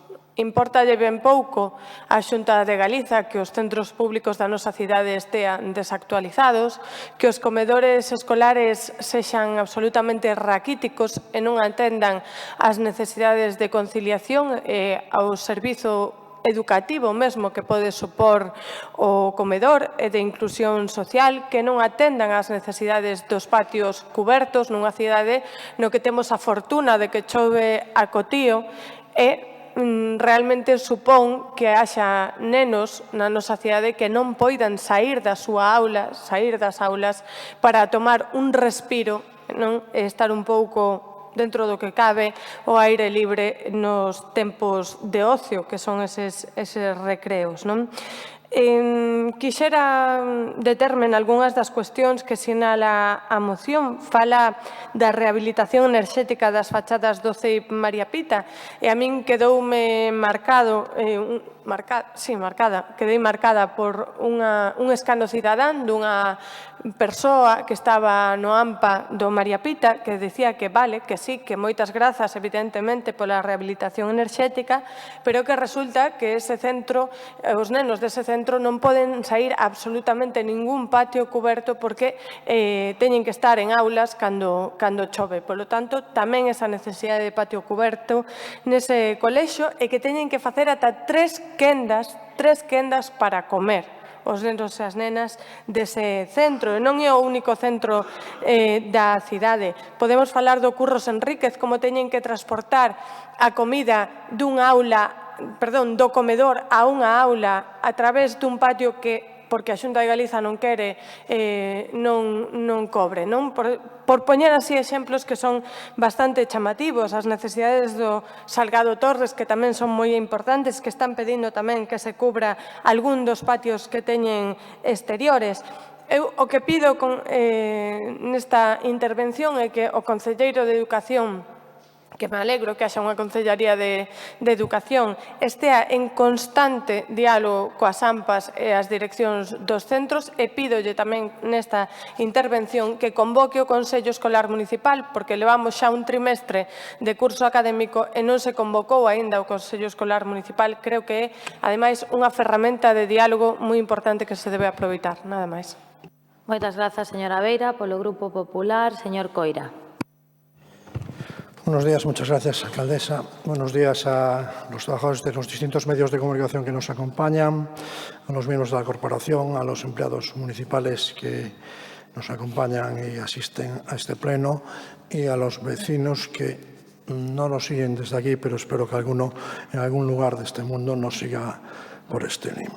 Me alegra muchísimo, la verdad es que me parece muy interesante que el Grupo de la Marea, reiteradamente, desde que se inició este mandato, presente siempre alguna moción, alguna pregunta relacionada con educación.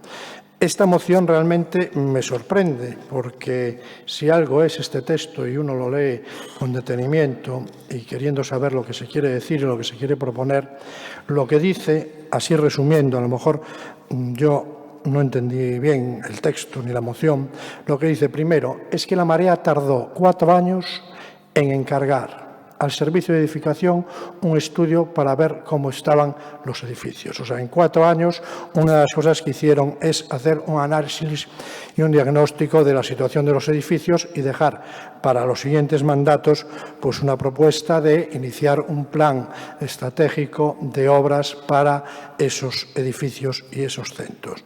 Lo segundo que hicieron es dejar, lo anunciaron poco antes del periodo electoral, dejar unos proyectos ya lanzados y preparados para realizar durante el verano, o sea, casi todos los trabajos que se hacen todos los años de mantenimiento en los edificios que así lo exigen durante el mes del verano.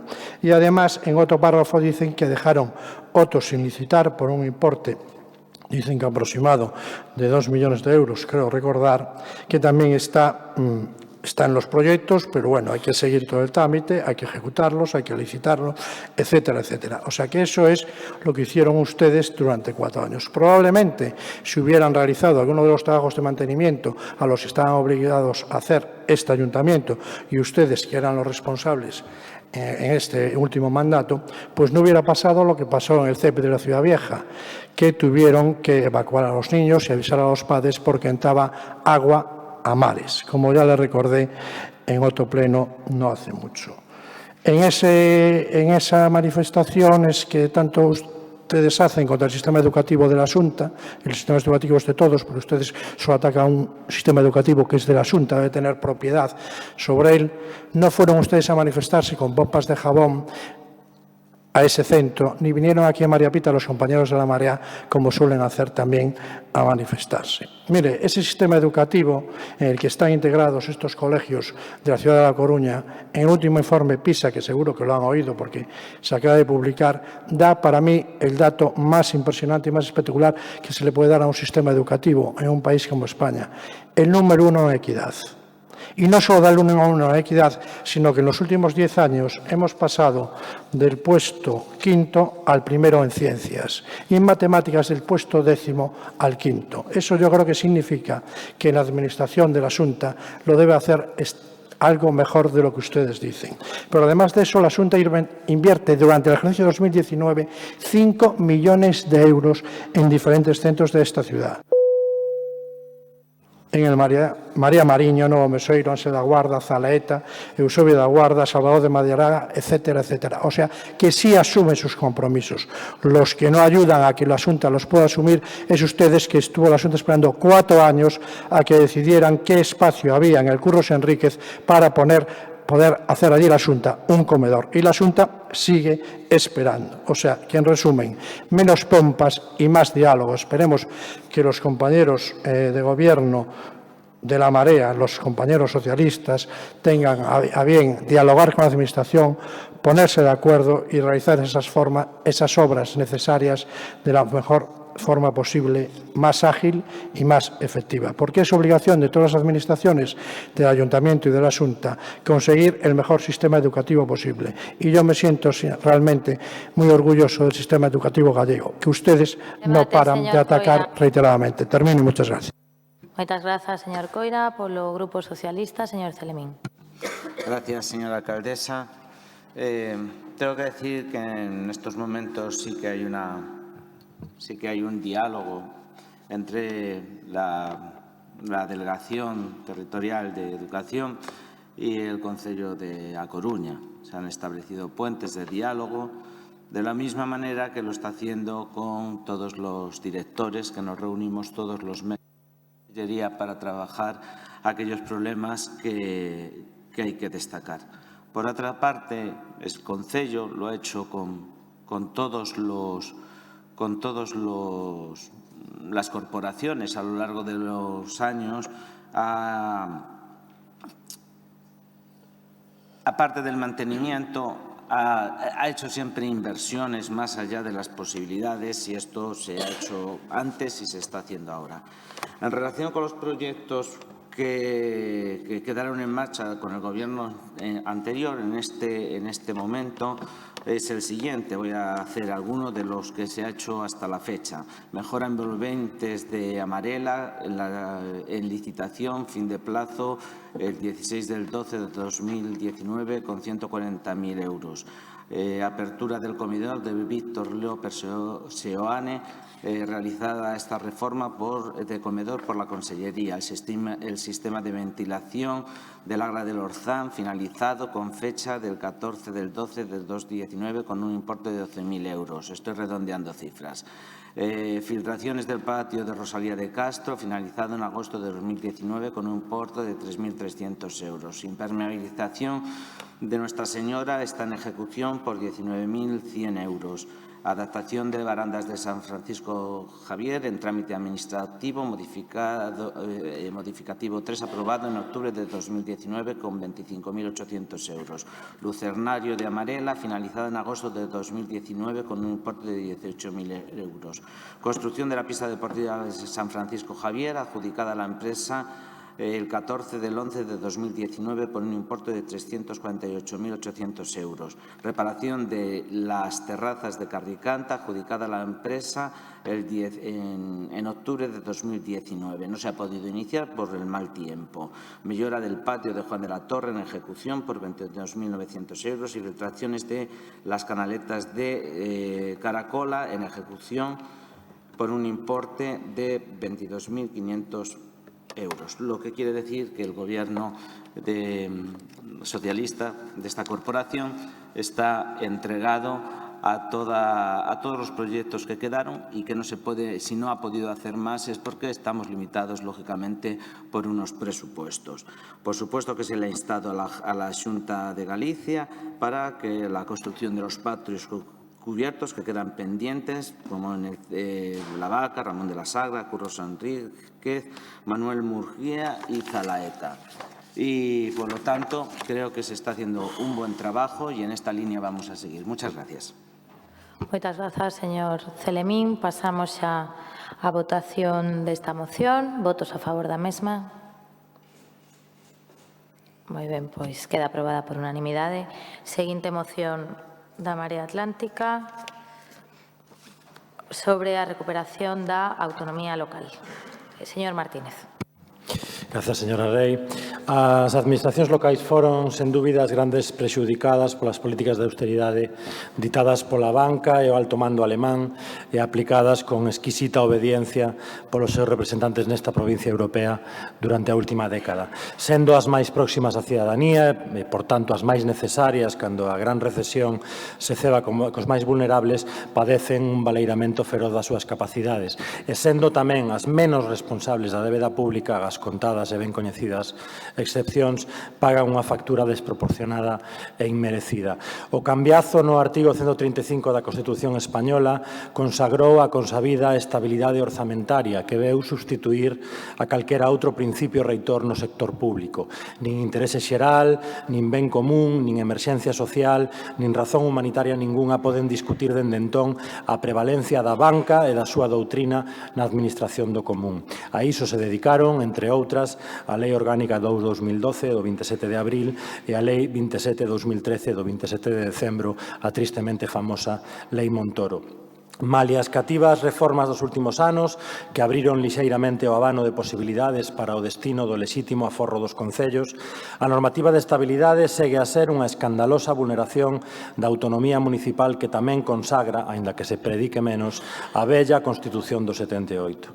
Esta semana, neste mesmo salón de sesións, asistimos unha vez máis á intervención de facto do Concello da Coruña. 27 representantes públicos, 5 organizacións políticas, máis de 125.000 votos de veciños e veciñas da Coruña e ningunha capacidade para decidir libremente o destino de 6,1 millóns de euros dos contribuintes.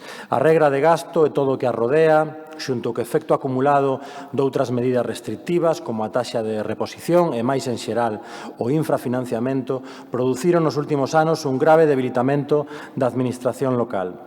É necesario afrontar canto antes reformas profundas para priorizar o criterio da administración máis próxima á cidadanía, como garantía de universalidade, mellor cobertura territorial, calidade e control democrático na prestación dos servizos públicos e avanzar na formulación dun novo sistema de financiamento local que inclúa a redistribución dos fondos actualmente asignados ás deputacións provinciais, así como unha lei de facendas locais de Galicia que amplíe a participación dos concellos nos ingresos da comunidade autónoma e redefina os actuais mecanismos de reequilibrio territorial.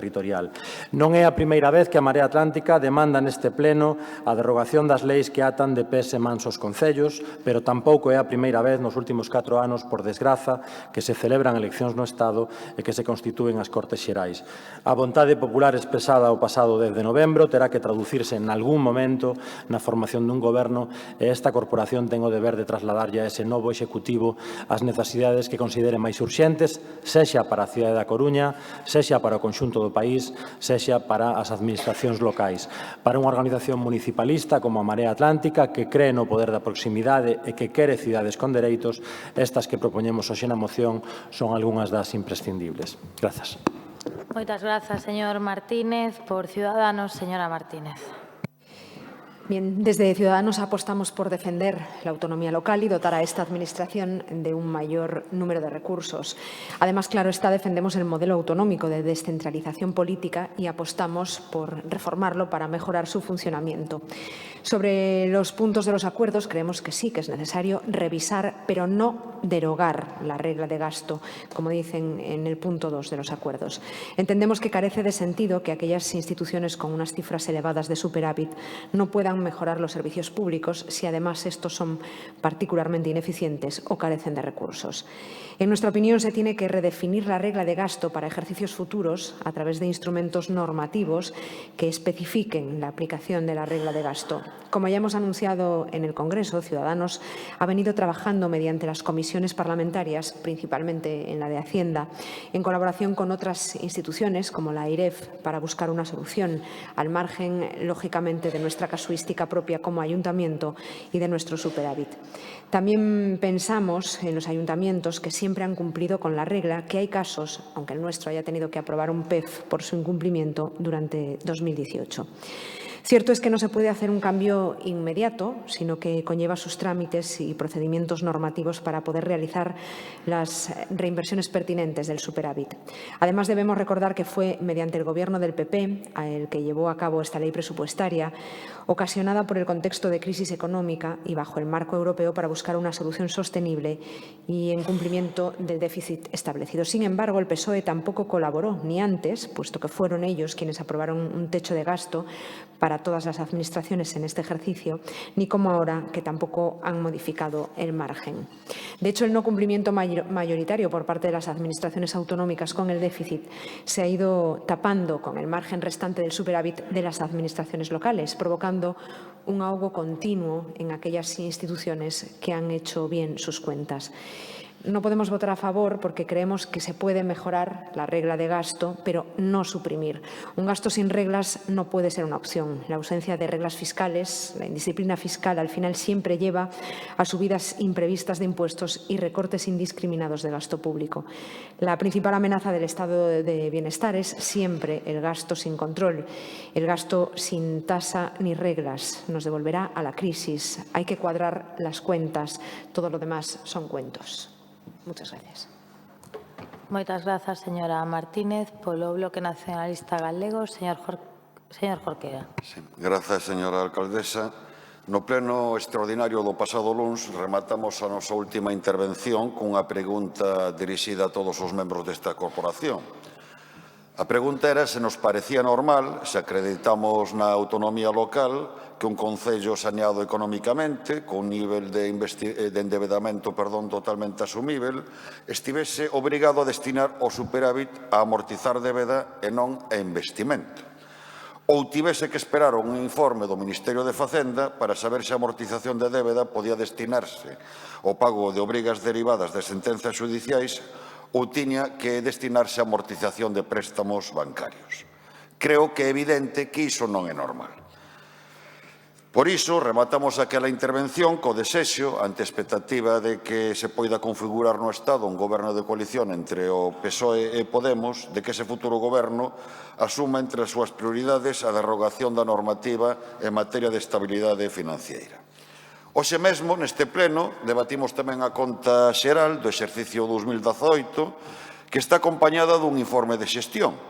E se lemos con atención ese informe, veremos que nun concello saneado económicamente, en moitas áreas se salientan as dificultades para a correcta prestación de moitos servizos por mor da escaseza de recursos humanos. A contradicións como esta conduce a actual normativa en materia de estabilidade orzamentaria. O BNG non nega a necesidade de asegurar a sustentabilidade das contas públicas. Pero unha cousa é iso e outra é convertir os dogmas neoliberais en normas con forza de lei, dándolles incluso rango constitucional tras a reforma do artigo 135 da Constitución. Porque facer iso atenta contra a democracia. E permítanme que explique o porqué. Un principio básico da democracia é poder desenvolver políticas distintas en función da maioría decidida polos cidadáns, en vez de impor unha única política económica posible, impedindo, por exemplo, poder impulsar en contextos de crise medidas anticíclicas usando o investimento público como ferramenta para loitar contra a crise económica. Pero, ademais, as políticas de consolidación fiscal antepuxeron o cumprimento dos obxectivos de déficit a atender situacións de auténtica emerxencia social, serviron de pretexto para impoñer recortes, para debilitar os servizos públicos e a capacidade de contratación e investimento das administracións, para así abrir nicho de negocio aos operadores privados, porque moitas veces isto é o que se oculta detrás destas políticas. E serviron tamén de pretexto para centralizar o Estado, por exemplo, restringindo ao máximo, a través dun reparto dos obxectivos de déficit totalmente inequitativo, a capacidade de gasto das comunidades autónomas e os concellos, e vareirando dese xeito de contido o autogoberno e tamén a autonomía local. Porque no Estado español o centralismo sempre foi da man do vareirado da democracia e do recorte en dereitos sociais. Esta é a realidade, non son contos. Por iso, e por todas estas razóns, o BNG vai votar a favor desta moción. Moi ben, moitas grazas, señor Jorquera. Polo Grupo Popular, señora Gallego. Sí, muchas gracias. Bueno, la regla de gasto tiene su origen en el Reglamento 1175/2011 de la Unión Europea relativo al refuerzo de la supervisión de situaciones presupuestarias y a la supervisión y coordinación de las políticas económicas. Y España debe cumplir con la normativa europea.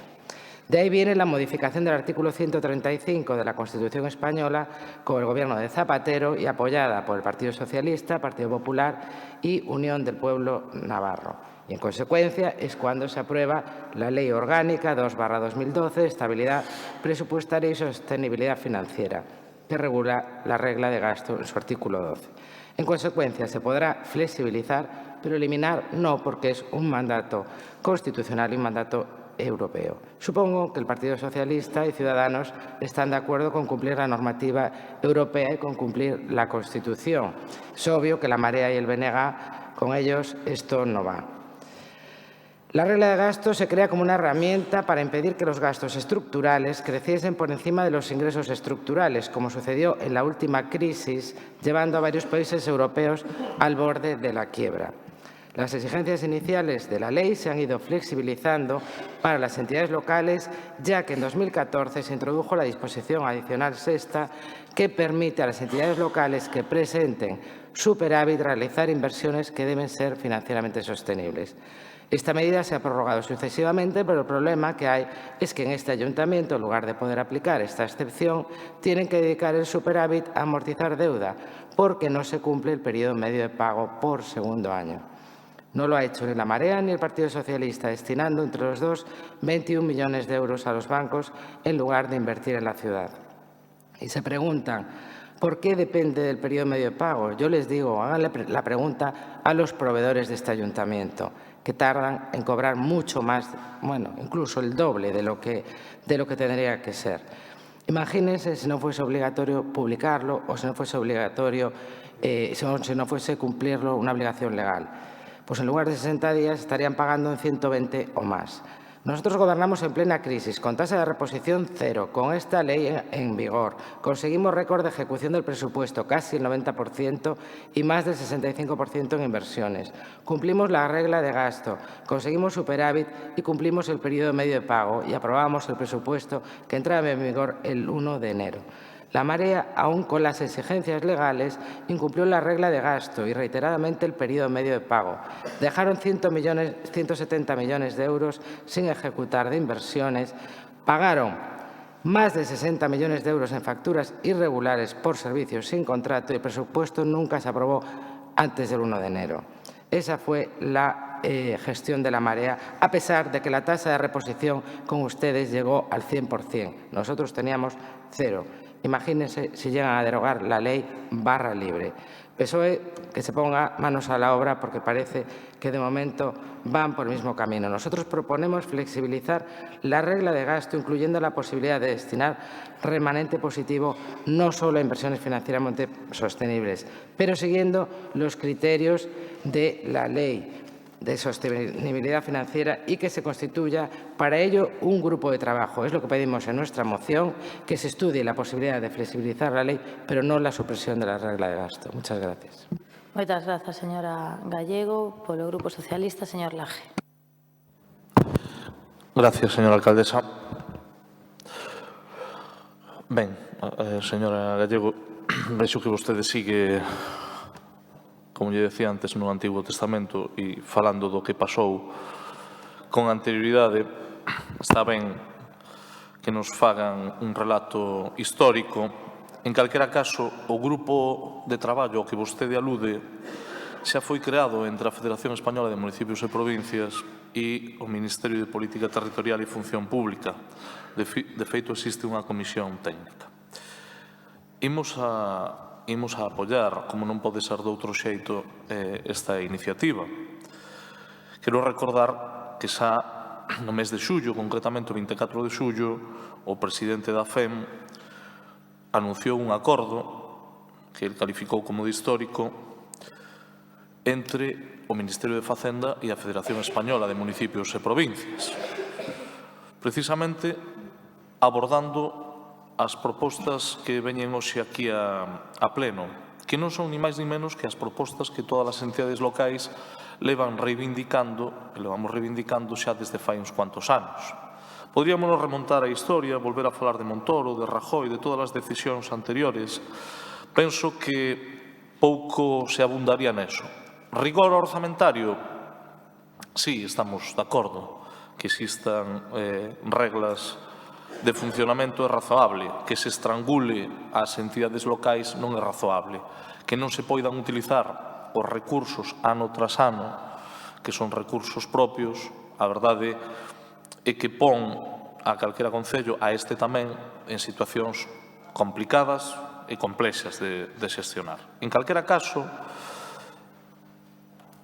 para que non quede ninguna dúbida, e o poño como exemplo, porque cada vez que falamos do Goberno de Galicia ou dos incumplimentos da Xunta de Galicia, como falamos nun dos últimos plenos, non cumplindo o acordo, por exemplo, sobre a Orquestra Sinfónica, ao Partido Popular lle parece mal e pensan que se o goberno fora socialista que non o reivindicaríamos. Pois mire, hai un goberno socialista, agardemos que haxa un goberno socialista máis pronto que tarde no goberno de España.